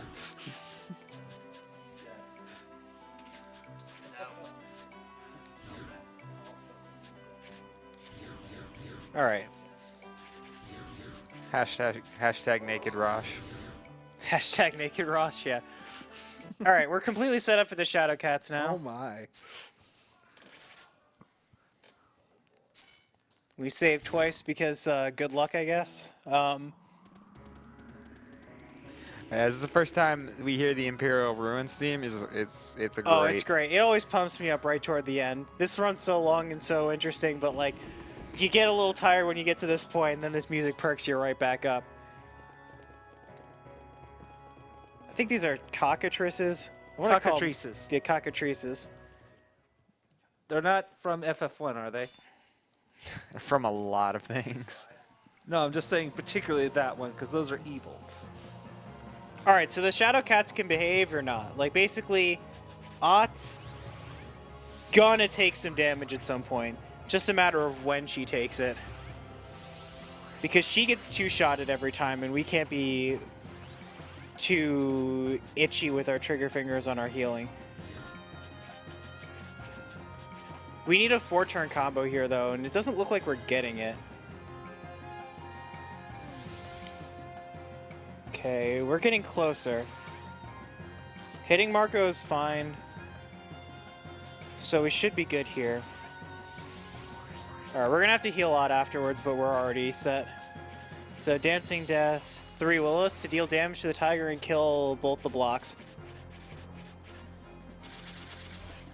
If that's the second block, we do have a chance to heal a lot.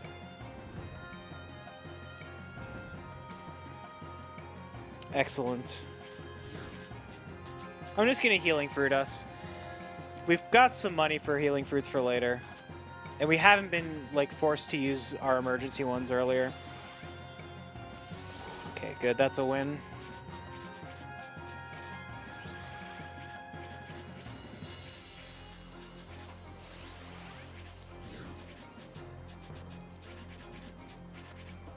Cool.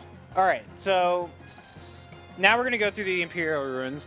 We've got a lot of vines to go down, but we've got some good items to get as well. We've got the Nirvana plate for Gafka, which is obviously just better armor. We used to sell it for like 6k gold, but now we're actually using Gafka, which I consider a vast improvement. We're also going to pick up Darilo, which is a spear that raises your health by 100. So that's really useful for improving Rainy and Rosh's tankiness. We're going to pick up some good healing items in Divine Waters. They're like holy waters, but they fully heal you, essentially. And we're also going to pick up the most OP item in the entire game, the Shield Seed Plus. You get 2 of them from the chest that we get it from, and each of those puts a Divine Shield on every single one of your guys. They'll be immune to the next 2 hits. They'll be used sparingly in the endgame, and we're very grateful for them.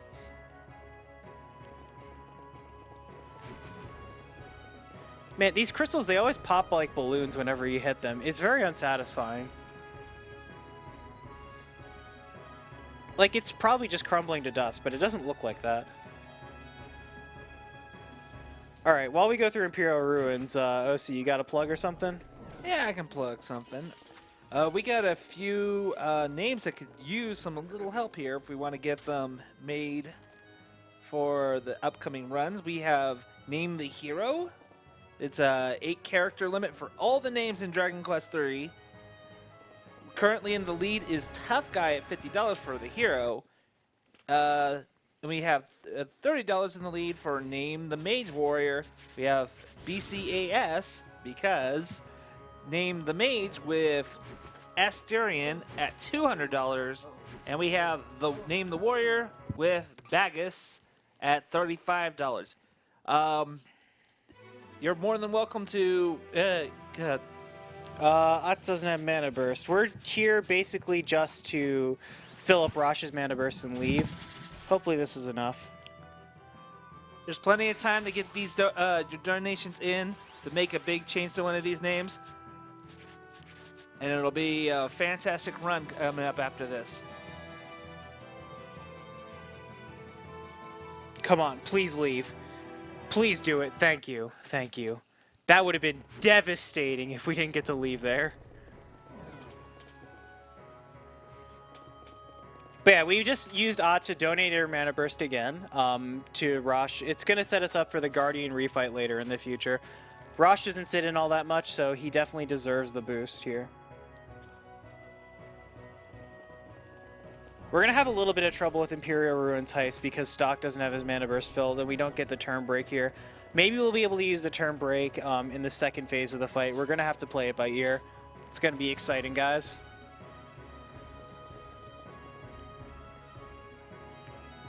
For now, we're just walking by Green Tornado. Oh, we're also picking up the Wing Armlet, which is a really, really good speed accessory. If you thought those tornadoes back in Judgment Cliff were bad, these Why green not ones, these palette swap tornadoes? even recolors a tornado. By the way, I just received a $165 donation Whoa! from Carl the Wimp, who you're no wimp in my eyes, man. Spin those names. Let's hit 100 and let's hit that 60K mark. Come on, guys, we can do it. Oh yeah, that's what I'd like to hear. So Going close to 160K, big donation, lots of support, and spinning names for Bravely Default. and we have $20 from Anonymous saying, "Great work, guys. I really hope we see that 60K soon." And Ghostwheel, go watch Demolition Man already. I'll make a point of it, man. Thank you.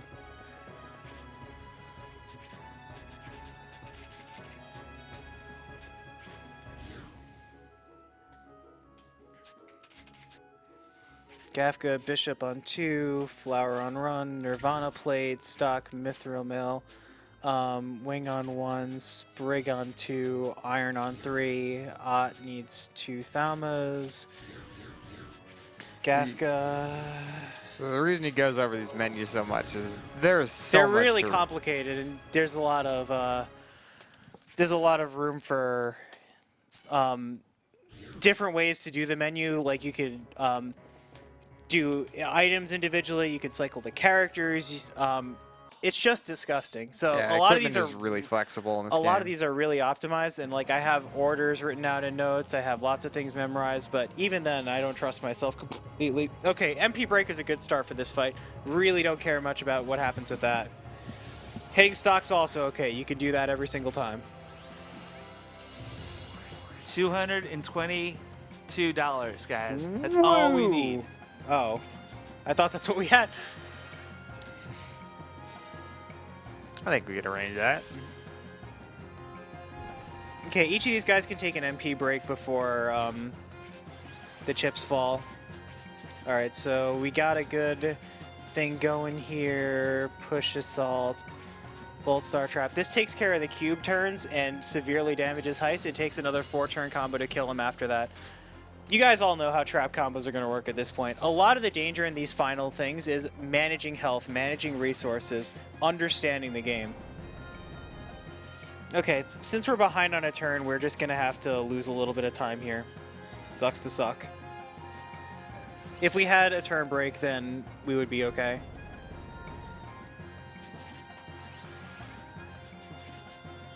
We'll use these healing herbs while you have the chance. We may have to use another fruit. I would prefer to use a fruit at this point. Yeah, that's what I'm going to do. Because Ott needs to be topped off. She can't be... We can't half measure this.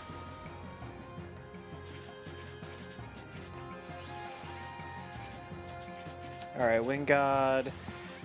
We have to do this specifically right. There we go.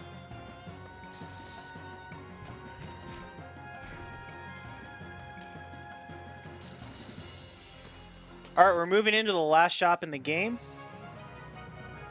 Then we're going to fight Grand Plane Heist. And this, by the way, is the last fight that Marco's going to take part in. He's going to... We're going to have to say goodbye to our little murderer so that he doesn't kill us before the final boss. That's a good idea. I don't know. I don't know if Gafka can be trusted too much either. Hey, Gafka's not the beast god yet. He's not speaking in tongues and dunking people left and right. I think we're okay. We've harnessed his dunks for good. Yep. We also received $35 from Anonymous saying, finally donating for my favorite RPG series of all time. Looking forward to seeing Tonic save Alefgard. And we also have $30 from Cosmic A Oh, cool. saying, Ghostwheel, when's your next stream? When do we get to see I've more been- OPOP starts? I have been busy. Also, here's to another 60K. Okay. Go to Rosh, we need to buy Skydrops on him. Go to Gafka, we need to buy Skydrops on him. Then we need to buy the items. How much gold is this?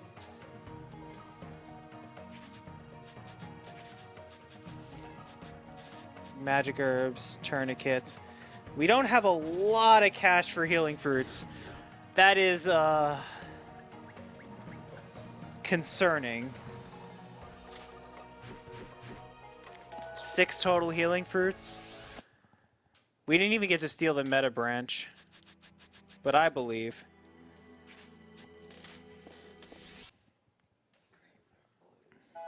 Okay, this cutscene, by the way, for no reason at all, is unskippable. So you just have to deal with it.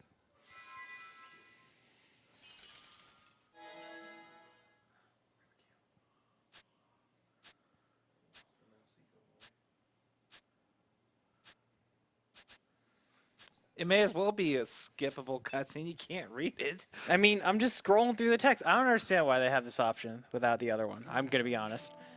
All right, so Stock actually needs a lot of strength here, so we're giving him Historica. Did we sell the bloody armor? Okay, no, we didn't. Thank God. Marco, Gaia Blade, Mithril Mail. Ott gets the Life Robe. Get Ott in the party. Recover on the node because we need MP for a while.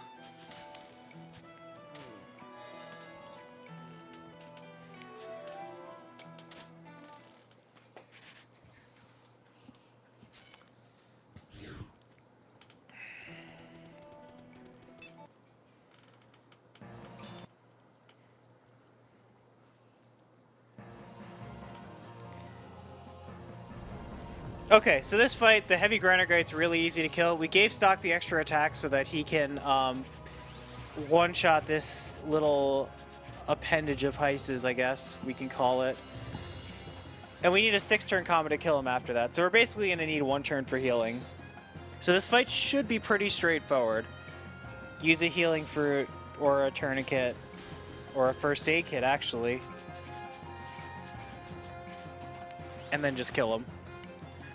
As a bit of a recap, this fight is kind of unusual. It's the thing that I believe is the catalyst for when the timelines finally merge.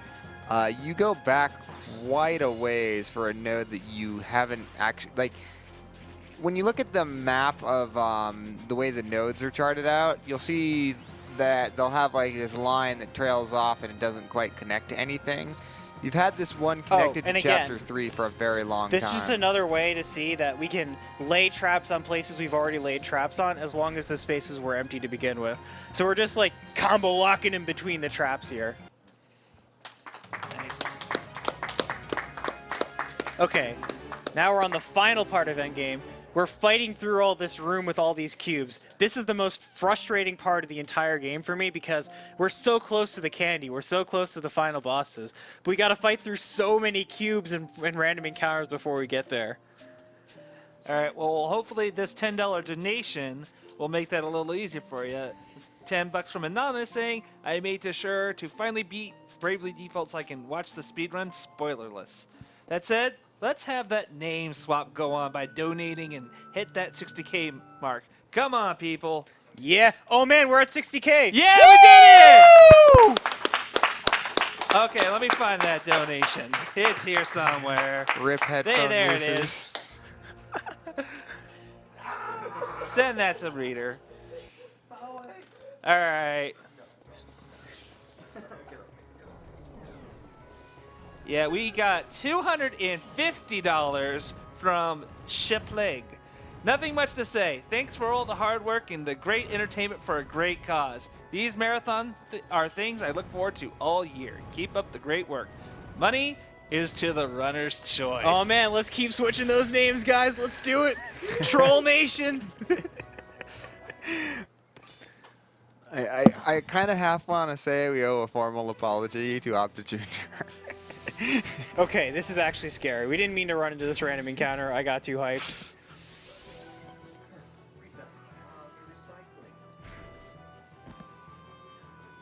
We really need to escape right now. Okay, thank God. RNG! Sometimes the gameplay is nice. Sometimes. I'll give it that. Alright, so Marco is completely gone. We don't need to give him any stuff anymore, so Gaia Blade, Mana Cape, Earth drops, Rainy gets Darlow, Mithril Mail, gets the third Thama so we can one-shot the cubes, goes in the party, Marco gives us the area healing. For a game that was rated E10, you sure do strip a lot of the characters. Yeah. Okay, so basically we have to push these cubes, but these cubes are like sentient, they're kicking us around, so we have to actually kill them before we can do that. You're literally fighting game cubes. Yep.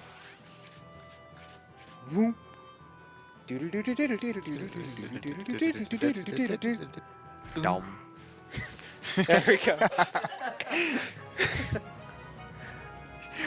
I wanted to do that. Yeah. I miss those kinds of power on intros. I do too. And all these games these days you gotta open up like a menu and... Nah, these days you gotta update. It's just... Thanks, 3DS. Pop a game in. Wow, awesome. I got this brand new title. Please wait while we download 9 gigabytes of patch data. Alright. We gotta top off our characters every time. These crystals we can't avoid. We can't slap them. You just run into them and hope we can run away from them. Or, you know, kill them, but that's not gonna be easy for us to do. You know, we're just fighting blocks and crystals here. It's just an inanimate object slugfest. It's pretty hilarious. Yeah, Ghostwheel was not kidding when he said some of these enemies can be even worse than the bosses. Yeah. Just getting the turn to run is scary enough. We wasted a lot of MP area healing there. I'm probably gonna have to specialty Marco at some point. As you said, because everything you're planning for, you have your team especially equipped out just for specific fights, and it's just anti everything else in this place. Yeah, you really have to specialize for Like, we're specific specialized. things. I can barely live and attack from these cubes and barely kills the cube in return, and no one else is capable of coming close to that. These cubes would be incredibly different in fights if we didn't have the loadout for it. Got a couple more donations. All right, we're going through the slugfest, so keep them coming. Yeah, guys, I'd love to read these. We got a $1 donation in from Anonymous saying, the world needs more speedrun marathons. And we also have $40 from Joseph Fox saying, best lady goat.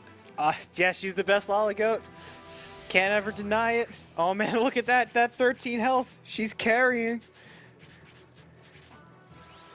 You can take that damage every time, Odd. I'll heal you right back up.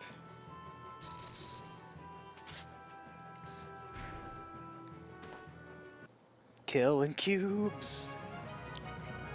It's important for Rainy to be in these fights as well because she's barely scraping by to get G-Fire. We used to grind some Bs for it like really long back in the day, like 2 years ago, but we learned that we could put Rainy on these cubes and that's just not going to be a problem anymore. G-Fire is very, very important. It's a very good single target magic attack, and we need it for the Guardian refight and for Apocrypha himself. Yeah, we haven't really specified, but Apocrypha is the final boss of this game. So we need that ability in order to deal enough damage. Good in our job combo. stoning stock, guys. Good job. He's pretty stoned. So Petrify works. God.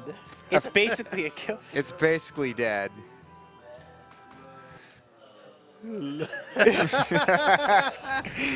But got a $1 donation from Elrin.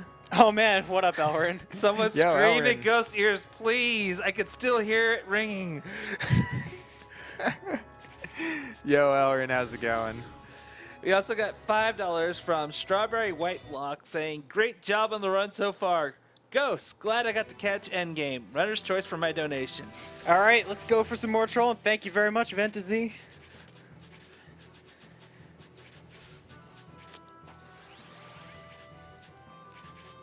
We're so close. This is the last cube. Finally. Like, I understand why you do this gimmick, but why you have to do this gimmick like 20 times? The cube fight does not change across any of these.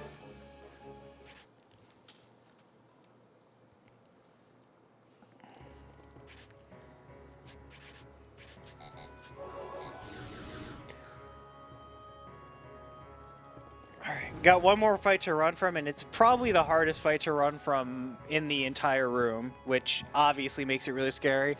If we're dying, we're going all the way back to Grand Plain Heist. No one wants that.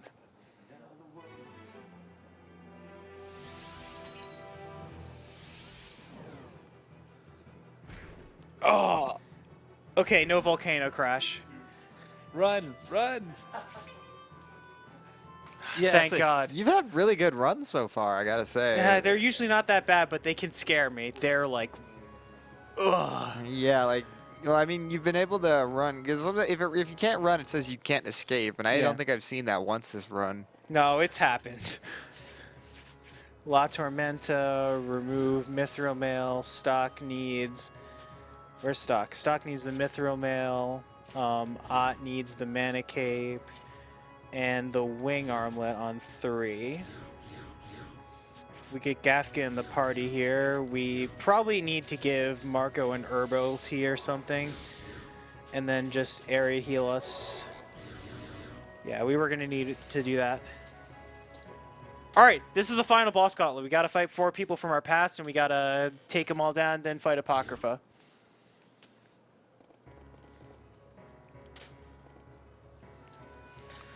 A note for the staff, we're almost certainly going over estimate. I put us between 425 and 430, but the estimate didn't include donation incentives, so that's pretty much why that's happening.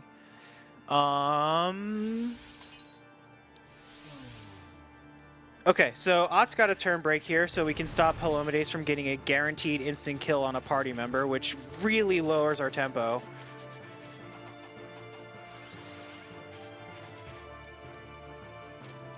And we get to just, you know, abuse his hitbox, trap combo him.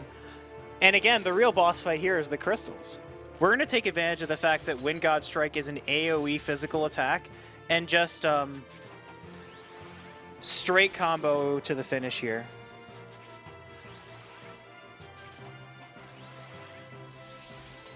That little change there was a bit of a setup for the next combo here. Dancing Death. Will-O-Wisp for the magic and AoE to help deal with the combo. Then we go Wind God, Will-O-Wisp, Wind God, Wind God.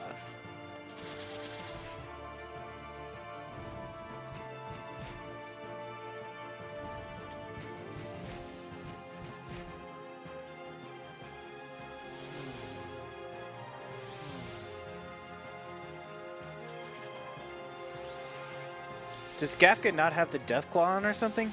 These guys should be dead at this point.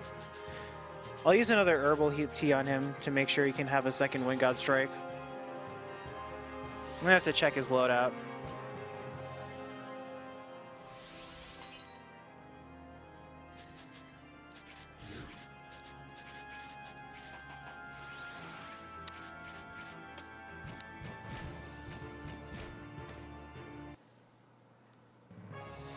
Okay. Gafka Iron 2 over Skydrops. Yeah, that's probably what I'm missing here.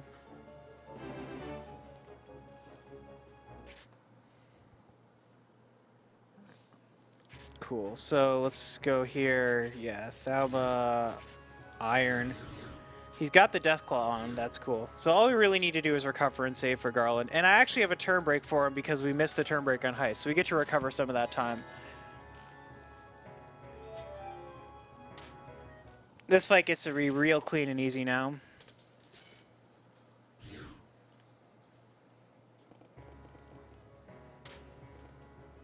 Just to update some folks. There has been some name changes for Dragon Warrior 3. Currently in the read is DNGR at $115, currently beating Tough Guy at $50. And we also have We're going to use our Sealed Seeds Plus, by the way. It's really important. we have Water Seal at $35, beating out Because. All right, so for those of you who don't know a bit about the Water Seal, we had a great, we had a Dragon Quest marathon about a month ago, and one of the runners forgot to equip forgot to get the Water Seal in one of the runs, and we didn't let him live it down the entire marathon. And also, I believe, yes, that's pretty much it. Everything else is about the same as before, but those two ones are neck and neck. All right, so here, like, Garland's this big bad, right? But we're just going to 4-trap combo him down. It's really important to be very offensive in this fight because he can Wild Slash you, going through your shields, killing Ott. It's an incredibly dangerous boss here. As I keep saying, a lot of endgame management is turns management, damage management, time management.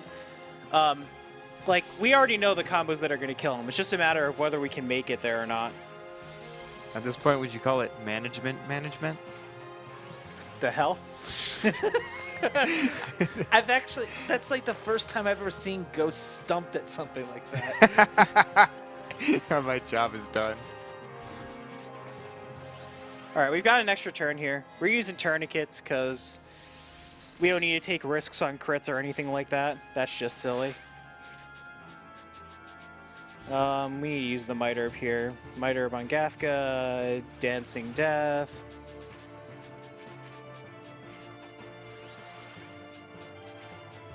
Will-O-Wisp. May as well fire off another Dancing Death since we don't have MP for 4 Wind God Strikes. Get that combo higher. Make sure we get G-Fire. Interchanging the magic with the physical attack again. Maximum comboage.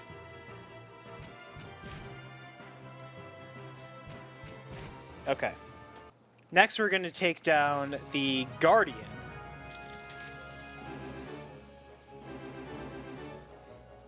And at this point, Ott is retired now, too. That's 2 characters gone. Rest in peace, Lollygoat. She did her job, and she did her job well. Yeah.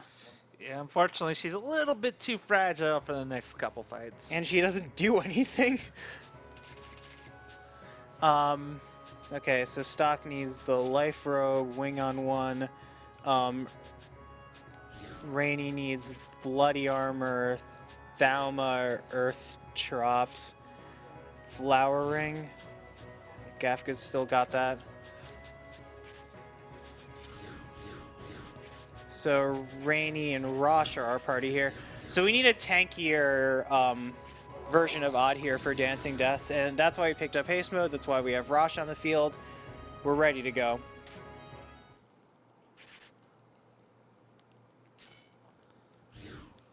Rainy's at exactly level 30, exactly right for G-Fire.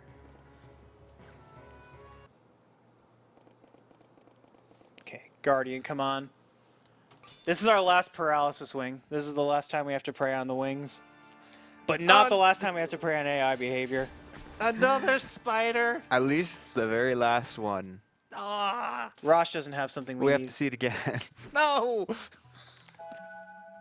Kill it. Kill it with G-Fire.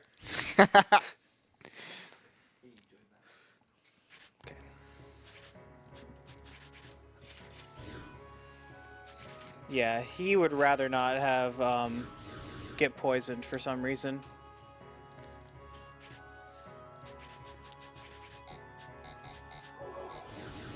Probably Hey. should have just area healed at that point. It's all worth it to hear this song a little bit longer. Okay, so Rosh is supposed to survive that, and that's why. He needs Darlow Mithril Mill. But then he becomes a gigantic tank. Rosh is good for his stats even at low level, but you actually need to give him the equipment first. Yes. I admit it. I don't like spiders. Okay? End of story. Can we kill it, please?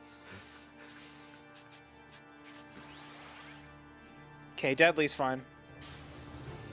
Alright, so time to believe in the Power Wing. Magic Herb Rainy. Turn Break. Shield C+. Good.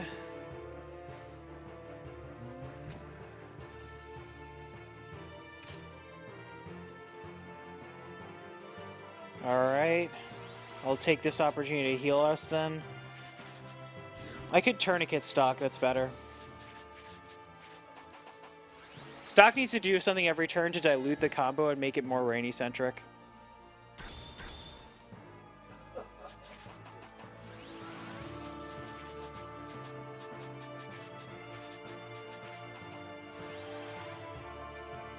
Probably could Tourniquet Rush here instead. Okay, Nice, good. 2 paralysis. Doesn't really matter, but it is pretty sweet. I'll give you that. So Rosh is going to build up the combo, and then we're just going to kill him in one hit.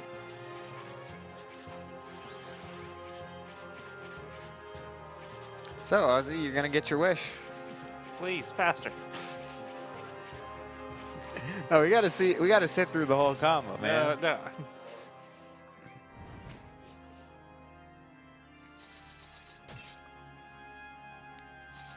Nice thing about haste mode as opposed to Dancing Death is the last hit actually does a decent chunk of damage. Yeah, that's true. Because it's Rosh.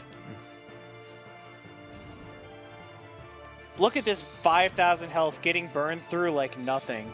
5K, guys. 5K. Magic Pixel. And he's not dead! No! What happened? The Magic Pixel happened. There we go.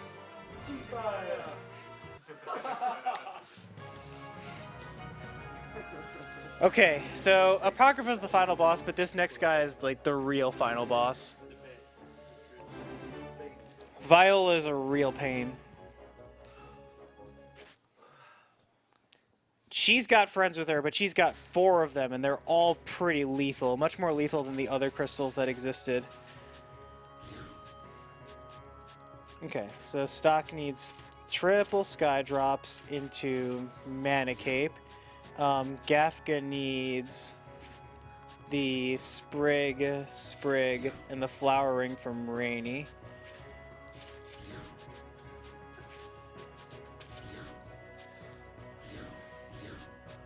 And that should be good.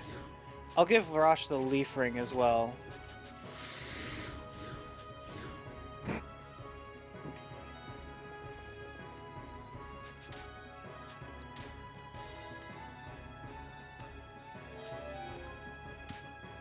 Okay, so we get 2 turns of healing, and we have to live through about 10 turns of abuse.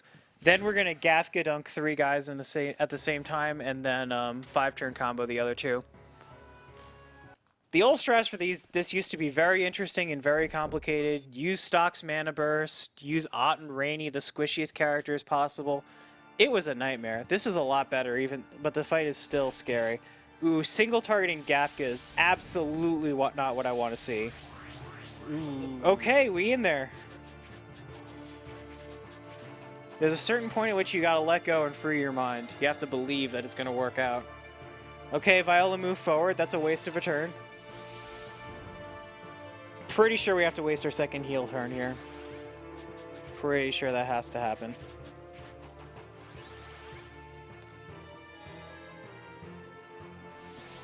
Good. Divine Protection I don't care about. Alright. That looks like a win. So haste mode to rip off the Divine Protection. Wind God Strike to group them. Big air to 1.5 times the damage because it's basically the same thing as aerosol. And dunk! Welcome to the jam. Come on and slam if you want to jam. Everybody get up. It's Time to slam now. Coming! Real jam going down. Welcome to the Space Jam. Space Jam. All right. Wait, where's my Viola Living coming from? We're gonna take it into overtime. Welcome to the Space Jam. Thank you, guys. That was pretty great. That was great. I really hope this kills Viola. Oh, apparently not.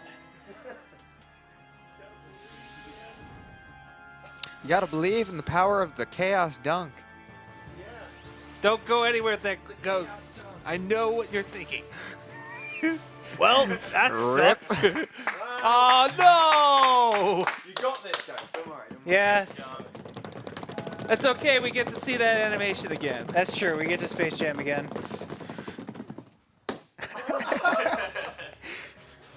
Always one.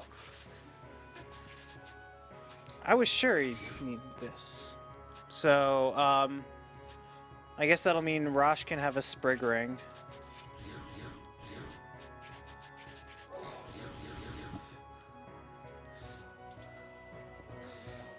I guess it's a damage roll with the Divine Protection if you don't have the Beast Charm, because, yeah.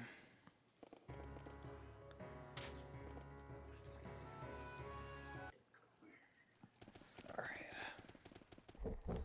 God damn it. He knew this boss was gonna eventually Like, get him. I thought we were in the clear. And Viola managed just to stealth live this.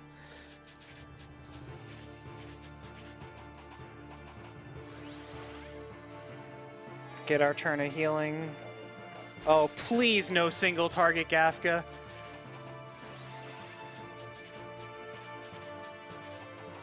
Alright, it's time to believe. Oh, that's no good. No. No. This is rough. There's only so much you can do in that circumstance. Yeah, honestly, I thought I saw her not die too because the cube actually hid her behind the sprite.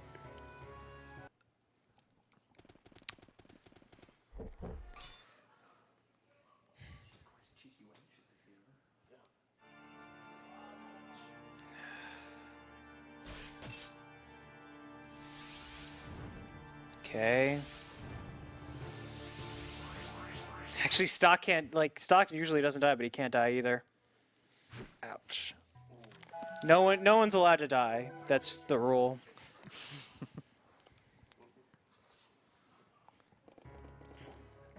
Now Viola's trolling me. Now this game's trolling me like I expected it to. Amazed she actually lived through all that. Yeah. We dunked her real good.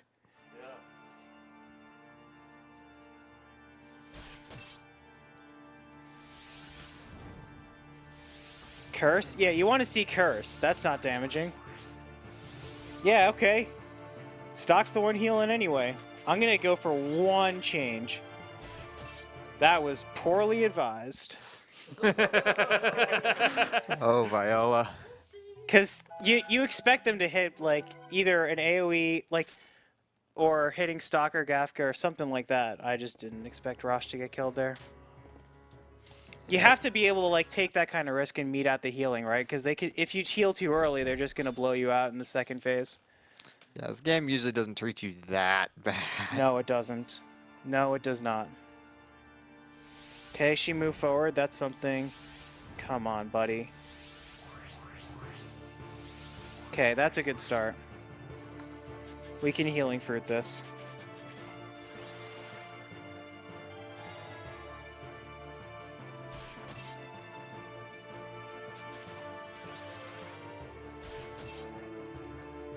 Alright, that's healing fruit time. Yeah, so at this point in the game, Stock's role in a lot of fights becomes just kind of make sure the other characters are able to do what they can do. Come on. No! Kafka!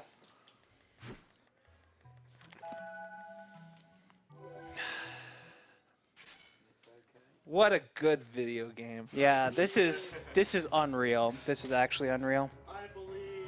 No worries, Chris. You got this, dude. I know. Thanks. That's really helpful. Bad. Everyone I believe in fails me.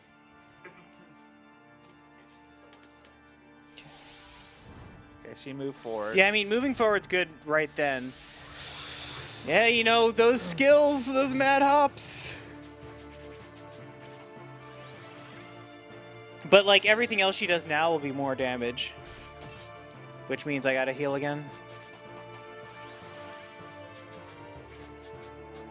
I'll probably tourniquet Gafka here. That's probably prudent. Okay. Okay. Good, good, good. Yes! All right, guys. We got the Beast Charm on as well. So I don't see this. I don't see her living through any amount of BS from this end.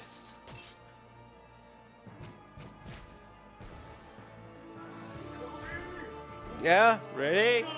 Kobe! Kobe! Oh. Oh, is she dead? Yep, she's dead! gone. Yeah! And we don't care that Gafka died now. It doesn't matter anymore. We don't need him for the next fight anyways. No, we get to revive him and not, like, lose out on turns all over the place. That's what I mean. Like, when it's like 3 turns against 5, no one is allowed to die. When it's 3 turns against 2, you can be a little bit more lenient. Yeah, because the turn order just becomes a wall. Nice of crit, red. guys. Nice crit. Now, these resurrection heals a pretty sizable chunk of health. Yeah, it's nice.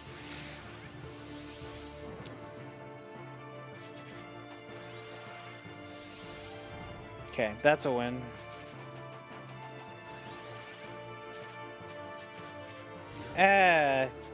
Let's not screw around.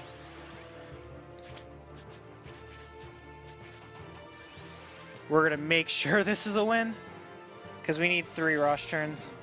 Okay, that should be fine. Now we'll get him. Okay. Okay. Goal swing hits a row. It's gonna hit the back row in this case.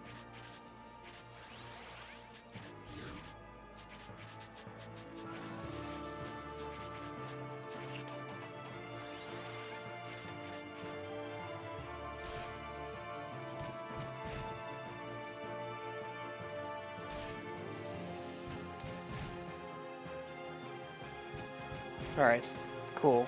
All right, good job. Done with that. All right, final boss time. This boss is long, intense, lots of focus, and yeah, you know, let's have some fun with it. It's Apocrypha. Yep. It's scary.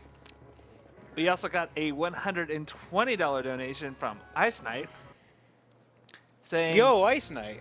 Ice Knight because I care. Aww. Thank you very much.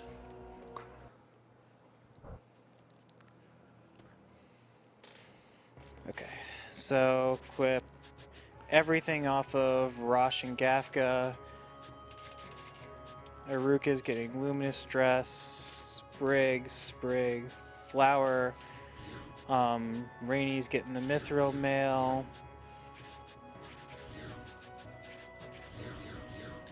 This is it, guys. That's the final menu.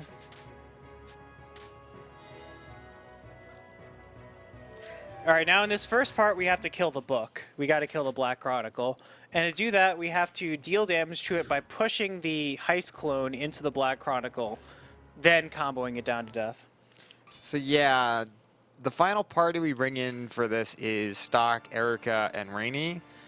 The reason being is Stock is basically just let's make sure everyone lives. Erica is there to trans-turn and divine light to make sure people don't take damage, and Rainy is just the damage dealer of this. Zinfogel actually, I believe, has been working on a strat that does not use Rainy for the final boss. However, It's very expensive. Like, we have to work out the money routine in order to change it, so I'm not attempting that in a marathon just yet. Next time, though. Yeah, it's very much a new kind of strategy.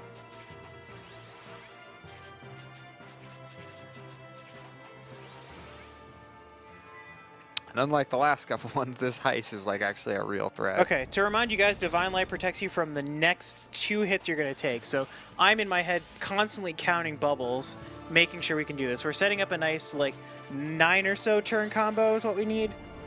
That'd be cool. We're also hoping to dodge Black Shadow, an attack the Heist clone can use that will one-shot any character through Divine Shield, 100% guaranteed, no questions asked, no scope. Like... so okay, we're gonna use one of our precious healing fruits here. We're gonna shine strats, I guess. No, we need that 5th rainy turn. That's better. That's better.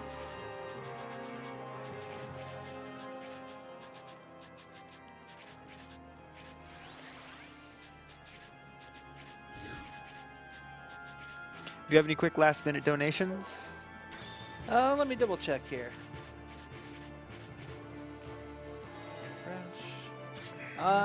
Not currently, no, but up next we. Fire! Fire! Fire! Why do I want to interrupt this? Fire! Fire! There you go. Okay, that's not the real final boss, though. This guy's got 3 tiers to him. So yeah, this boss kind of really wants to be Kefka. Yeah, it does. And MC Escher all in one.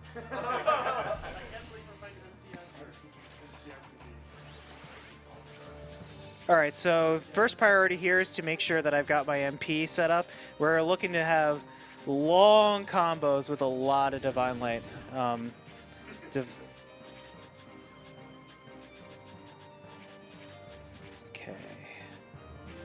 And this guy has all the same attacks the Heist clone had, where he can turn off your physical attacks, he can turn off your special attacks, etc. And he also has Flame Burst, which is just a garden variety AoE physical attack.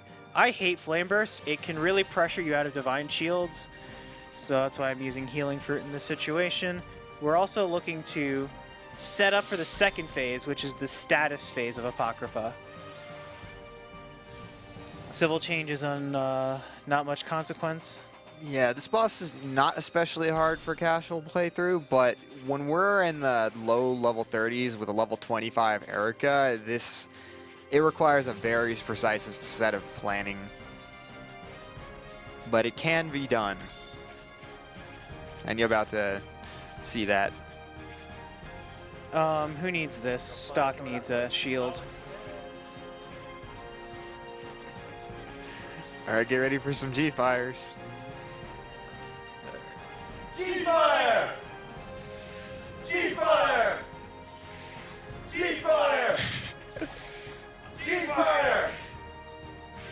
G-Fire! Okay, so now we've set it up to die quickly, so we're going to try and get a 7-turn combo for the next phase. This music is also, like, really awesome, by the way.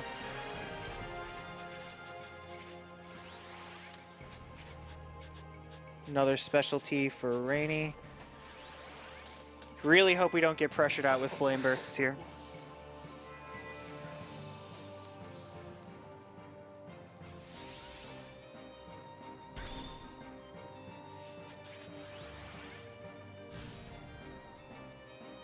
Civil change is always fine. Okay, we got a proc left on all the shields. Nothing doing. Pretty sure we still have a magic herb set up, but I'm not taking chances. We're also setting up a lot of stock turns here because he has the sky drops and he's most immune to status.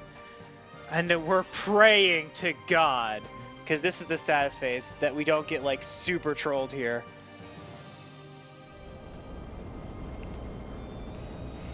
So just like, Oh, thank God. Oh, okay. Thank God. He can like last night he can do all sorts of garbage.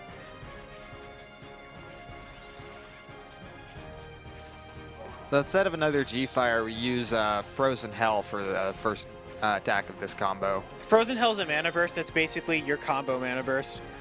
It's really not that big a deal. Yeah, it's not haste mode or dancing death, but it does a decent chunk of damage, and Rainy can use it. All right, we don't have 5 G-Fire turns. We have one too many stock turns for all of this. Hopefully we don't get shut out with double Fallout here, because that's what happens when he has 2 turns like this. If we can kill him, then we don't get Fallouted.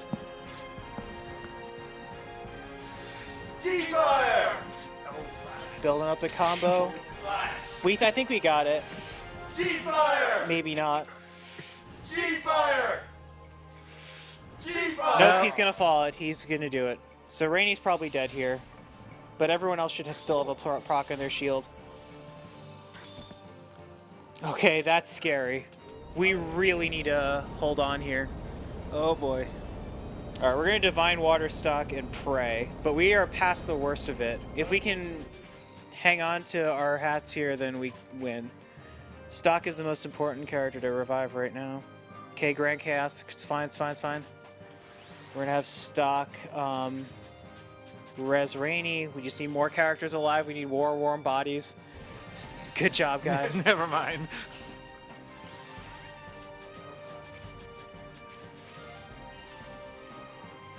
Yeah. Okay. We need to protect Stock. Okay, now we can Divine Shield the others. Now we're in the clear. Now we're good to go. We're gonna set up a few combos and then we're done. We're done with this run. Bum bum bum bum bum bum bum bum bum bum bum. The only thing we're worried about in this fight is if Rainy and Aruka get chaosed, they won't be able to use items and they won't be able to revive themselves or Stock. So Stock can't be allowed to die in that circumstance. Pretty sure Rainy got hit twice in there. No, she didn't. We need magic. We need an oil.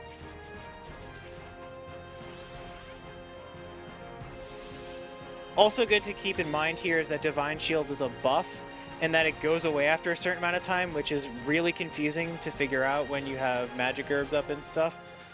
Okay, so recovery Rainy, then magic herb Rainy, then G-Fire, double slash, G-Fire. Shout out to the guys behind me for bringing the hype. Yeah, No kidding. All right, guys, here we go. we're almost there. We got 2 combos left after this. Rainy's gonna get her mana burst back. It's gonna be an epic finish. G-Fire! G-Fire! G-Fire! G-Fire! G-Fire! G-Fire!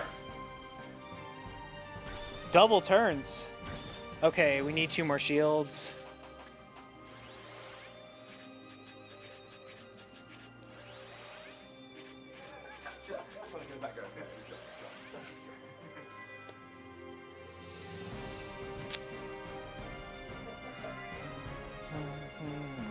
All right, everyone's on 2 procs. So yeah, important thing to note is poison can't actually kill you in this situation. It can bring you down to 1.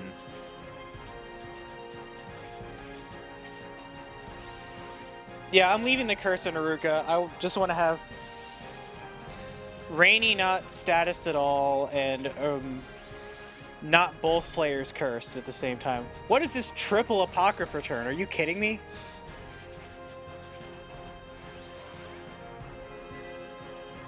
Like, this kind of stuff happens after your res, but it's been so long since then.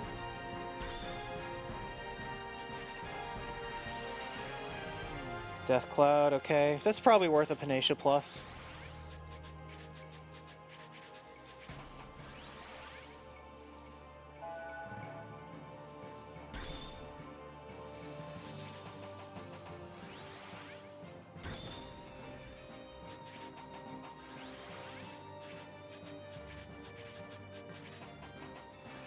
Closing in.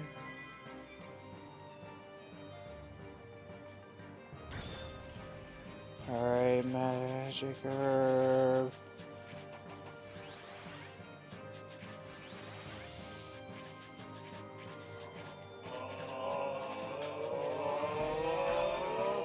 Here we go.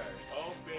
Oh, Everyone's got 2 procs, so we can withstand Dark Matter Aftermath here. So G-Fire! double slash. G-Fire!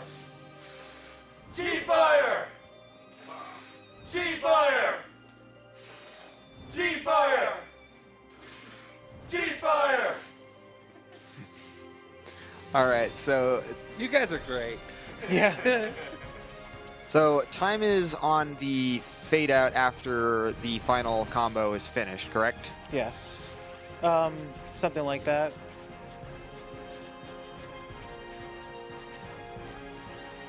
So that will be coming up fairly shortly.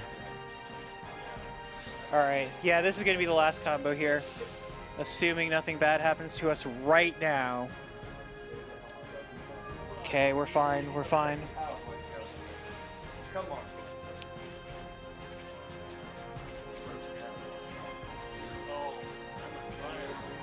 Do we not have enough rainy turns? It's questionable. I'm going to change a turn here just in case. Okay, that's fine. Just wanted to make sure. Okay, that's perfect. That's perfect.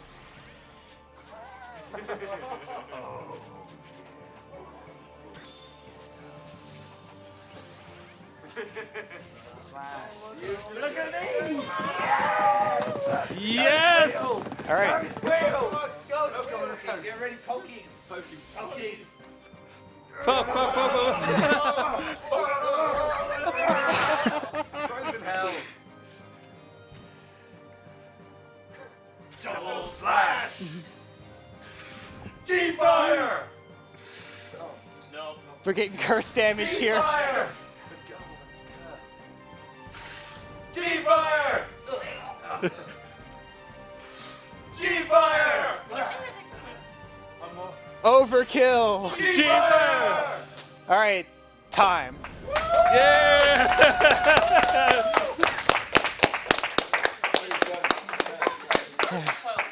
All right. Sorry again for going overestimate, guys. Half of it was donation incentives. Yeah. Half of it was this run just putting me through the ringer, I guess. To be fair, I honestly think if with donation centers it should have been like a 4:30. So really, you only went 4 minutes over. We could totally blame Viola on that. Blame Viola. Viola. Viola. And that wasn't even like real Viola. That was just Evil Viola. Yeah, I was evil Viola. Heist and Buter with the power of RNG. Okay. Yeah, so once again, shout-outs to Zinfogel, shout-outs to everyone who's supported me and supported this game. Shout-outs to everyone who's donating in this marathon. Like, it's honestly been really hype. I wish I could have been around for a lot more of it. You guys are all great. Shout-outs to Nami. Yeah, it's all good work, everybody. Let's close it out strong. Yes. And just to note one last thing. Cool credits theme. This game has a really cool credits theme. But yeah, Right. if you've got donations to read before you switch over, I don't know what's going on over there. Yeah, I got a few donations to read here. So we have $30 from the Countess saying, "Good luck, Tonic, and don't forget the water seal." I bet we're gonna hear Water more of that. seal. $20 from Hagspam that says, "Good luck on the run, Tonic." And lastly, we have $50 from Garrick16 saying, "Donation goes to Runner's Choice." Oh, let's switch up those names. Let's do it. Troll Nation, got it. And this will be the last run I am hosting for this marathon. It's been an absolute blast. I'm glad I was able to do this, and I will be handing it off shortly to the next host. Enjoy the rest of the marathon, guys. We got a lot of great games coming up. Give it up for Osi.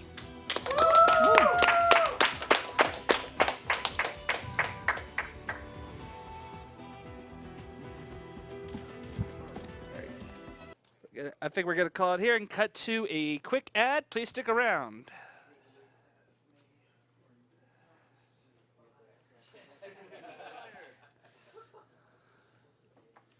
Dude, there wasn't enough G5 for this guy. You were playing full away.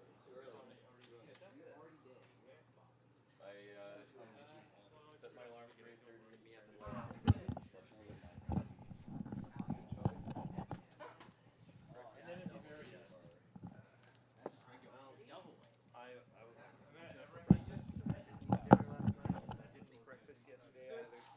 Are these? Do you know the game as well? I do Or not. do you just know a lot about it? I know a lot about it, and I watch Ghostwheel stream.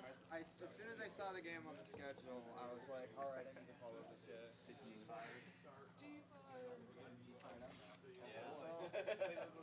Oh yeah, Dragon Quest 3 is the shit. I haven't actually seen a run like that. That was fun. I wish the game was a little kinder. Like, No, man, you just got it. Yeah. Remember, the run goes ahead, you roll with it. I was gonna say, marathon runs are marathon runs. It still had a lot of fun. yeah. I mean, I'm tired. Yeah. I think you succeeded in what your real mission was. Thank you. Yeah. Hey, it's all because I hate Bravely Default.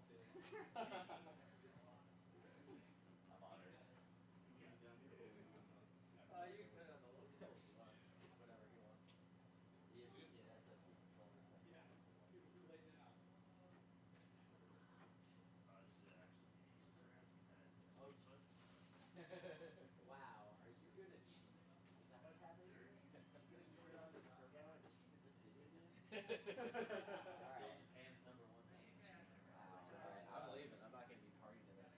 Oh man. You don't want to get involved with turbo users? No, not at all, dude. Oh man. Turbo is for cheaters. Oh. I'm out of money.